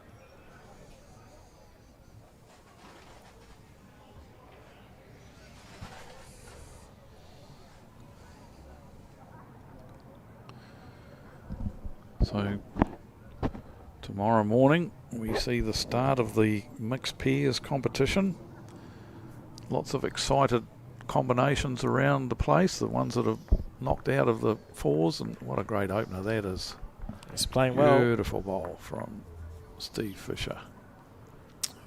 Yeah, lots of excited pairs around that have been knocked out of the 4s and been here watching today, but they're all ready to fire into it tomorrow in the mixed pairs. Over 270 entries in that event, which is very pleasing. How's this for a reply from Marshall Stoddard? That's outstanding leading from both players. Beautiful lead bowls. I did forget to mention when we were talking about players that have won Open national titles in indoor and outdoor bowls that, of course, Steve Fisher added his name to that list last year in winning the New Zealand Outdoor 4s. He skipped and won the New Zealand Indoor Pairs in 2012 when that event was held in Invercargill. Pam Cohen was his lead, and he played twilight bowls on and off for a number of years, and they ticked most of the things off that you can tick off in indoors. So looked for a new challenge, and you have to say it's not gone too badly for Steve Fisher.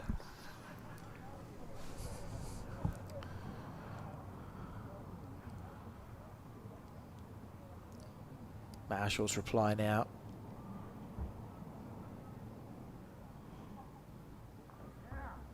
Very similar lead ends.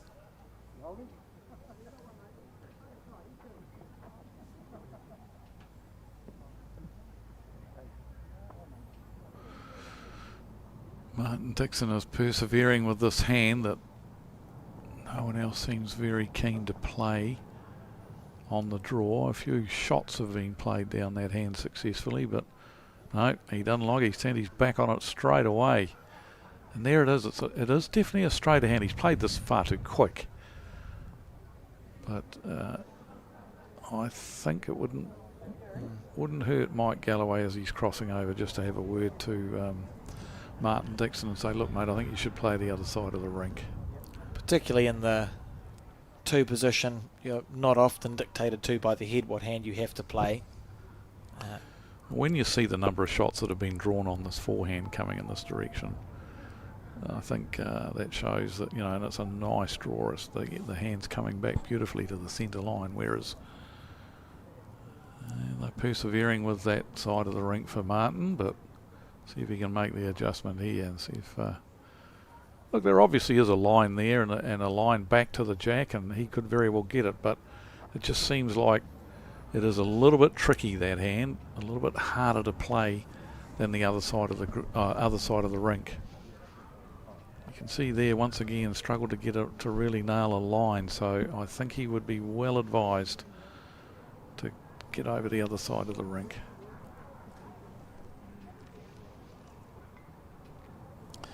What he has done though is forced Sam Morton onto what we consider to be the tougher side of the rink, because he was in the draw line out there on the forehand.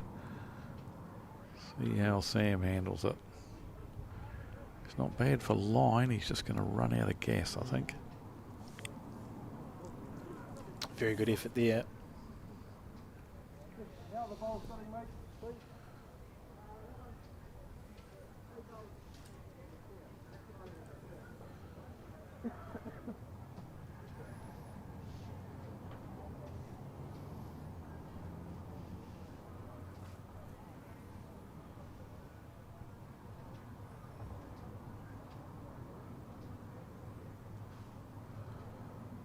David Clark once again, beautiful speed, a little bit, yeah, no, pretty good speed really, but failing to find that centre line on that hand.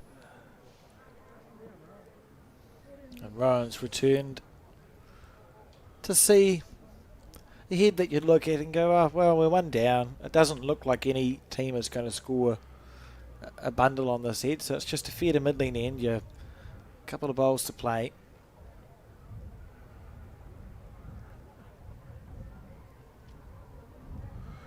Well, I definitely have to play this backhand side now because there's too many bowls in the way on the forehand, but let's just see whether anyone can have success and draw a real handy bowl on this hand.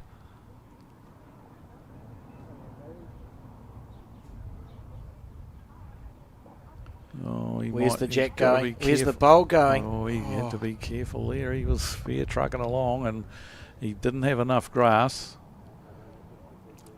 You'd say that was probably an accidental overcooking of the bowl there. So still the very first bowl of the end that has stayed firmly ensconced as the shot bowl. Rowan Ware far too quick there.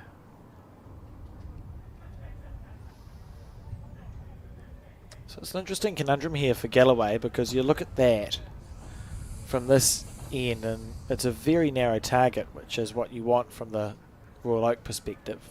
There's a real danger on a straight hand with straighter bowls that if Mike plays on his backhand to draw second shot, he's more than likely going to hold and just allow Kerry to go the two bowls. So yeah, that's the thing we were talking about, that shoulder on that backhand that gives Kerry something a lot more visual to aim at and to use. You really want to keep your bowl as tight as possible. Absolutely. So let's see if he can successfully draw down this hand.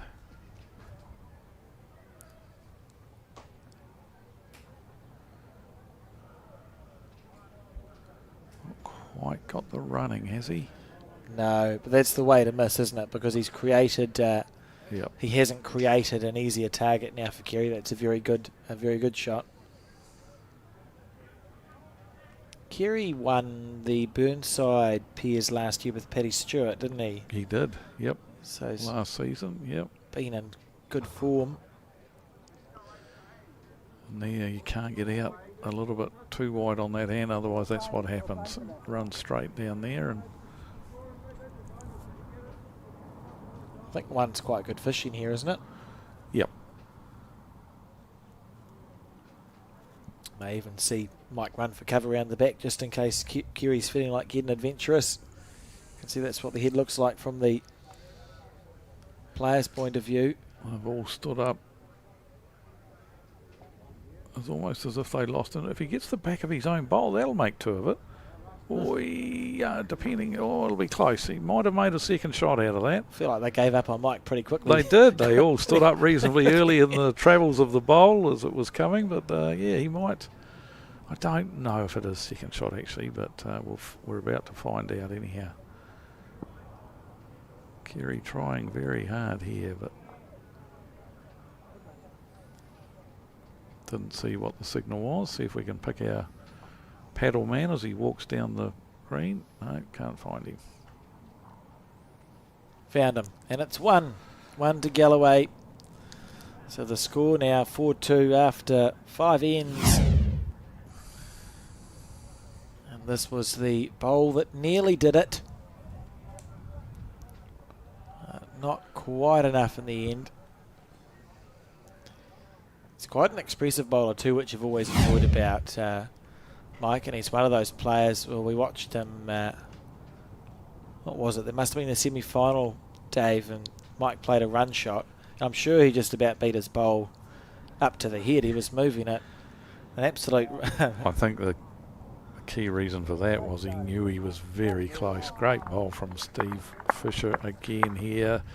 His bowl ended up being the shot last time, and it was the first bowl delivered on the end, and he's done it again. I can remember what happened now. I've thought about it, Dave. It was to chip a bowl off for 2, wasn't it? Yes, it was. Andrew Kelly's team had a bowl tucked in behind the jack, so Mike could see half an inch of the bowl to hit, and he drove it off clean as a whistle. And I'm sure he beat his bowl up to the head, and his bowl was not moving slowly. He let it go, walked a couple of paces, and could see that he was on the correct line, and away he went chasing it, as you say, and almost it would have been a photo finish, beat the bowl to the head, but yeah, it was a great shot. Aucklanders will of course remember, or Aucklanders of a certain vintage will remember Ken Gash used to just about beat his bowl up to the head on a drive of lucky. Full-blooded drive, yes. He was renowned for that, wasn't he? Fortunate to have had a bit to do with Ken in his later years in Auckland, and a nicer family of people you could not wish to meet. As we see this, that's outstanding, is it not?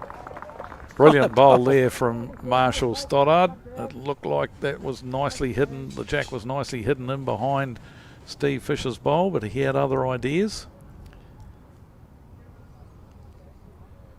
It's a beautiful shot, and hurts as a lead, doesn't it? Because Steve would have gone, that's a pretty good bowl I've just played, and early on in the head it's been removed.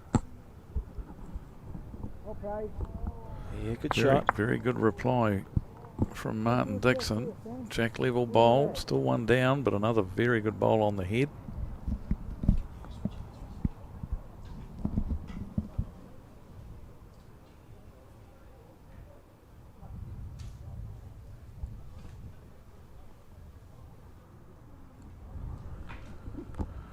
Same bowl, mate. Same bowl. Sam Morton a little bit quick here, but won't go wasted down the back of the rink. You never know. Always good to have one back there.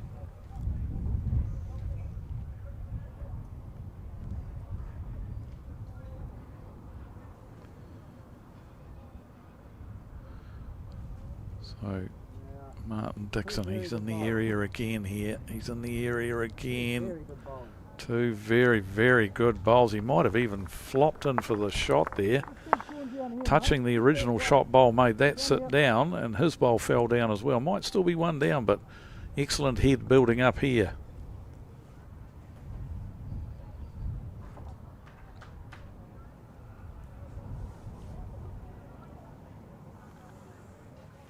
Sam Morton was a bit too heavy with his first bowl. Can he make the adjustment? He's heavy again, not as heavy as his first one, but well, he is. It's exactly the same as his first one, in fact. Get it off that. Just put it to here. So Clark now, just about to see the backhand base on the livery, but no, on the forehand, looking to punch a bowl. Looking to get rid of the shot bowl. He's got 2 good seconds. He's just looking to arrive underneath the shortest of the bowls to land the shot bowl. He's going to stay on the rink down the back there. That could have its uses as well.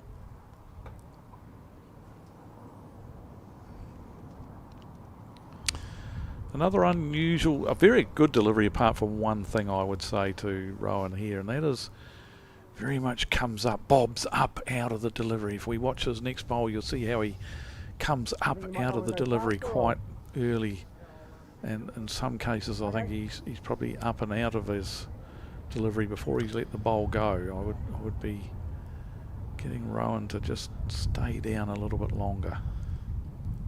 This one's come out of the hand nicely. He's going to turn a bit too soon though. It's interesting how much that turned.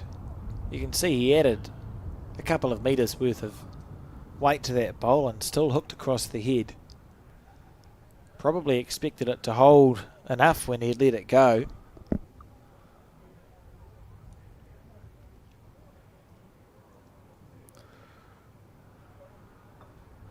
It's one of those ones where, you know, the guys are probably wondering what's the correct speed to be playing this shot. You know, you could actually really play it at full bore if you wanted to. Your chances of cleaning your own 2 seconds out, yeah, there's an opportunity there, but it still would leave you with, I think they've got 3 seconds, in fact, when you look at it. So you could play it quite quickly and just try to get the edge of it. So you pluck the bowl off and don't move the jack. Or you can play that metre and just metre arriving to try and get the edge of it and hang around yourself. So see what speed Mike opts to play the shot. It is a conundrum. I'd be surprised if it was pretty quick. He's not going full bore. He's stood up. Oh, this is interesting. It's probably instinctive, having watched all the bowls on that hand hold. You have to fight your instinct sometimes, don't you? Because instinctively you're thinking, I know this is a straight hand. And we've now seen 3 underneath the line on that forehand side with weight. There's a theory there. And the theory, I don't know whether it's true or not, but it sometimes you may think it is, but yeah, they've told him to go straight at it now rather than... Yeah, but smart. when you put weight on a bowl, when you're just drawing it, hasn't got much bowl. When you got weight on a bowl, it actually grips the surface of the green a lot more, and that will cause it to turn more than what you think it will. But now he's going full bore at this, which I think is probably the best option.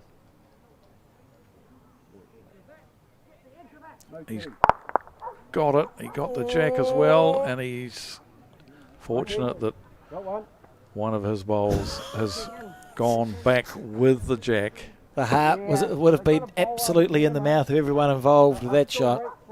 But I tell you what, he's in trouble here now because that bowl is very lonely. I think they've got 3 seconds to it, Kerry. So he'll be looking to attack the shot bowl. Oh, he doesn't like it already. Too wide. So I'll be disappointed with that one. Yep. And 1 to Mike Galloway and his defending champion team. The score now 5-2 after 7 ends.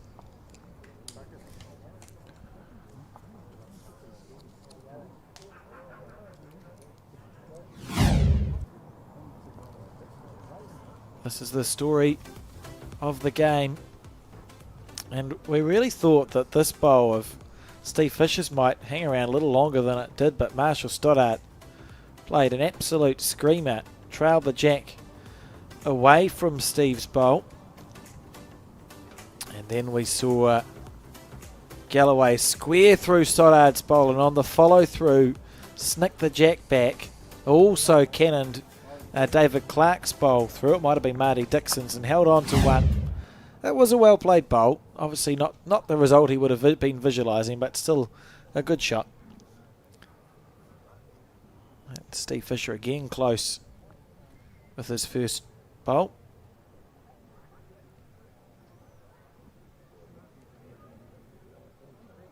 So you mentioned that Mike Galloway, this exact team of the defending champions from last year, and just looking back, it's a while since an identical team. There's been a few where there's been one change from the team where they've won it back to back with perhaps one change, but probably have to go back to 2000, 2001. Sid Giddy, Morris Hickey, Kevin Maxfield and Lance Tasker won back-to-back titles.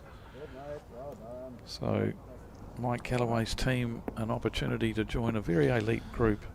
Sid's probably someone we don't talk about as much as we could or should in the context of bowls, isn't he? He had a fantastic career, very good record at a national level. And one of the real gentlemen of the game, Sid Giddy.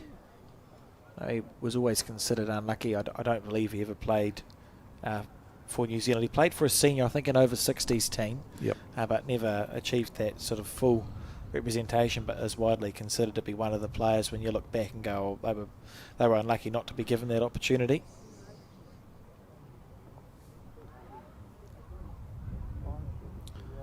I watched when I was young on a videotape.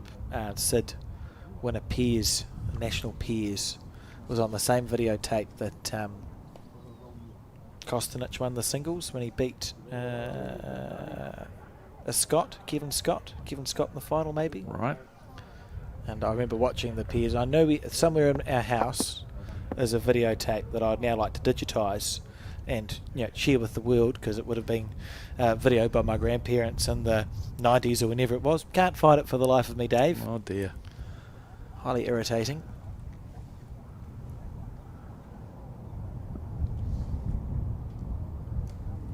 Sam Morton.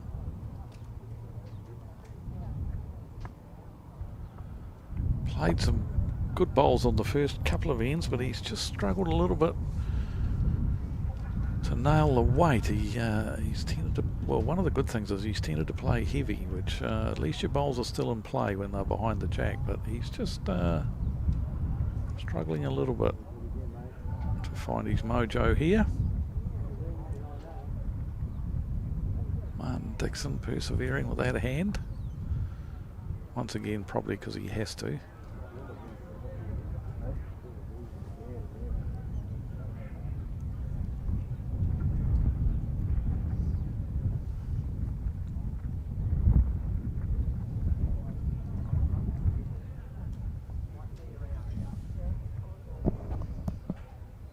Can he get through the hole here, Sam? No, but another bowl on the head. Made Mike go in and have a good look at this. He might have. It's a measure for shot here now by the looks of things. I've seen a lot of heads build like this. I mean, it's a sign of the standard of the play. We tend to be getting, your heads get clumped in these national finals. There's two bowls resting on each other. Just looking to turn that bowl there over, but he's just gone sailing past it. Probably overplayed that too quick.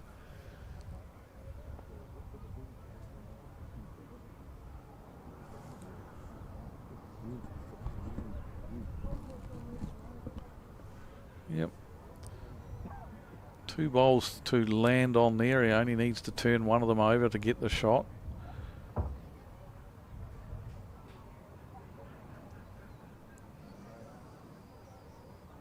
In the area. In the area. He's going to get the shot bowl off anyhow. So now they've got a couple now. Yeah, it's a beautiful bowl. One and a look anyhow.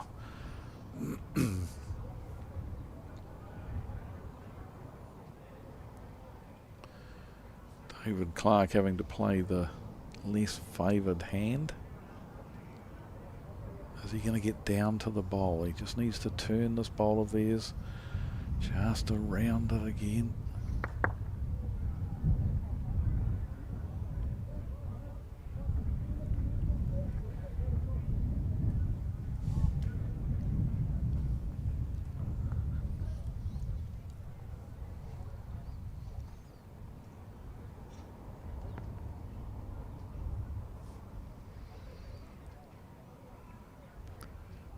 Trying to play the same shot when he didn't really need to. They already had the shot. As far as, well, maybe not. Maybe they are still down. Be the only reason why he would have played with that weight as if the blue stickered bowl that sits at 2 o'clock to the jack is the shot. It made me have another look at things there, and yes, it could still be that they're one down, that Mark Galloway's team still do have the shot. Hard to tell with the camera angles here. Everyone's had a bit of a look at it.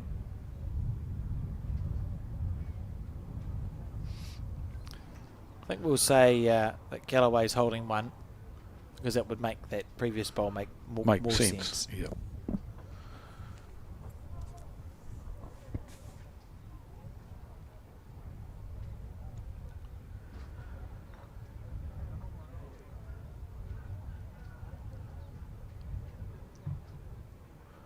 How far is he coming? Because he's on a very good line. Oh, well, now we know he's definitely got shot. And he might have given it away if... based on his reaction, I would say he's given the shot away there. Yeah. Mike looked quite frustrated. Kerry Beck's on the forehand. In the area. How's the weight? Well, whoop. Falls in. That's a pretty good bowl. It's close. Do we see Galloway wind up again? This is what it looks like from the player's end. Very, very likely to kill as long as he misses on the narrow side. Or just over the draw is what Dave's call is here. That's fine too. That's how you're going to score, isn't it? You know, you'll score on the end if you play a reaching bowl.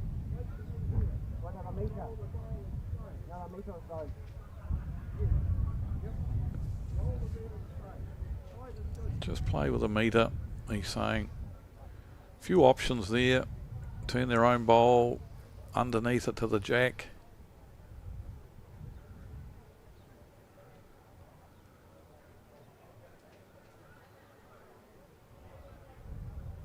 Chance. Close. Look at this. Land the shot bowl onto the jack. Oh. What a great bowl. He's still one down. What a shame. He's just nudged the jack back to Kerry Beck's first bowl. That's unlucky.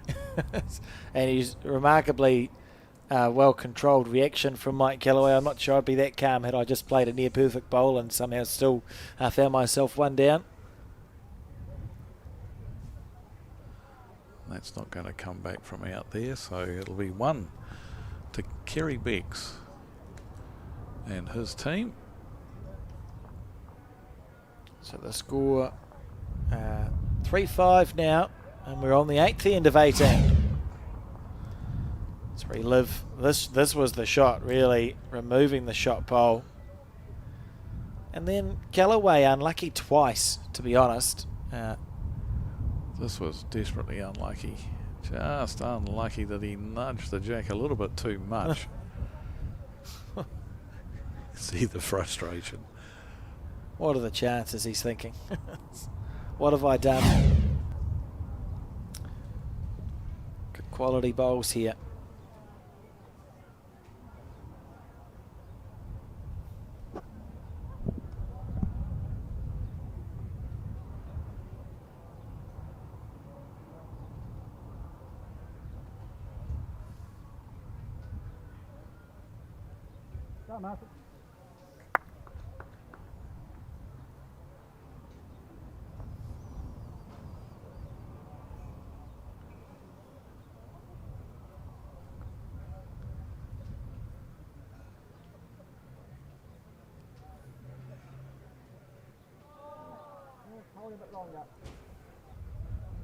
I possibly have to correct myself here too, Alex. I've been told on good authority that whilst Sam Morton did play in the Kitty Hawks a couple of 3 times, he never did. He actually didn't win it. So I stand corrected there.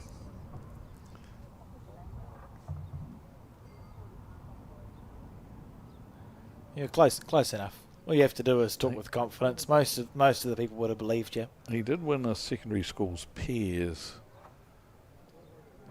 apparently, so thanks very much, Gary, for that information. Much appreciated, boss. Gary Fleming. The man with the different coloured card, is it not? That's the man, the boss.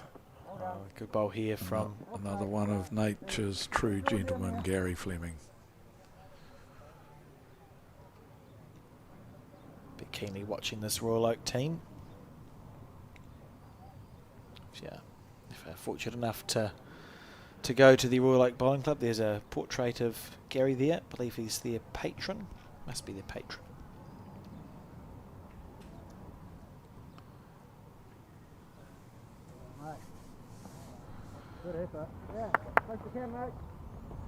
Good handy bowls here again around the head. Another good head building up.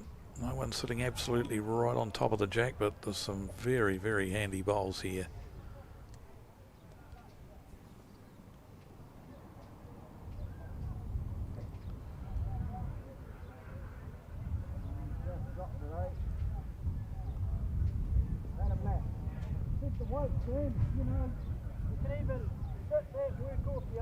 Apologies, Martin. That was probably my fault for you playing a not such a good one. It's always the commentator's fault.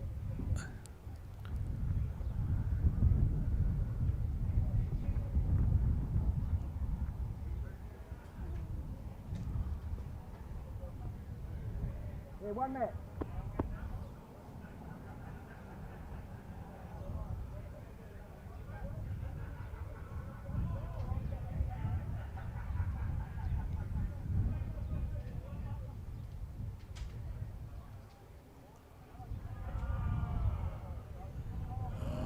He's gonna fall short again, I think, yes. Replicated his first bowl almost. So frustrating when you play the same bowl twice and it's not where you want it to be. Down there, you sit there, it's good if you get a piece of the surf, it won't go. Still one. Mike Galloway's team holding one at the moment. But a couple of options here for Rowan Weir. Sit the shot bowl, touch the jack. He's in the area. Hit the ball. Cutting. Oh, Great shot. outstanding bowl from Rowan. Yeah, just walking in, mate. That's a beautiful bowl. And sitting with 2 now. Playing well as a team, aren't they? Well, both teams are playing well, but it's nice to see effective bowls coming from all 8 players. Yep, in the area, David. He's going to get the jack, is he? Perfect. And is he sticking with it? He is. Very, very good bowl. Well done, mate. Outstanding. You're playing something similar. You know, like working down here, sitting the bowl, using that if you have to. Looks reasonably inviting from the player's end. Just watching Ronnie. Just watch how he bobs up out of his delivery there. The whole body comes up. And sometimes it's okay because he's let the bowl go well and truly before he gets there. But very much can have a lot to do with your speed control if you're bobbing up like that.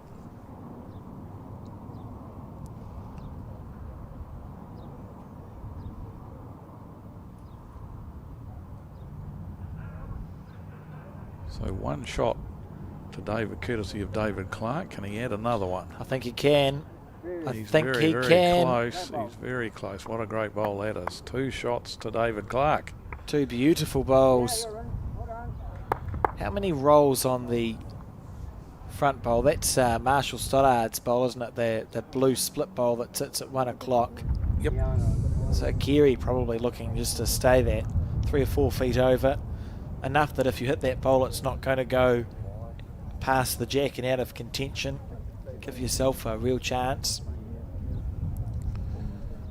If you're on underneath that, you get to the shot bowl probably and land it and stay there for shots. So yeah, there's a couple of good options for him just arriving on the backhand.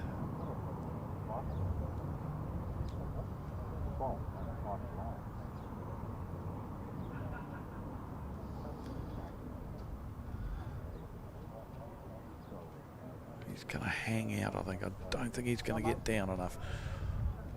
Oh, look, it's trying to get back. Yeah, pretty good speed for the shot that they're trying to play.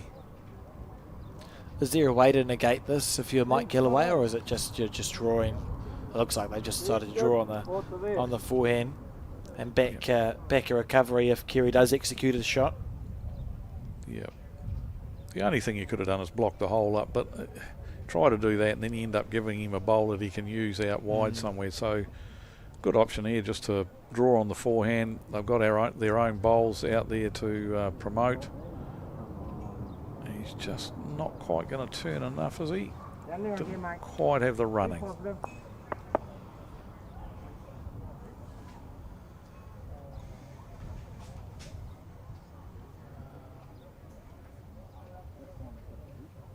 In the area this time. Very close. He's in the area this time. Or is he going too soon? Yeah, he might have just taken a bit too much.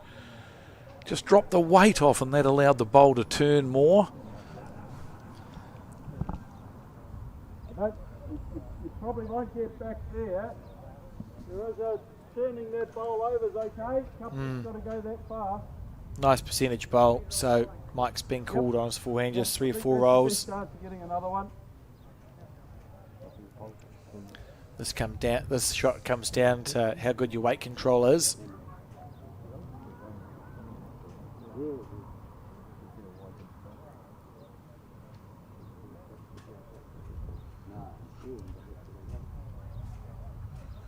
Trotting after it. Oh, it's just going to hold on that tighter hand, unfortunately for Mike Galloway, but a couple of more shots for them. Rowan Weir's just checking the second one, but yep, he agrees. 2 it is to Mike Galloway's team, and they move out to a 7-3 lead after 8 of the 18 ends.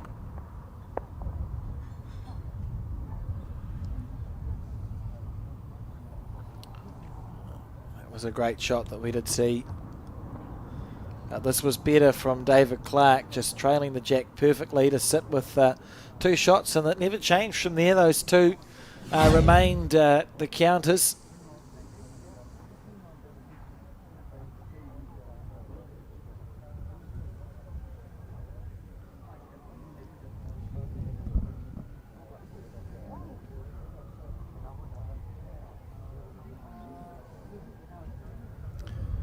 And Steve Fisher.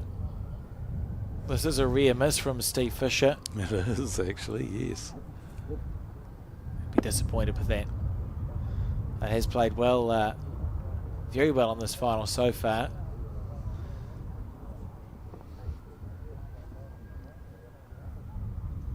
Stayed up on the paddock.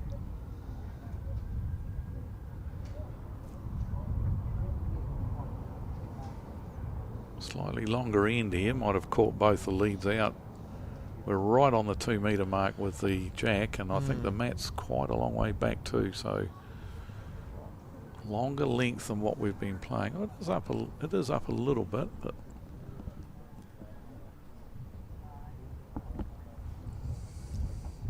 over an 18-end game, it is challenging to, or it's very rare for a player to play 18 good ends of bowls, isn't it? It's, absolutely, yep. That's asking a little bit much. There's a dog. Oh, look at him. He's well behaved too. He's off the leash, but he's not running away. Making friends. There's still plenty of time if you're, I was about to say if you've finished work, but what day is it today? Saturday, Sunday. Sunday, mate. If it's weekend, you won't have finished work, so that's fine. But there's still plenty of time to pop down to the Burnside Bowling Club. There'd be a good hour and a half left in this game. The weather's beautiful outside now. The sun doesn't have quite the punch that it had earlier on, and there's not a sign of rain. Come and watch the men's 4s final. Once again, Marty's persevering with this. So I guess I'll forgive him on this occasion because there is a bowl in the running out there on the forehand side, but it's not stopping Sam Morton from playing down that forehand side, staying off of that much trickier other side of the rink. I think I've gone on about it enough now, so I won't mention it anymore.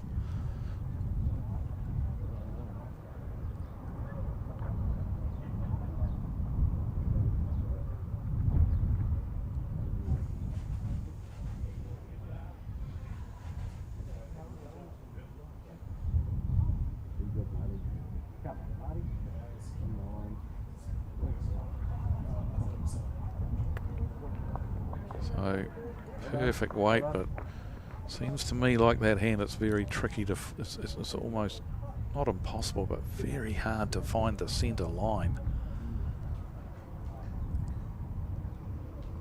Whereas this hand, centre line has been reasonably easy to find. So we see this one from Sam Morton, it's not going to be too far away from the centre line. He's just going a wee bit quick. That's the shot bowl. So this would be one of the more loose heads that we've had in the game, and I think that's due to the fact that it's the first time that we've played that's this long. And so the players are just taking a little bit of time to adjust to this particular length.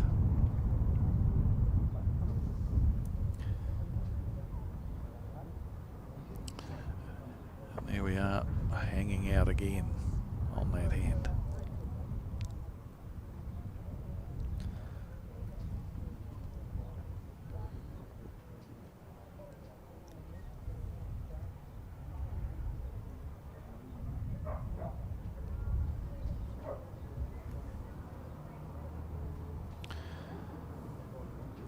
The single teapot there. We've seen a few. We've seen a few of those over the last 4 days of bowls.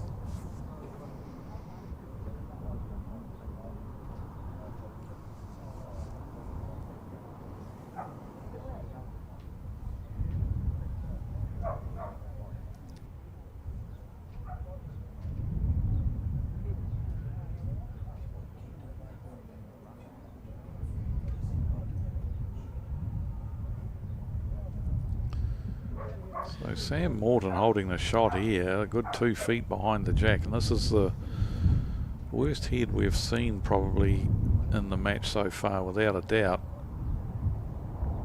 And as I mentioned earlier, I'm blaming, well not blaming, but mentioning the length that the guys have played. It's the first time they've, and Rowan very, very luckily lands that bowl and stays there for another shot. So that's 2 Just to Kerry Beck's side.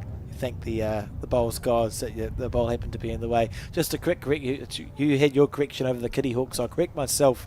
I mentioned Sid Kitty. I thought it had always been unlucky not to play for New Zealand, and I needn't have worried because of course he did play for New Zealand, and he's the cap number 73. 1987 he was captain, 22 games for New Zealand at an Asia or he was first capped at the Asia Pacifics, which was held in Papua New Guinea according to the Bowls New Zealand website. So I needn't have worried myself, and thanks to Ken Walker for getting in touch and just correcting on that. And that's another great bowler too. I must find there's a broadcast match Ken Walker played Ian Taylor, who we've talked about at a charity Piers. It was broadcast on Southland TV as an exhibition singles game. I think we put it on the Bowls New Zealand social media page, and it's very entertaining. Back to the bowls. Oh, holding hand.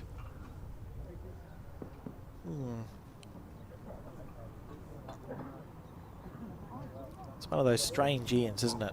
Where the skips have crossed over and they're just thinking, well, there's no shot play on for me. Dead draw's the only option, and unfortunately for both of them, it's on that hand that's very hard to draw a shot on. So 2 shots at the moment to Kerry Beck's. Mike Galloway with his last bowl of the end.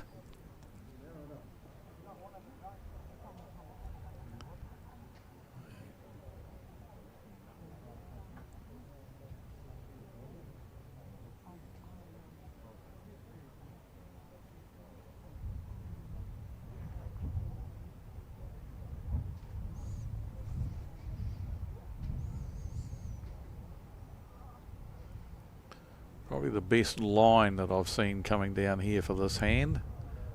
And what a great bowl this is. What a great bowl that's a from beautiful Mike shot. Galloway. Just whip him out. You got 3 seconds? 2 seconds they're saying. Whip him out. So he's going to be driving this. Kerry Beck's. Here we go.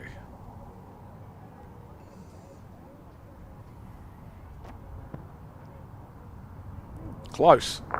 Oh, he got it. Whoa. Bowls went in all directions. I think they've ended up with a shot. Sam Morton's bowl at the back stayed there. I think they have ended up with a shot. Let's have a look. The measures are coming out. Goodness gracious me. He actually cleaned out their second shots as well. He got the smallest possible feather of that shot bowl. And they hung on to 1 shot. So no change really. The drive didn't result in any change at all. So 1 more shot to Galloway, and he leads now by 8 shots to 3, and we're halfway through the game.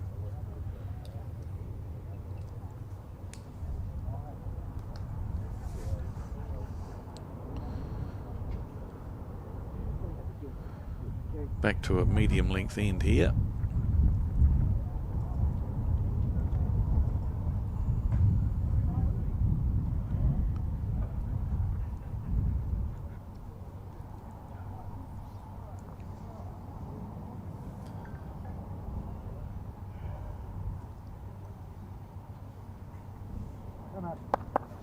Good line.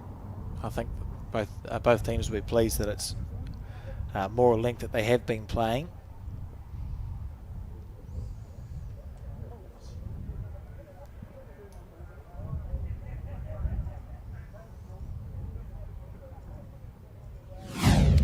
And here we go. Watch this very carefully. We've 3 bowls on the way through. Oh. Cleaned out their second shots as well. It's quite unbelievable. It looked like it was almost impossible to do that because the bowl he was hitting almost looked, it was a little bit low of the second shot, but it must have been obviously because that's how the ricochets occurred. As we see a great bowl here from Steve Fisher, just touching it, ran on a little bit.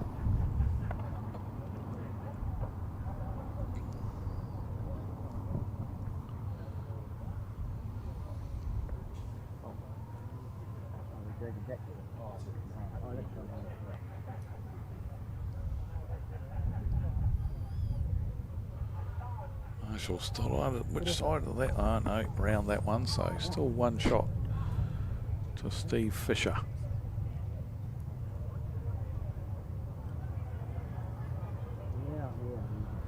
So congratulations once again to Bowls New Zealand and to the Canterbury Centre and the Burnside Club and all the other clubs that have been used for this event. It's run like clockwork and another outstanding event. Takes a lot of organisation, but been outstanding. The event again. Thank you, Dave, and thank you for your providing your dulcet tones too and commentary in the fours. Of course, we'll be joined by the other Edwards, Joe, for the coverage of the mixed pairs. And it's been fantastic to have your insights, and looking forward to hearing what Joe has to say as well. Hopefully the kitten hasn't missed you too much in your absence. Excellent bowl there from Sam Morton.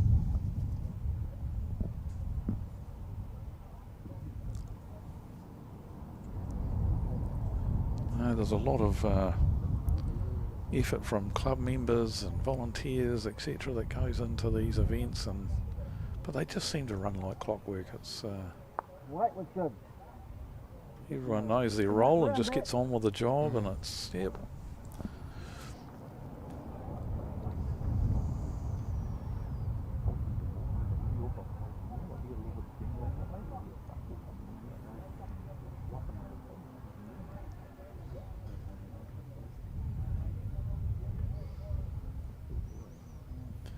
just drifting around Steve, I think. Will eventually be a lonely bowl, won't it? So Mike's been quite clever here and just taking his time. I don't think he's got any intention of asking David Clark to remove the shot bowl. It's about building the head, and if it stays as it is, Mike's going to have an opportunity with one of his 2 bowls to pluck that shot bowl off, and it should be worth a number. Yeah, this is he might be just drifting a bit too far. Sam Morton with his second bowl and still there shaking his head after he delivered it, and that's the challenge of our game. You play one absolute ripper bowl and you think, oh, the game's easy, and then you do what Sam did and drop one 6 or 8 feet short, and you wonder why, and that's why the head shaking, and why, you think, oh, that felt the same, and yet it's just, that's the challenge of the sport for sure.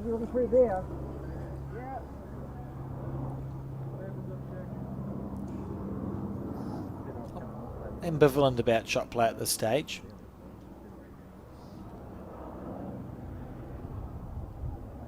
Dave wanting to play more directly at it instead of building the head, which is it's an option, isn't it? Yeah. Same weight. Yep. Yes.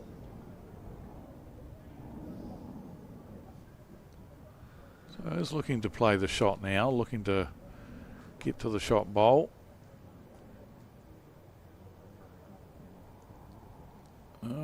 has he just decided to draw it? I think he must have decided to draw it. Clean run. Clean run. I think it was a little bit short. Yep. So they must have abandoned the shot attempt and they were just trying to draw another one on the head.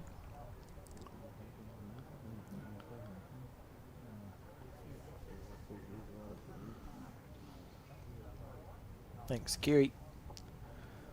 And another ineffective bowl here. Oh, it's rolled its way through. Interesting. When Kerry moves, we'll be able to see the head a little bit. There we go. Thank you. I feel like that's blocked the backhand. Mike's not going to be able to draw around it on the backhand, is he? But there looks like a nice track through on the backhand side to replace the shot bowl.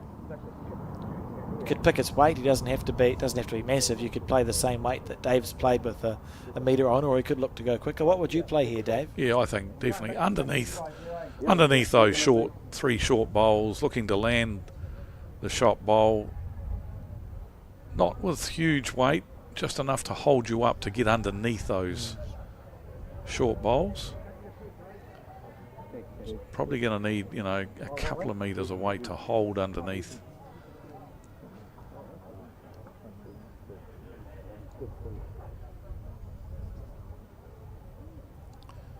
See, the pre-shot routine that Mike Galloway goes through is outstanding. You can see him visualising the shot off the mat, and then he steps onto the mat and goes through his routine, and then there is that absolute perfect delivery. He's close. He's very close here. Look at this. Got the jack. Is he going to stick with it? Yes, he Oh, is. what a bowl from Mike Galloway. One light, mate. That's just outstanding, isn't it? Picture perfect. Followed it through, front toucher. Who does that? One down. As a coach, I just love that because of what I explained. You saw him there visualising the shot off the mat, working out what he was going to play, stepped onto the mat, still went right through his pre-shot routine and played it to perfection. Superb stuff. This is close if he can get his bowl to turn enough. Look at this from Kerry Becks. Great try, big thing. Oh, fantastic effort. So, how's the head looking? Where's the danger? No back bowls, really. That's right. Bit of a dilemma here. I think they can realise there is a bit of danger. If Kerry can get the jack, and he may be able to use his own bowl, get onto the jack and just poke it round the corner here, he could make 2 or 3 of it. Because they're all his bowls just around the corner there. Anything behind the head, Mike's saying, that's the danger area for them now, after he played that absolute stunner with his first. We're feeling like he can walk on water at the moment. Here's good, eh? You drop in, good. Otherwise into there. You can sort of tell that Dave and Mike have known each other for a very long time when you watch them communicate on here, can't you? Played together a lot, obviously, and they know each other's game and they know what makes each other tick. Read the head. They've learnt to read the head similarly. What do you got? 2 good bowls, Mike. Off Yeah, mate. very, very good home. Cricket. Still down there, Betsy. You're playing, mate. Still there. Yeah, you can get it off yours. Feels like a big moment in this game. This is the first real opportunity we've seen for Kerry Becks to score more than one shot. Is it going to turn? He's on that real difficult side of the rink. All right, mate. One play, mate. Be disappointed with that. It's not, the game's very close, but there is now a gap that has opened up, and it is a gap of 9 shots to 3 as we relive this moment of perfection. Look at that. That's very good. That's class. That's class, and that shows you why he was a former blackjack. Outstanding player. Fair effort from Kerry Becks was too. A real good reply.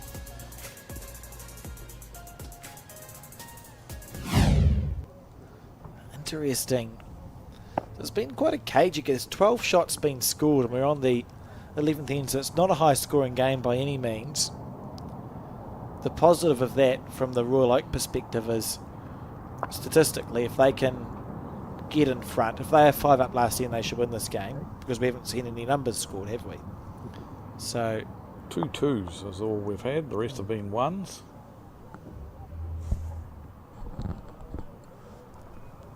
So yeah, 2 twos is all on the 4th end and the 8th end by the Galloway side. Apart from that, singles on all the other ends.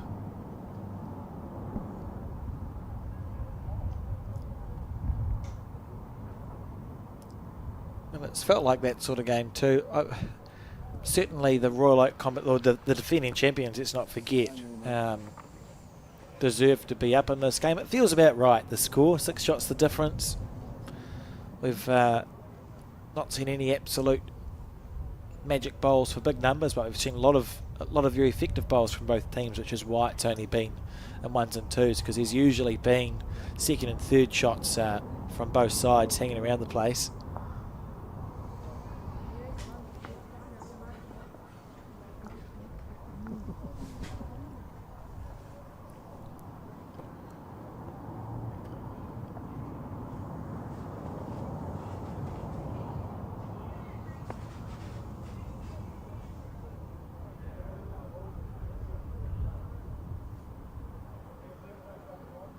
Martin Dixon has abandoned the other side of the rink at long last, and he's just pulled up short, but he immediately found the centre line. He's just pulled up short there. I feel that that's a good idea. He'll say to himself, oh, okay, well, I've got the line there now. I just need the added weight.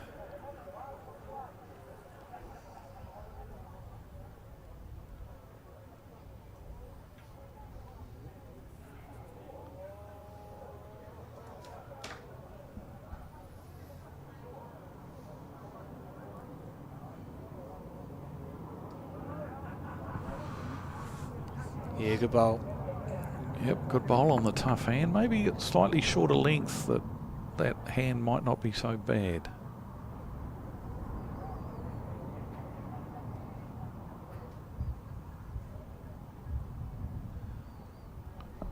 Has he given it extra speed? Don't think he has. Well, not enough of it anyhow. Trying. If he had a third, if he was playing pairs, he'd back his third bowl to be the shot. It might be shot. He might have got there just enough, but Sam Morton changing his hand now back to the forehand side. His bowl waiting to gather the jack if he can just touch it.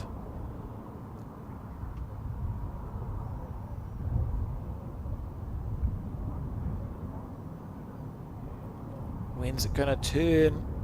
Oh, that's Steve's bowl. Being rolled into the head.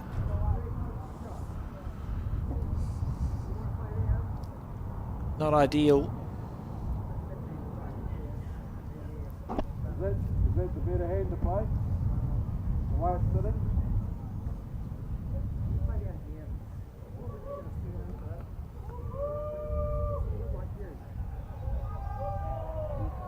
Red bowl's jack high and it's possibly the shot, is it?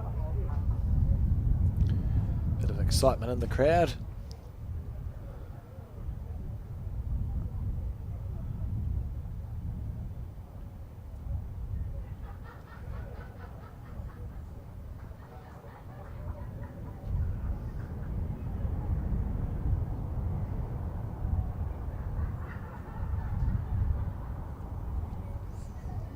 Well, the weight was good, but underneath the line.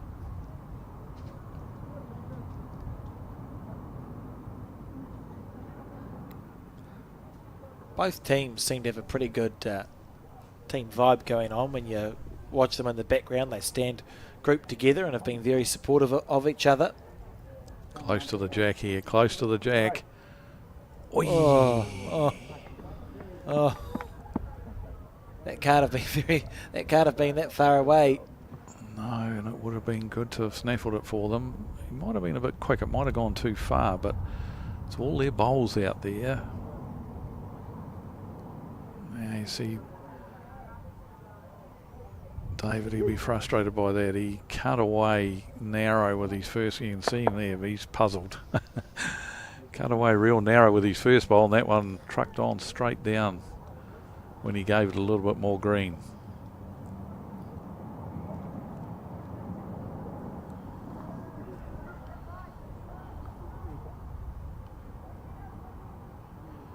Close again, Rowan. Close again. He goes two genuine attempts there.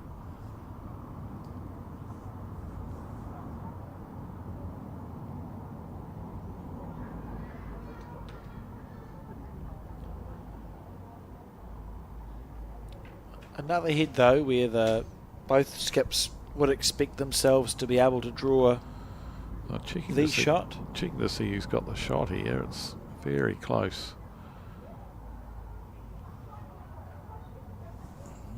Very close. David Clark's had 2 goes at it with his fingers, trying to measure it.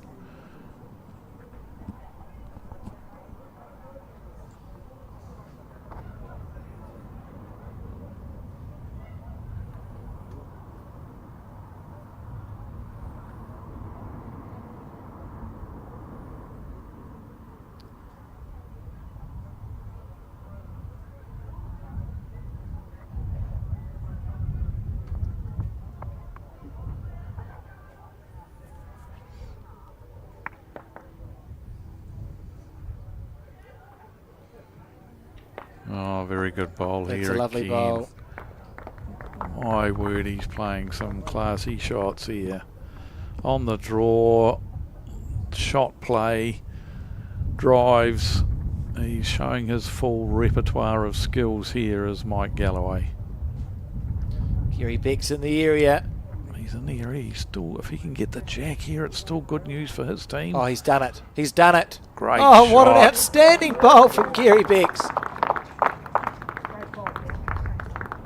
That's amazing. 2 outstanding skips bowls there. And Mike's going to have a crack at the shot bowl now. He's going to drive this. More than likely kill if he gets an angle on the shot bowl. 2 down.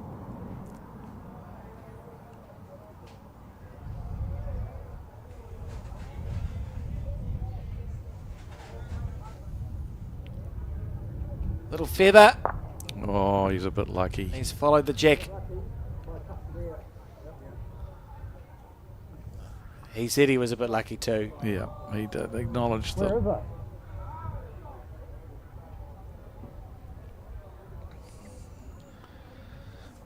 And that would be a couple, I think, to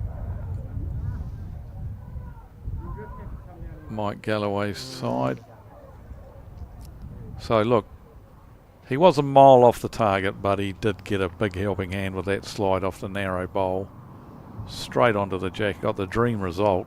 Jack in the ditch, and he followed through and sat almost on top of it. Talking about dream results. He pushed that. Whose into bowls the that ditch. one? Whose bowls that one? Oh. That's against him, but he reduced it by 1. So another 1 to Mike Galloway's team. 10-3. Oh. 11 ends gone. 7 more to go.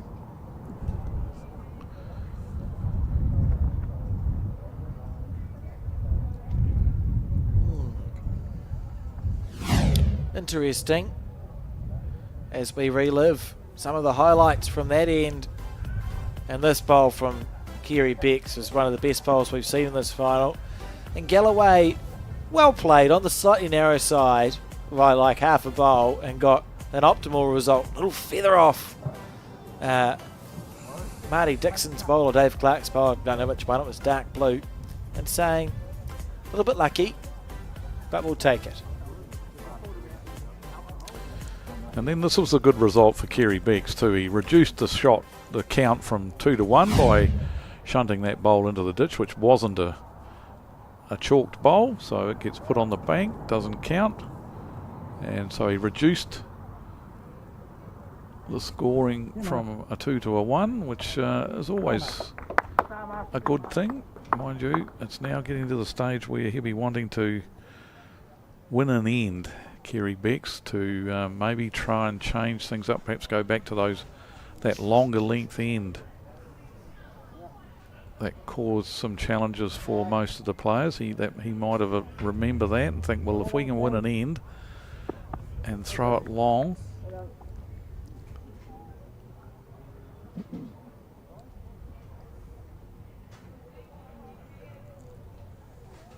Marshall.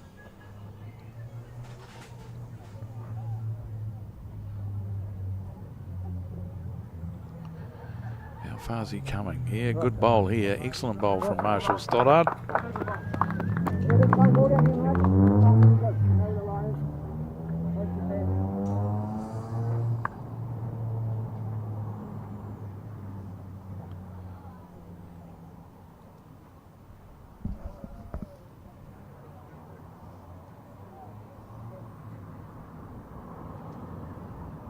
Pretty good reply from Martin Dixon, just overplayed it by a metre or so.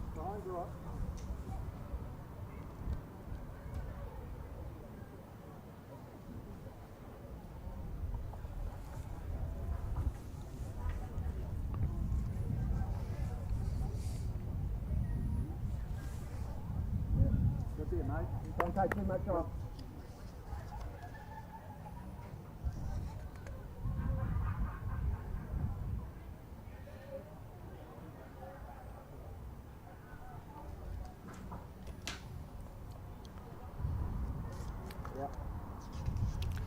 I think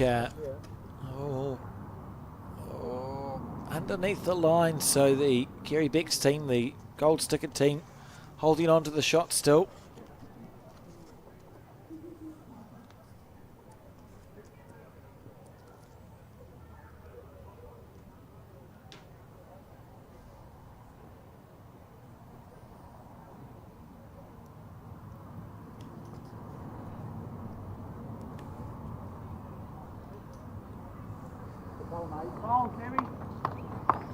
Excellent bowl there from Sam Morton. And for the first time, we've got a little bit of dominance from Kerry Becks' side. This is where it's the opportunity for Dave and Mike to turn the head around a little bit.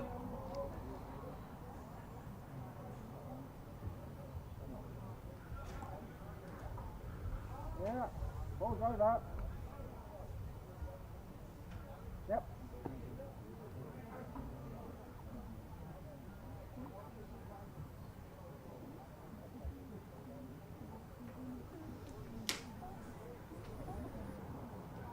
Okay, so they're holding 3 at the moment. Careful, careful, careful, careful. Yeah, beast. That's accurate. Yeah. I'll be gutted with that bowl. He's made it a target as well. So Dave, we'll probably see Dave play this with controlled weight. But one of the beauties about having Mike Galloway as a skip, and Kerry actually, based on what we've seen, is that they have that drive in their locker. And sometimes we see, well, we'll try play the perfect bowl with my 6th and 7th bowl on the head.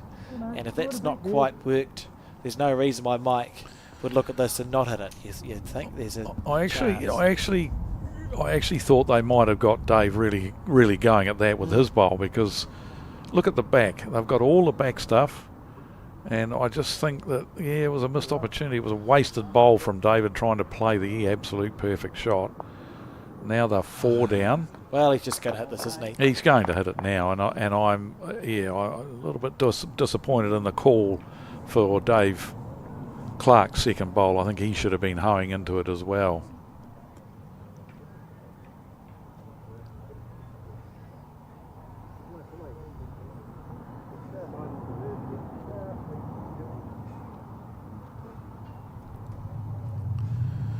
So we've got a big couple of bowls coming here from especially Mike Galloway to extricate his team out of this predicament again. If he doesn't, then we've got a real comeback on our hands from Kerry Beck's team. It's the ends where if you're not going to win a game, you might blink here. He's shown no signs of doing so yet. He's not lining up for a full-blooded drive. Can't for the life of me work out why. Very controlled.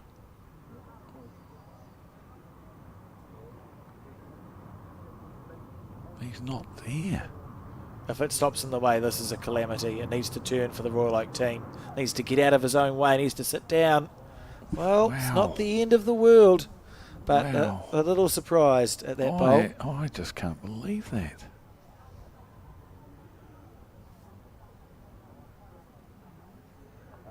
Maybe the only thing I can think of is they're concerned they've only got one bowl. So they're 1, 2, 3 and a look down, maybe 4 down, and their fifth shot is the only bowl they've got on their head. And if they remove that, then they could be 7 Down or a 8, bundle. 7 or 6 or 7 down. That's the only thing I can think of. But I would have thought if David had had a go with his second bowl, that would have left 2 bowls for Mike Galloway to have repaired the damage if they had done anything. If they had done anything drastic. But for once, Mike's not been able to help them. And Kerry is now coming down to have a look at this bowl, this head, because there's one bowl there that is keeping them out of another possibly 2 or 3 shots. Well, and it's that one there, the dark blue bowl. That's the one that they're looking at, because if they get rid of that, they'll hold 1, 2, 3, 4, 5, 6, and if the other bowl stays, it'll be 7 shots if he can. what's the safest way to get rid of that bowl? I ask because I'm not entirely sure what way they would try and play that. What way to play with? Yes, good call. They may not have. They may have decided just to draw another shot and not try and play it at all. Anyhow, if his weight's right, he's in the area here. I think they have decided to just draw the shot, and he's fallen short. 3 it was. Well, that's good signs for the Kerry Beck's team as we enter the 13th end of this final, and the score now 6 shots to 10, courtesy of the first 3 that we've seen in this entire final, and looking to build a little momentum now. It'll be interesting to see what length Jack we see delivered. Half expecting a long end here. The mat is back a bit to what they have been playing. And not long, no, just gone the sort of mid to 3/4 length end, mid length end.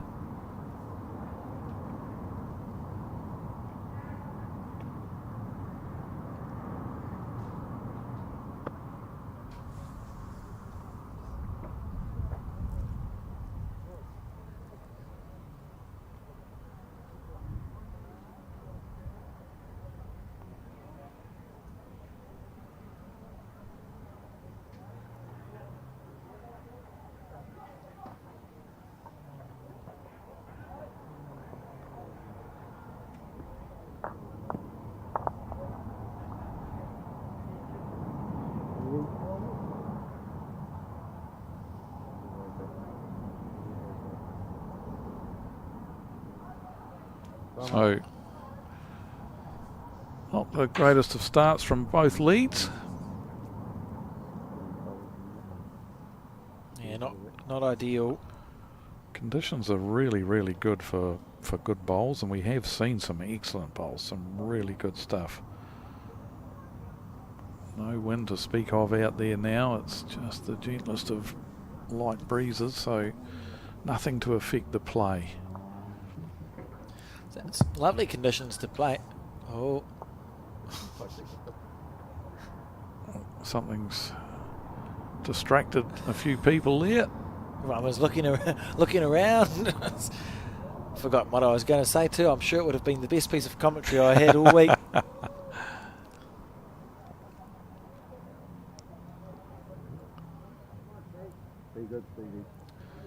Drops underneath his own bowl. He's going to be very close here. Yep, very good bowl. Good bowl. Oh, that's what I was going to say. This is perfect conditions, to go to your point, to play bowls in, as you said. It's because it's not 37 degrees in the sun. It's overcast. There's no wind to speak of as we enter into twilight. So it's a lovely way to play a national final. Close here. He's got the jack here. What a shot. Oh, great bowl from Sam Morton. Really classy stuff. All 8 players have had their moments in this game. Absolutely, It's been great to see. We're the finalists, all of them.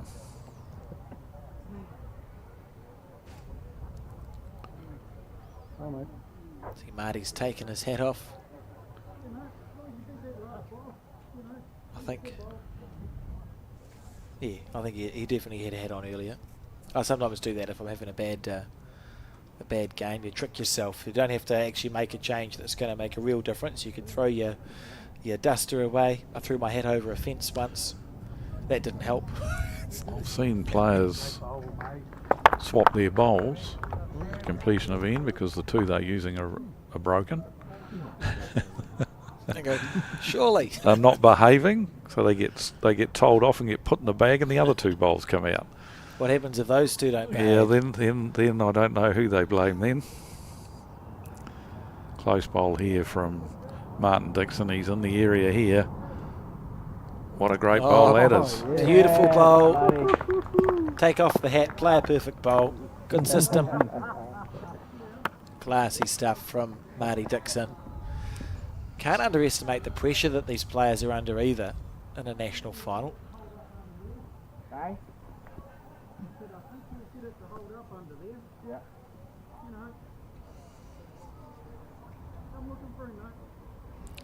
So he's wanting to attack this. I've got enough bowls around it, and he's on the run. Underneath, he's close here. If he gets underneath that bowl, he's very close. He got the jack. Oh dear. Oh, the toucher in the ditch is alive.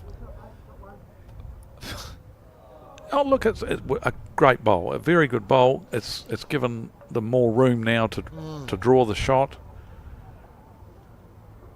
So it was a good bowl. And the shot bowl is still very lonely unless David Clark can stick another one handy, which he has. That's a very good bowl. We've seen some great bowls on this end. It's been really enjoyable to watch. The 2 leads struggled, but then the 2s have both played their part, and then David Clark drawing another bowl there. So, and Rowan played his good shot where he did spit the jack out to where it is now. So we've seen from the 2s and 3s, the 2s and 3s, we've seen some good bowls on this end. Classy stuff. There's perfect weight there from Rowan and a nice catching position for... Yep, finished in a good home there. Kerry Becks.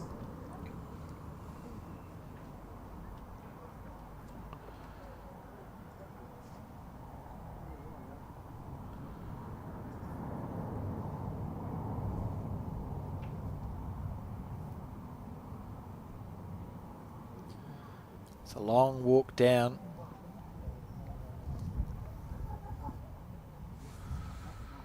So 2 shots to the Mike Galloway side as the skips go to the mat end of the rink.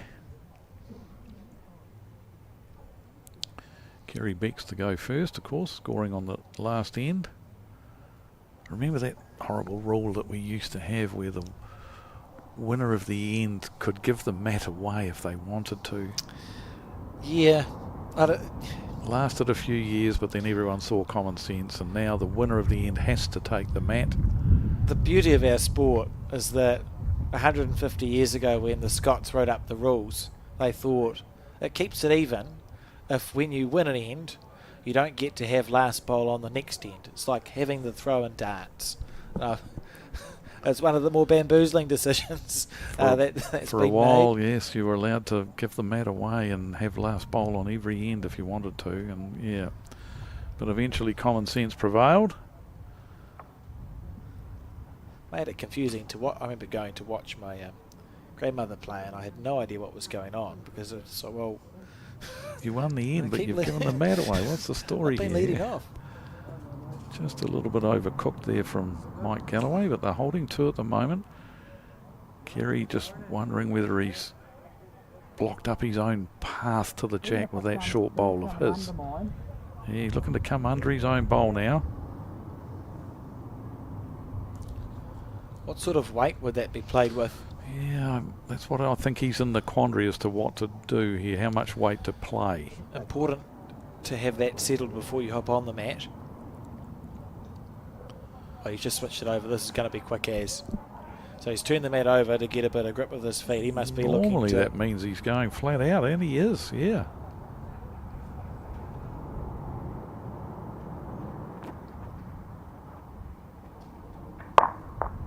He got one of them. Still one down. Fair enough. Must have just been what Kerry saw from his end. This is what you can see from the players' end. May have just been easier to go, oh, we'll just go straight at that shot bowl and see what happens.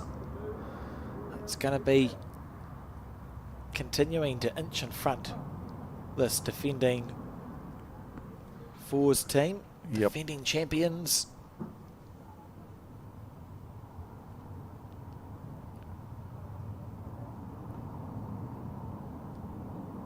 And feeling like they have the game, not won, but under control here. Let's wait for the bowl to come on screen.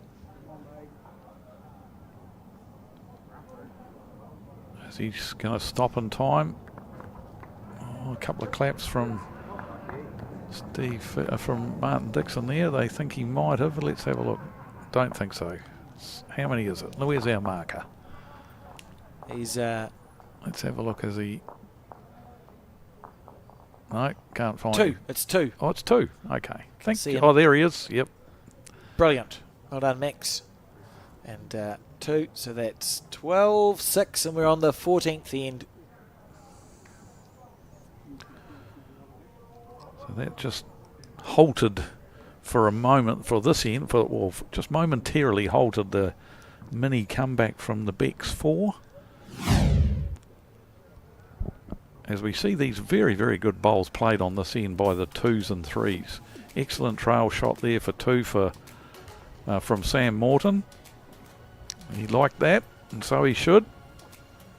I'd be pleased. And then, what a great reply this was from Martin Dixon. Onto the absolute shot bowl, flopped in, little touch. Then Rowan, he sprung the jack out. So it was a real highlights package on one end there from the 2s and 3s. And then excellent draw shot from David Clark. It was an end where everything was going on, wasn't it? Then we had the big thunderbolt drive from Kerry Becks where he cleaned out one of the shots. End result was another shot drawn here by Mike Galloway to give them 2 on the end. Okay.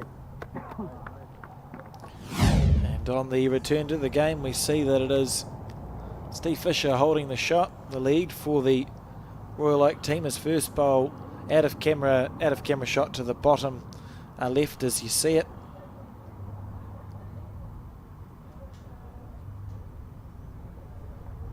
Hey, Marshall. Right turn, mate. Some lovely bowls from Marshall Stoddart too. Yeah, real close, mate. Yeah, very good, very good. 2 very good bowls there from Marshall Stoddart.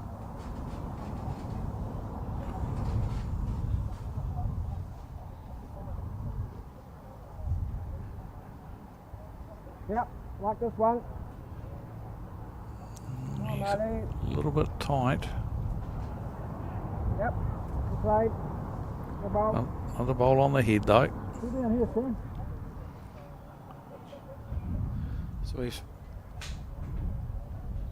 So we see Sam Morton again. Been asked for a position bowl round the back by Kerry Becks. He's a wee bit fearful that I've got nothing in behind at this stage. Yeah, big ball, mate. Another close one. Wait, perfect. I really like that from Mike Galloway, if you didn't catch it through the ambient mic, he sort of G'd Martin up, said, "Oh, big bowl," and it might not sound like much, but it's a good way of indicating to your team. You can just sort of get someone into their headspace and think, right, I'm going to really focus on this bowl. And look at this from Martin, he's underneath the line. But the the skipping was exceptional from Mike Galloway. He did everything right there to try and eke what you can out of your team. And it's Sam Morton again. Yeah, you're right. It's quite often you've got this as a good call. Just give your teammate that's on the mat that boost of confidence that, I believe in you. I know that you can play this shot. Nothing wrong with that. It's hand to play, but it's not easy. Yep.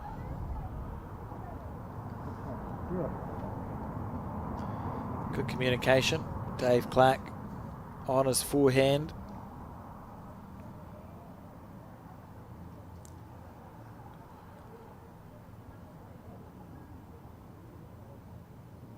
There's that nice little twist of the wrist on the backswing. We saw that become quite popular. Is it going to hold long enough?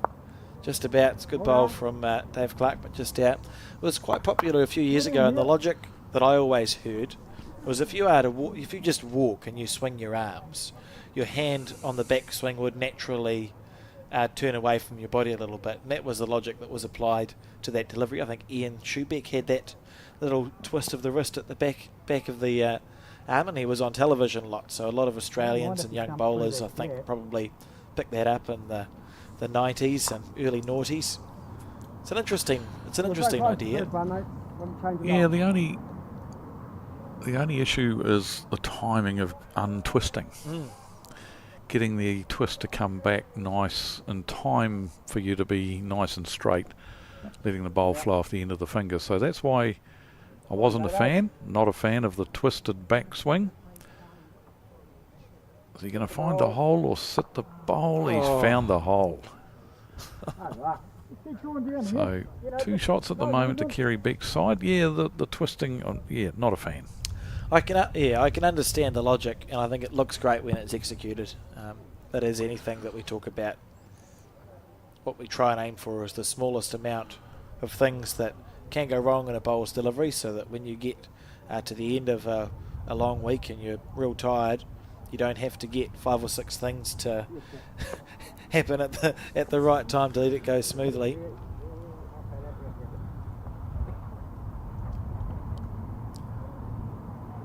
And Kerry Beck's team again holding a couple. They felt like they have just been slightly on the back foot this entire match, and we can see that when we look at the score. They were briefly ahead on the third end, but since then it's been the defending champions who have been in front, not by a large margin, but by what has felt like enough so far. I think the 4 of them have played better as a team than Kerry Beck's side. The Kerry Beck's side has tended to have moments of brilliance individually here and there, whereas Mike's team have strung ends together where all 4 players have contributed. Well, here's a chance. Holding 2. Can he add another one? They really need to be. A 3 here would be ideal. You put yourself back within touching distance on the home stretch. This bowl's going to accidentally block Mike on the forehand, and that's potentially not the worst thing, as Mike now has to change his shot. Depending on whether he gets it, I suppose, will tell you if it's the worst thing.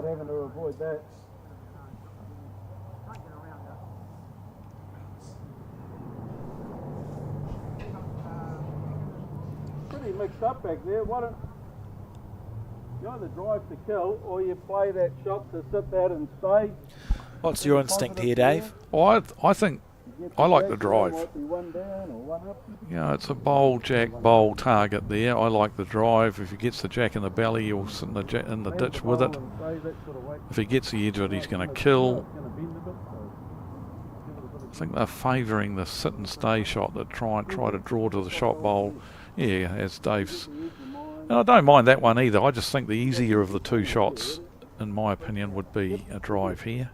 I think your instinctive bowlers to hit that, particularly when the head's been framed. That short bowl of Carey stops the wishy-washy bowl on the forehand and makes it feel like you could just go hoofing up the middle.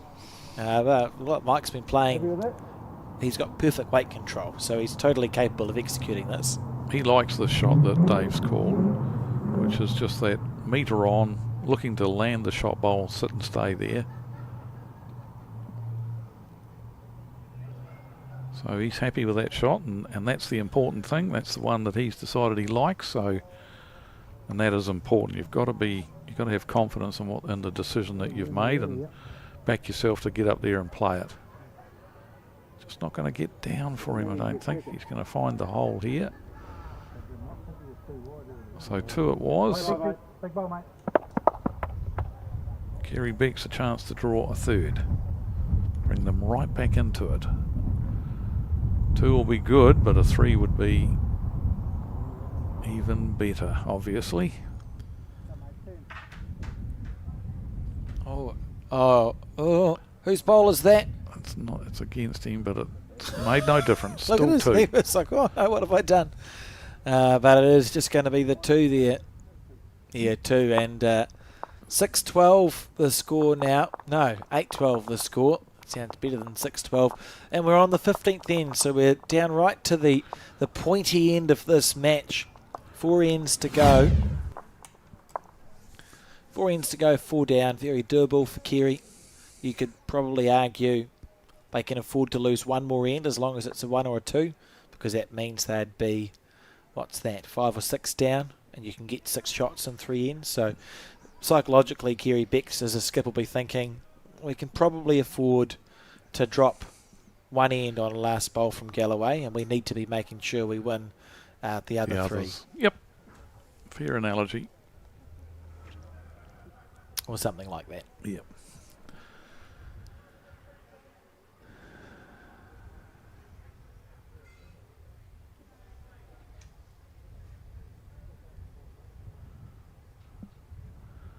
Good opening bowl from Marshall Stoddart. Very good.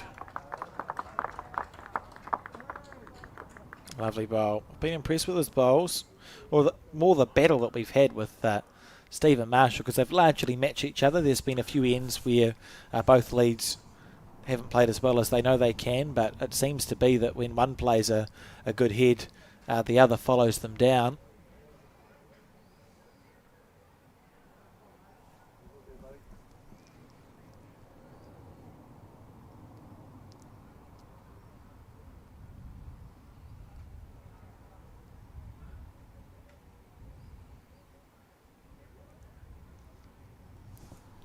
To repeat the dose here. He might have forgotten to let this one go a bit. It's going to finish short.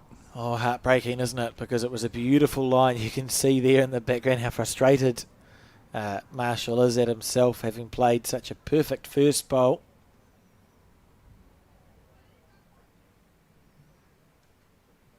As this final continues in fading light's an exaggeration. We'll call it, what is it called? Is it twilight yet? Yeah. Dusk is when the sun's properly gone away, isn't it? When it's just a little bit.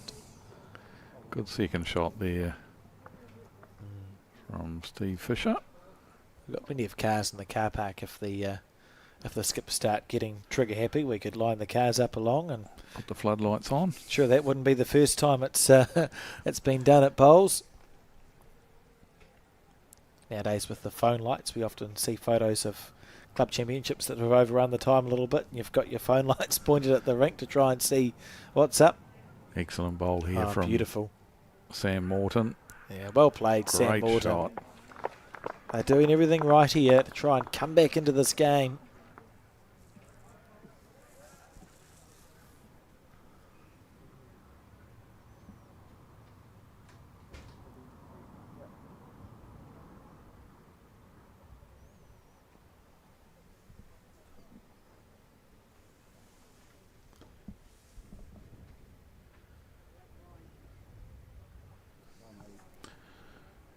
Nothing wrong with that either, even though it's not effective on the head. It's landed in a good finishing spot. Mike Galloway won't mind that. If you can't draw the shot, then second prize is being past the jack in a good position behind the head.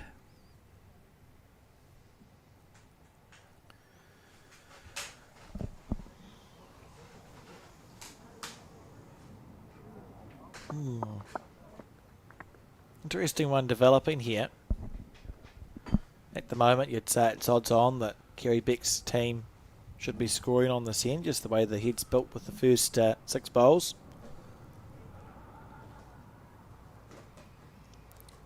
Can he clear this front bowl? He can. That's another very good handy bowl.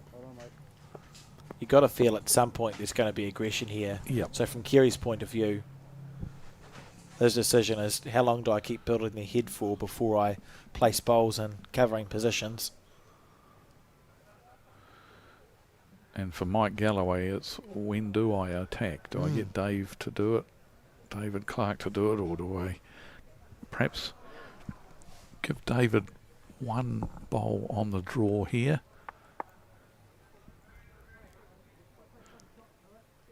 Under there. So he's looking a bit of weight here underneath that bowl, looking to make a disturbance here. Sit on one of the bowls, get the jack. So looking to have weight enough to hold up underneath that short bowl. And he might be a bit tight here. Is it going to hold? Is it going to hold? Going to get one of them, I think. Yep. Oh, you wouldn't read about it. You're joking. Rolled the bowls up onto the jack and locked them together. Jack right slap bang in the middle of them. I don't think they'll be short next time, the Galloway team.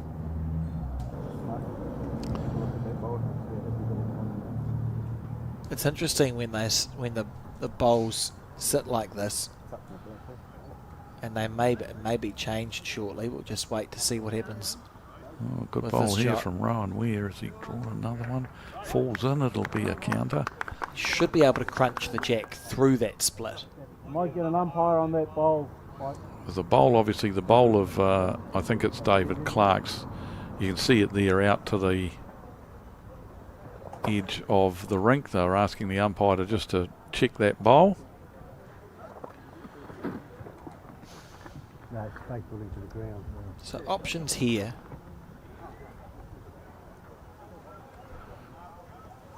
So while the umpire is checking that bowl to see whether it's in or out on the rink peg, the Mike has called David Clark up to have a good look at things. The dog's interested. Is it food? He's No. he's saying, hit it. I think you should be driving here. Oh, I tend to agree. It'd just be interesting to see what Dave aims for, because you could almost play the forehand, so that's to the left of your screen, looking to crunch the jack dead square, follow through with your collision bowl, or you're going on the back end to see if you could kill it up the rink or go for an outside half of one of the two bowls. I'm not sure. Forehand's my instinct to just try and crunch it back, but there are options everywhere here.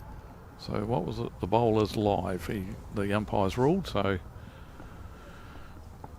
let's see what. Yep, going flat out at it now. He's tight. And square through that bowl. Oh, I feel like this game's got a couple more twists and turns left in it. The bowls of Mike Galloway are going to be very important on this end. He's got his two bowls to be played. Of course, Kerry Becks will be going first. So what can Kerry do here, realistically? What can he do to either change what Galloway plays or make it safer? I suppose you always sometimes just have to go, oh, we'll just draw and hold the shots and see if he misses. Yeah, I think it's hard to change the head.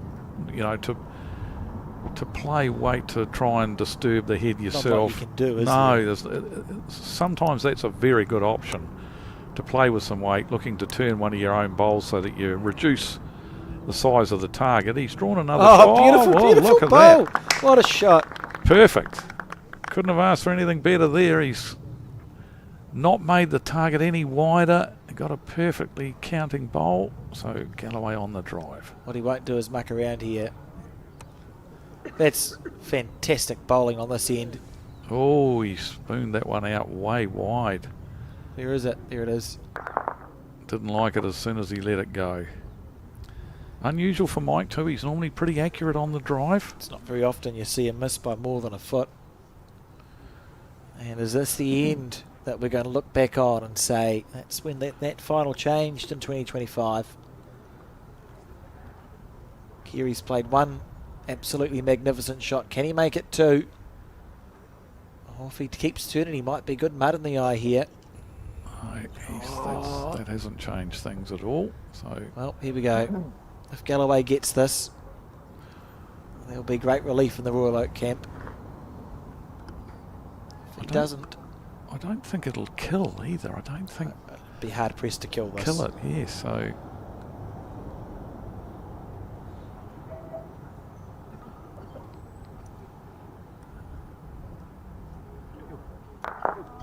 a wee touch. Good bowl. Only one down now. Yep. Very well played. Reduced the count big time. Just the one shot to Kerry Becks, but narrows the gap. We've got 3 ends to play, and it's now 12-9. Galloway leading. It's getting very tense here now. It's been such a good game of bowls, really. It has been. Good quality stuff. This was exceptional too from Kerry Becks. Got a perfect little rub, so sat in there for 3, get the target narrow as. Galloway, by his standards, missed by a mile with his first bowl, but made amends. And watch this one carefully. He clears off 2 of the bowls. Bang, bang. Little touch on the jack. But one of the things I love about Mike Galloway's drive too, he doesn't lose his shape and he doesn't try and really belt them. But he's still incredibly effective, as we saw there. Really does get the bowl away sweet on both draw and drive. Marshall Stoddart really hitting his straps late in this game.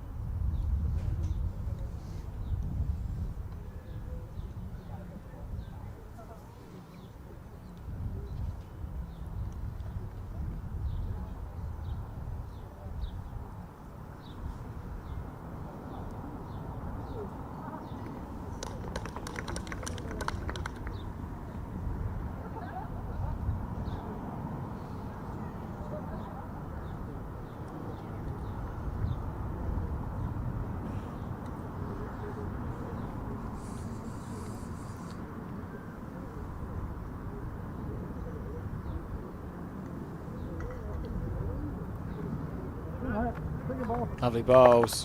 One on and one behind, nothing wrong with that. And a very good reply from Steve Fisher too. He's very handy with his first bowl. He'll be just looking to make a little adjustment with his line.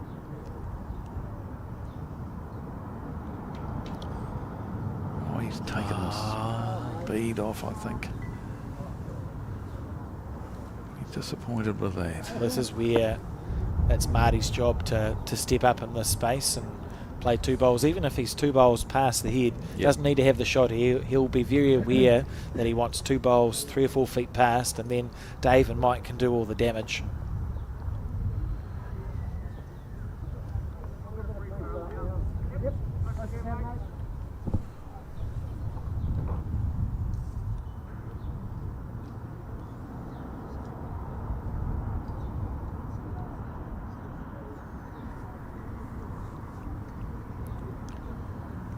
So important bowls here, as you mentioned, from Martin Dixon.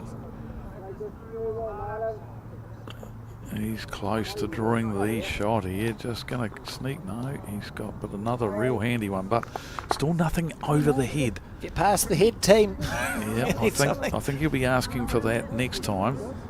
Dave and Mike are more than capable of the shot play required. You just need to get stuff past.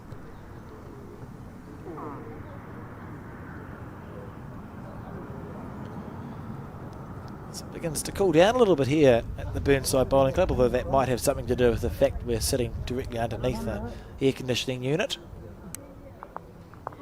Good bowl, classy bowl. Once again, hasn't fattened the target either. Yeah, that's wise. Just taking his time.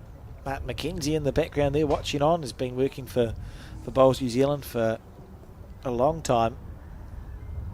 Currently doing a big piece of work around club constitutions, which is exciting and necessary. Oh, this is not great. He was asked to play over the head. Whilst it has gone past the jack, it's not where Mike Galloway wanted it. Yeah, this is stressy because you need back bowls to play to, and if Dave attacks, he could get quite, well, not unlucky. If he attacks, there's a chance it's just going to go back to more opposition bowls, so not loving it.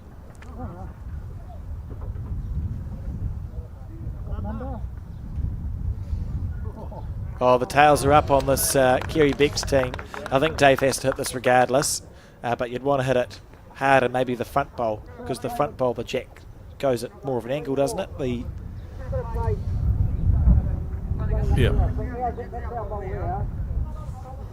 No, you're not got to worry about where your back bowls are in this instance, Mike. I think you've just got to hit this, yeah. And then it gives David one more bowl and you two bowls to. Because if he's successful in hitting the target, the jack's going back. And hit it hard. And then you've got a bit of room to operate. If the jack ends up in the ditch, then you've got David's second bowl and your two bowls to draw to the ditch. But the only one, so I don't like this call. If he's successful with that weight of arriving on the shot, he's going to pop the jack back, and they'll be 3 down because they've got nothing behind the head. One bowl of. Well, let's see where the jack goes. Marty's bowl is the only bowl that Royal Oak have,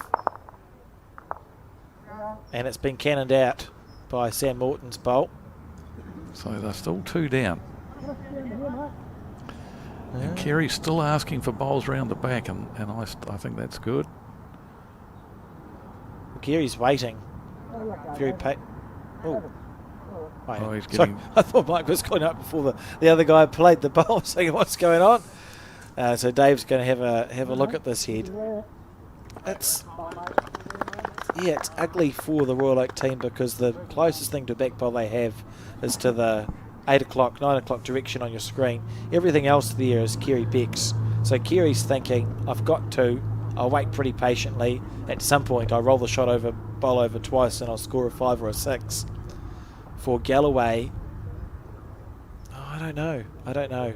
The moment to hit, I don't know. It was before. The bowl before you could have hit it really hard. Yeah. Now,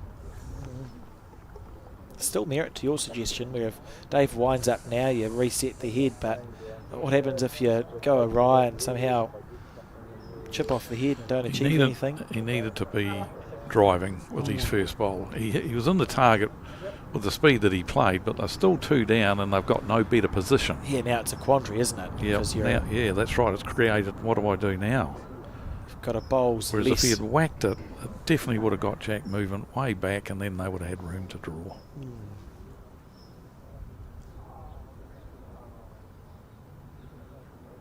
See what he's decided to play here. On his forehand. This is the hand that either holds or it doesn't.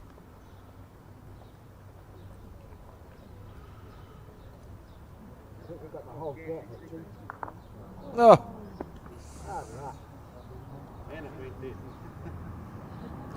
Lovely effort from David Clark. And his bowl's gone off the rink. So a little bit of exasperation from the Mike Galloway team now. That bowl's out, I think, pretty sure. They'll have a look from...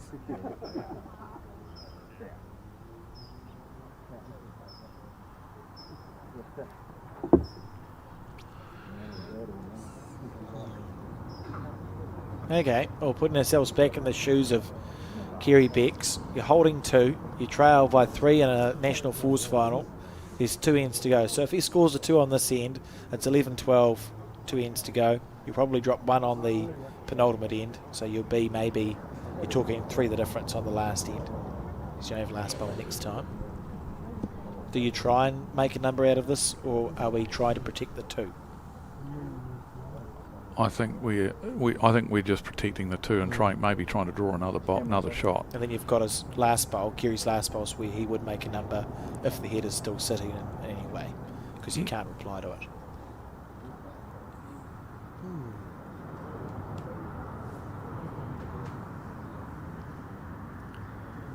Yeah, draw on the forehand like he's doing now with this bowl, and if he draws another one here, then he's holding 3.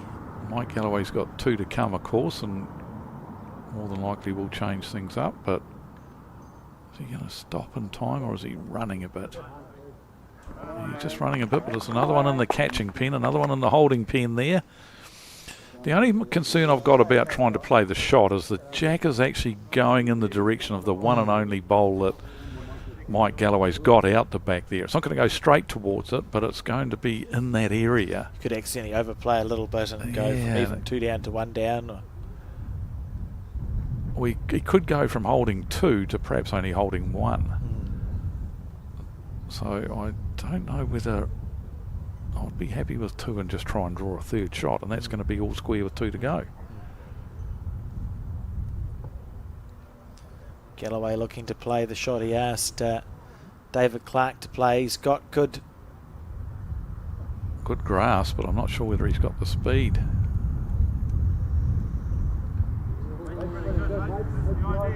Well, we're big moments here. So there'll be lots and lots of bowlers sitting on their lounges at home screaming at their TV as to what shot they'd be playing here. If I know one thing about bowlers, it's that we all have an opinion about what the right shot is. Absolutely. Most of us aren't. He's close here. He's close to drawing another shot here. What a great bowl. What a great bowl. Dangerous to hit this.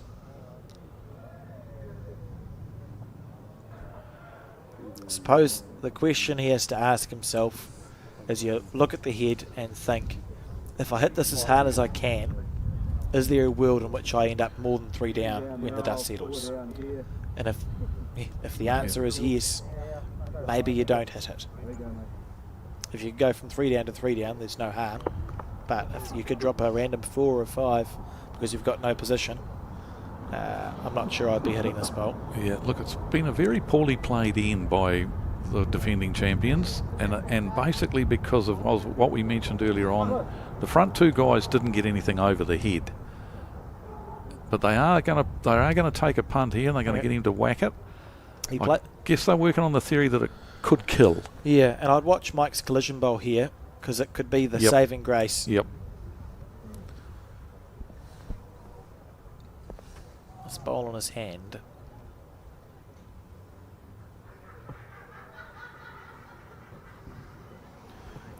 He's got it good. Watch the collision bowl. Oh, and he's reduced the count to 2, is it? Must be a 2. That's a lovely bowl from Mike Galloway. Couldn't have played that much better. Let's see, was it 2, was it? Let's have a look at, where's our marker man? 2 it was, yes, I can see it's a 2. So 11-12 the score, and we're on the penultimate end. Can't ask for much better in a game of lawn bowls.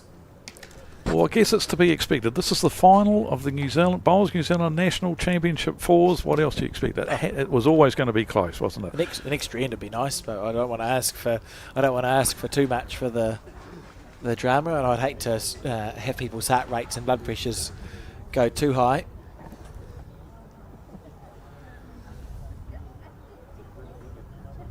That's a look. Thought he resided up north somewhere when it wasn't Christmas time.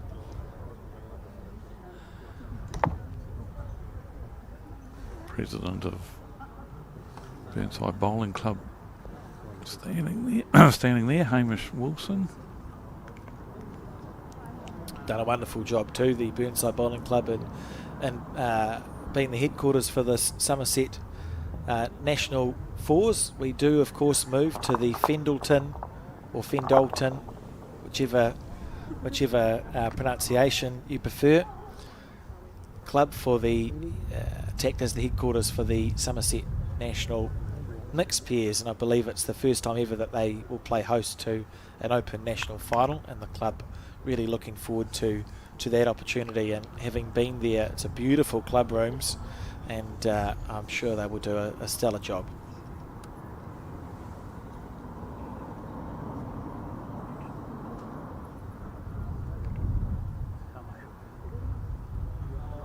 Marshall Stoddart. That's a good bowl. Very, very good bowl. What a great game.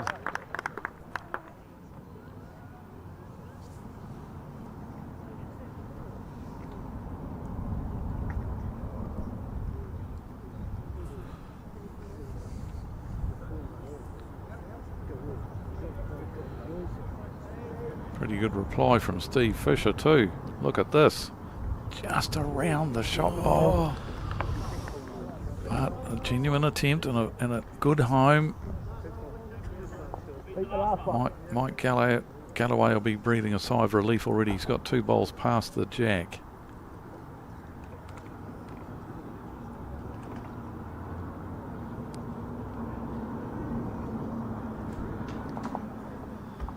We know it'll come back here.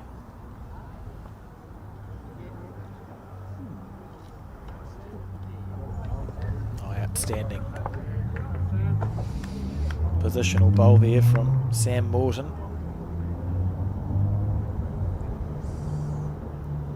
These players have competed in what is the close of the 4th day here at the Summerset National Fours. They played 3 games on day 1, 3 games on day 2, 3 games on day 3, and this is the 3rd game on day 4, so it's a lot of bowls. You can't underestimate. You might look at it and think it's a pretty genteel sport, but if you think about it, you're on the green from 8:30.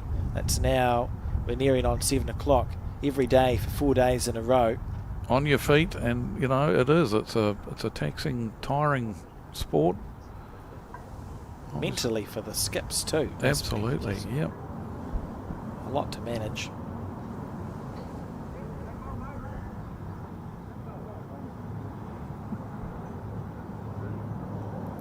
What a difference on this end. We've got no short bowls at all, which is fantastic to see. And unlike the last end where Mike Galloway would have been frustrated by the fact that he had nothing over the head to play with early on in the, or nothing over the head to play to when he got to the mat that was of value to his side, as we see a very, very good bowl there from Martin Dixon. Still 1 down. But 3 seconds they've got there now.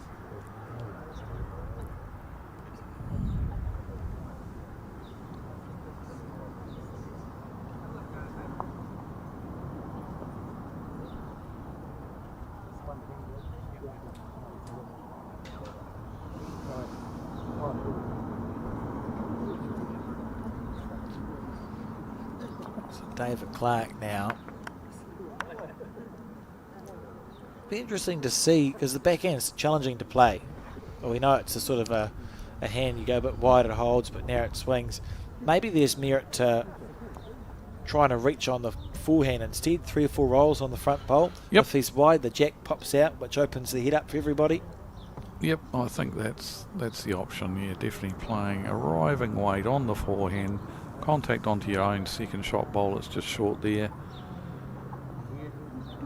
Going to get a little bit of jack movement, and you've got 2, 3 bowls handy position behind the head there that could definitely come into play. Yeah, this is the way to go. Just might have overcooked the green.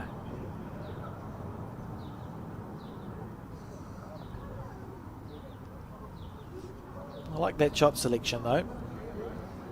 And Kerry Beck's now the chest, right? It's okay, we'll put a bowl in a catching position if if Dave overcooks it, so we'll make him really think about his weight here, because he'll know he can't afford to overplay it. How long is it going to hold for this bowl? Yep, good bowl. It's a lovely shot. So now Dave has to go 2 rolls more than that, and the jack is going to spit out towards Rowan's bowl.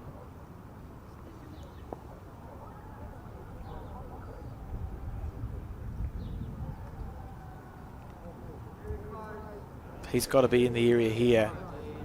He's got to be in the area here. Oh, oh, he couldn't have.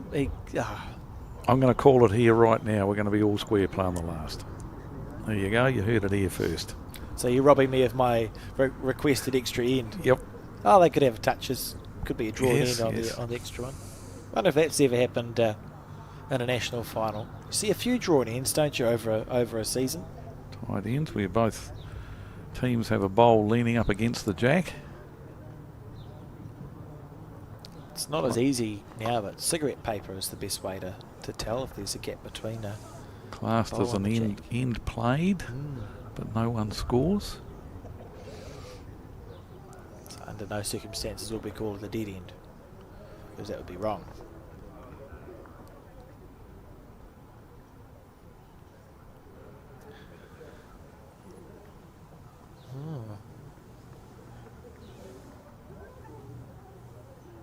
Yep.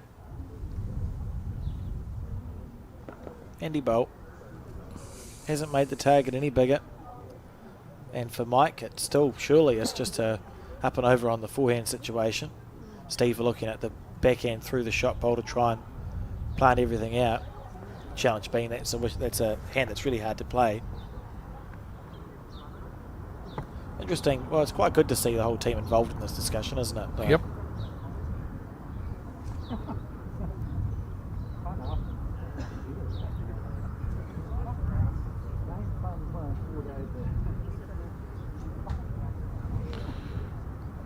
So Mike's, I think he's obviously going to try and play the shot that he was getting David to attempt. Wait a metre or so of weight to the second shot bowl, just short of the jack, but he's concerned about Rowan's bowl out the back being the one that the jack could pop to. But at least he would only be one down still, so he's one down now. He's going to be no worse off, but he might retain the shot himself. Let's see what happens.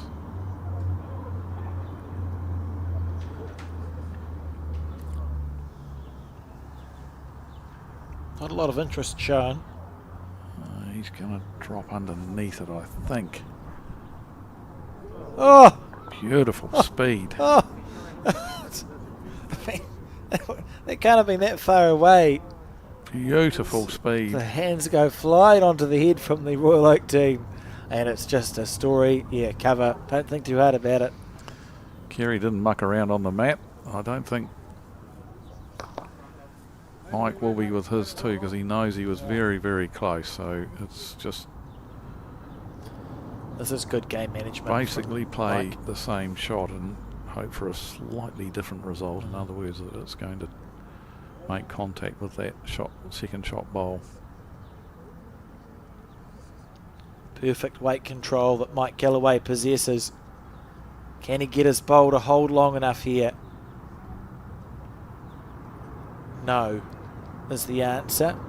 And as predicted by Dave Edwards, we now enter the 18th and final end of this match, locked at 12 shots apiece. 12 shots apiece. So we said that to be half a chance, Kerry Becks needed to win 3 of the last 4 ends, and he's done that. What a great game of bowls. So Mike will be thinking the good news for him is he's got last bowl here. But he'll be hoping also, having last bowl, that hopefully he doesn't have to play it, that he's holding. It's interesting when we talk about visualising your bowls and how useful that can be. I know, speaking to players who've had a lot of success, often the visualisation is playing that last bowl to win. You just visualise playing last bowl to win whatever, be it a World Championship or a National Championship, so that when you get there it's not a new experience. And nice to have that opportunity, I think, to have that the last bowl. Been a fantastic fight back from this Kerry Beck skipped team, and deserving to have gone to such a close finish.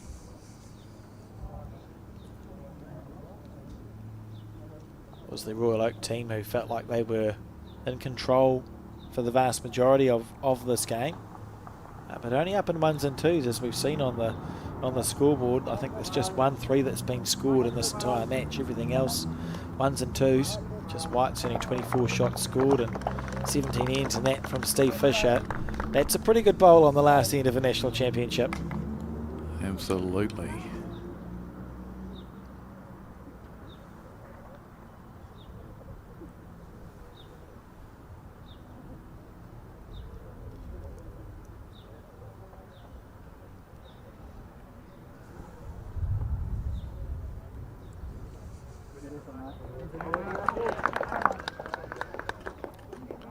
Now it's very important here for Steve Fisher that he's behind, that he gets over the jack. He's got to be past the jack this time.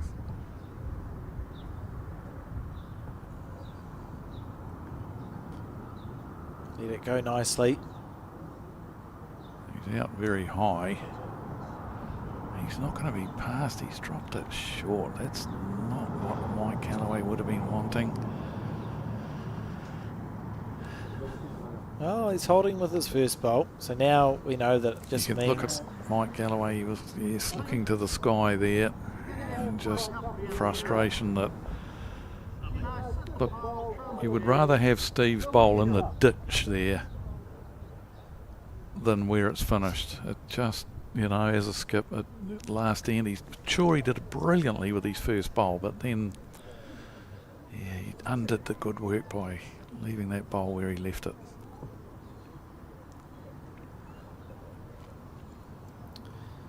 It was in this direction last time that we saw about 6 bowls short of the jack from the Royal Oak team. Sam Morton. Oh, what a bowl from Sam Morton. What a shot. That is outstanding. One of the best celebrations you'll ever see for a bowl. Well played.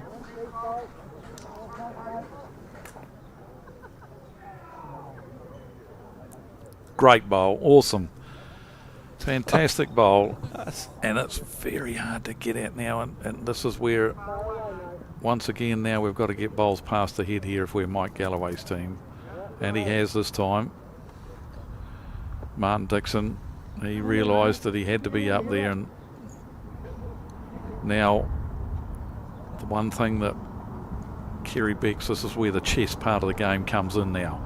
Start playing position play, get a bowl round the back, don't fatten the target up, make them have to play an absolute blinder to get the shot here.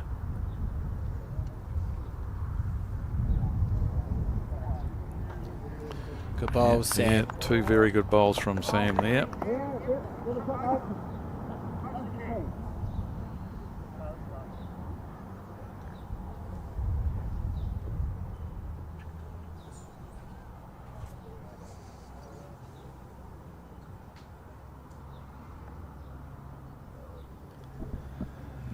Martin isn't going to be there.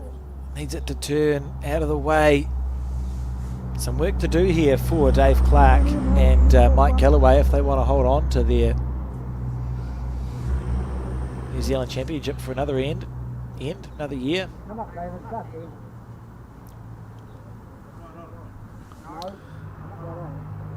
And Dave's been invited up to the head, so if we can, I think we'll just relive that shot of Sam Morton's. Watch this. Absolutely outstanding bowl. And watch the reaction. Oh, that's so good. What a bomb. Here it is. Here's the reaction. A happy man. Oh, that's fantastic. And Dave's been down and have a look. What do you think they've talked about here? What's the shot to play?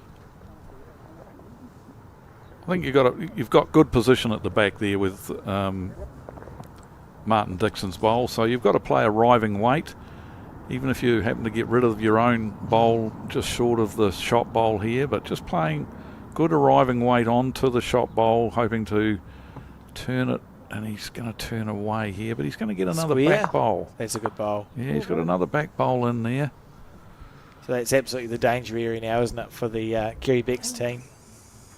The square back. Yep.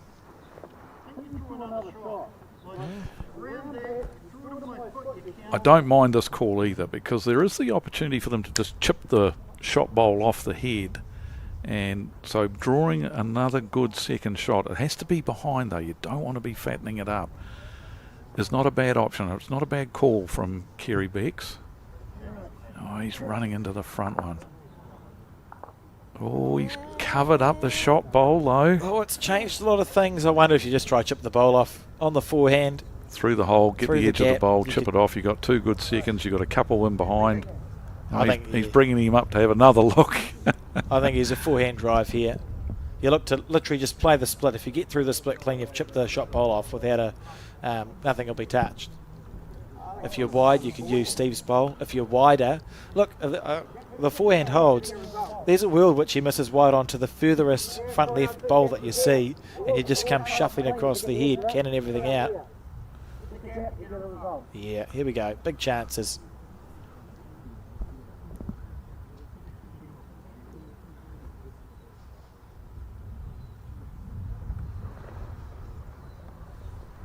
Needs it to hold on.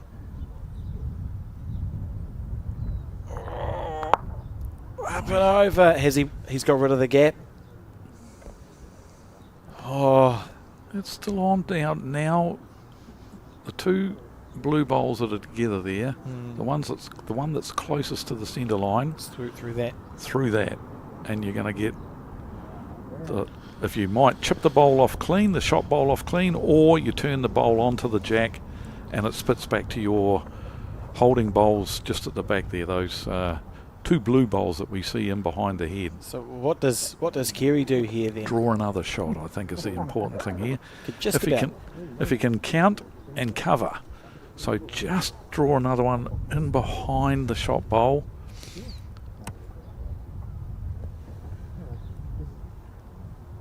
So he definitely needs another bowl on the head here. It's a handy bowl. He just might have gone a bit too far. You do feel like the jack isn't moving a huge amount if Mike can play through it. Yep. Through that bowl here, the one you pointed at, Dave. Yep. Depending on the gap between Sam's bowl and the jack too, you could just go through that square blue bowl without any jack movement, and if there is jack movement, it's coming almost directly back to the bowl that sits at 7 o'clock. I think that's the only result, though. I don't think you can afford to miss wide here, because it looks like the 2 blue bowls peel off without any jack movement. So the centre blue has to be the target here. Yep. 1 bowl target. He's playing it on the back end, which is, I mean, he can play it either hand. I don't mind it. The back end's the easier hand to play. The tension is unbelievable here.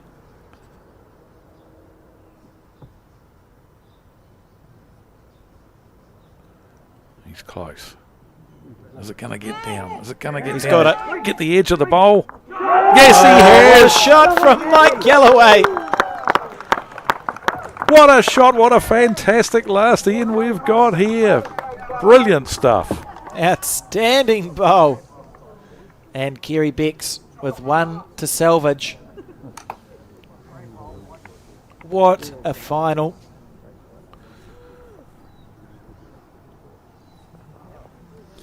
He's flipped the mat over. He's driving. And I think that's not a bad. If he can get those 2 bowls, he's still got the 3rd shot. The one that Mike Galloway flipped off the head is still 3rd shot. So if he can hit those 2 blue bowls and not remove the 3rd shot, he's going to hold the game. He's got them. He's got them. Oh, he only got one of them. Only one. And there we have it. Congratulations to Mike Galloway, David Clark, Martin Dixon and Steve Fisher, who've made a little slice of history here, going back to back in the New Zealand fours. What a game. Dave, the final words for you. Outstanding finale to a brilliant week of bowls. It's been such an awesome event with some fantastic bowls played along the way. None better than in our final and none better than on the final end. What a fitting way to finish the tournament.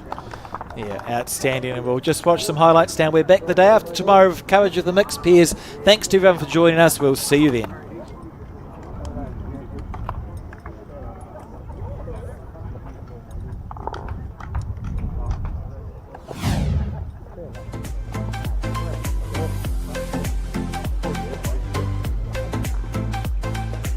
Ladies and gentlemen, we are going to do the prize giving down here on the green in about 3 or 4 minutes, so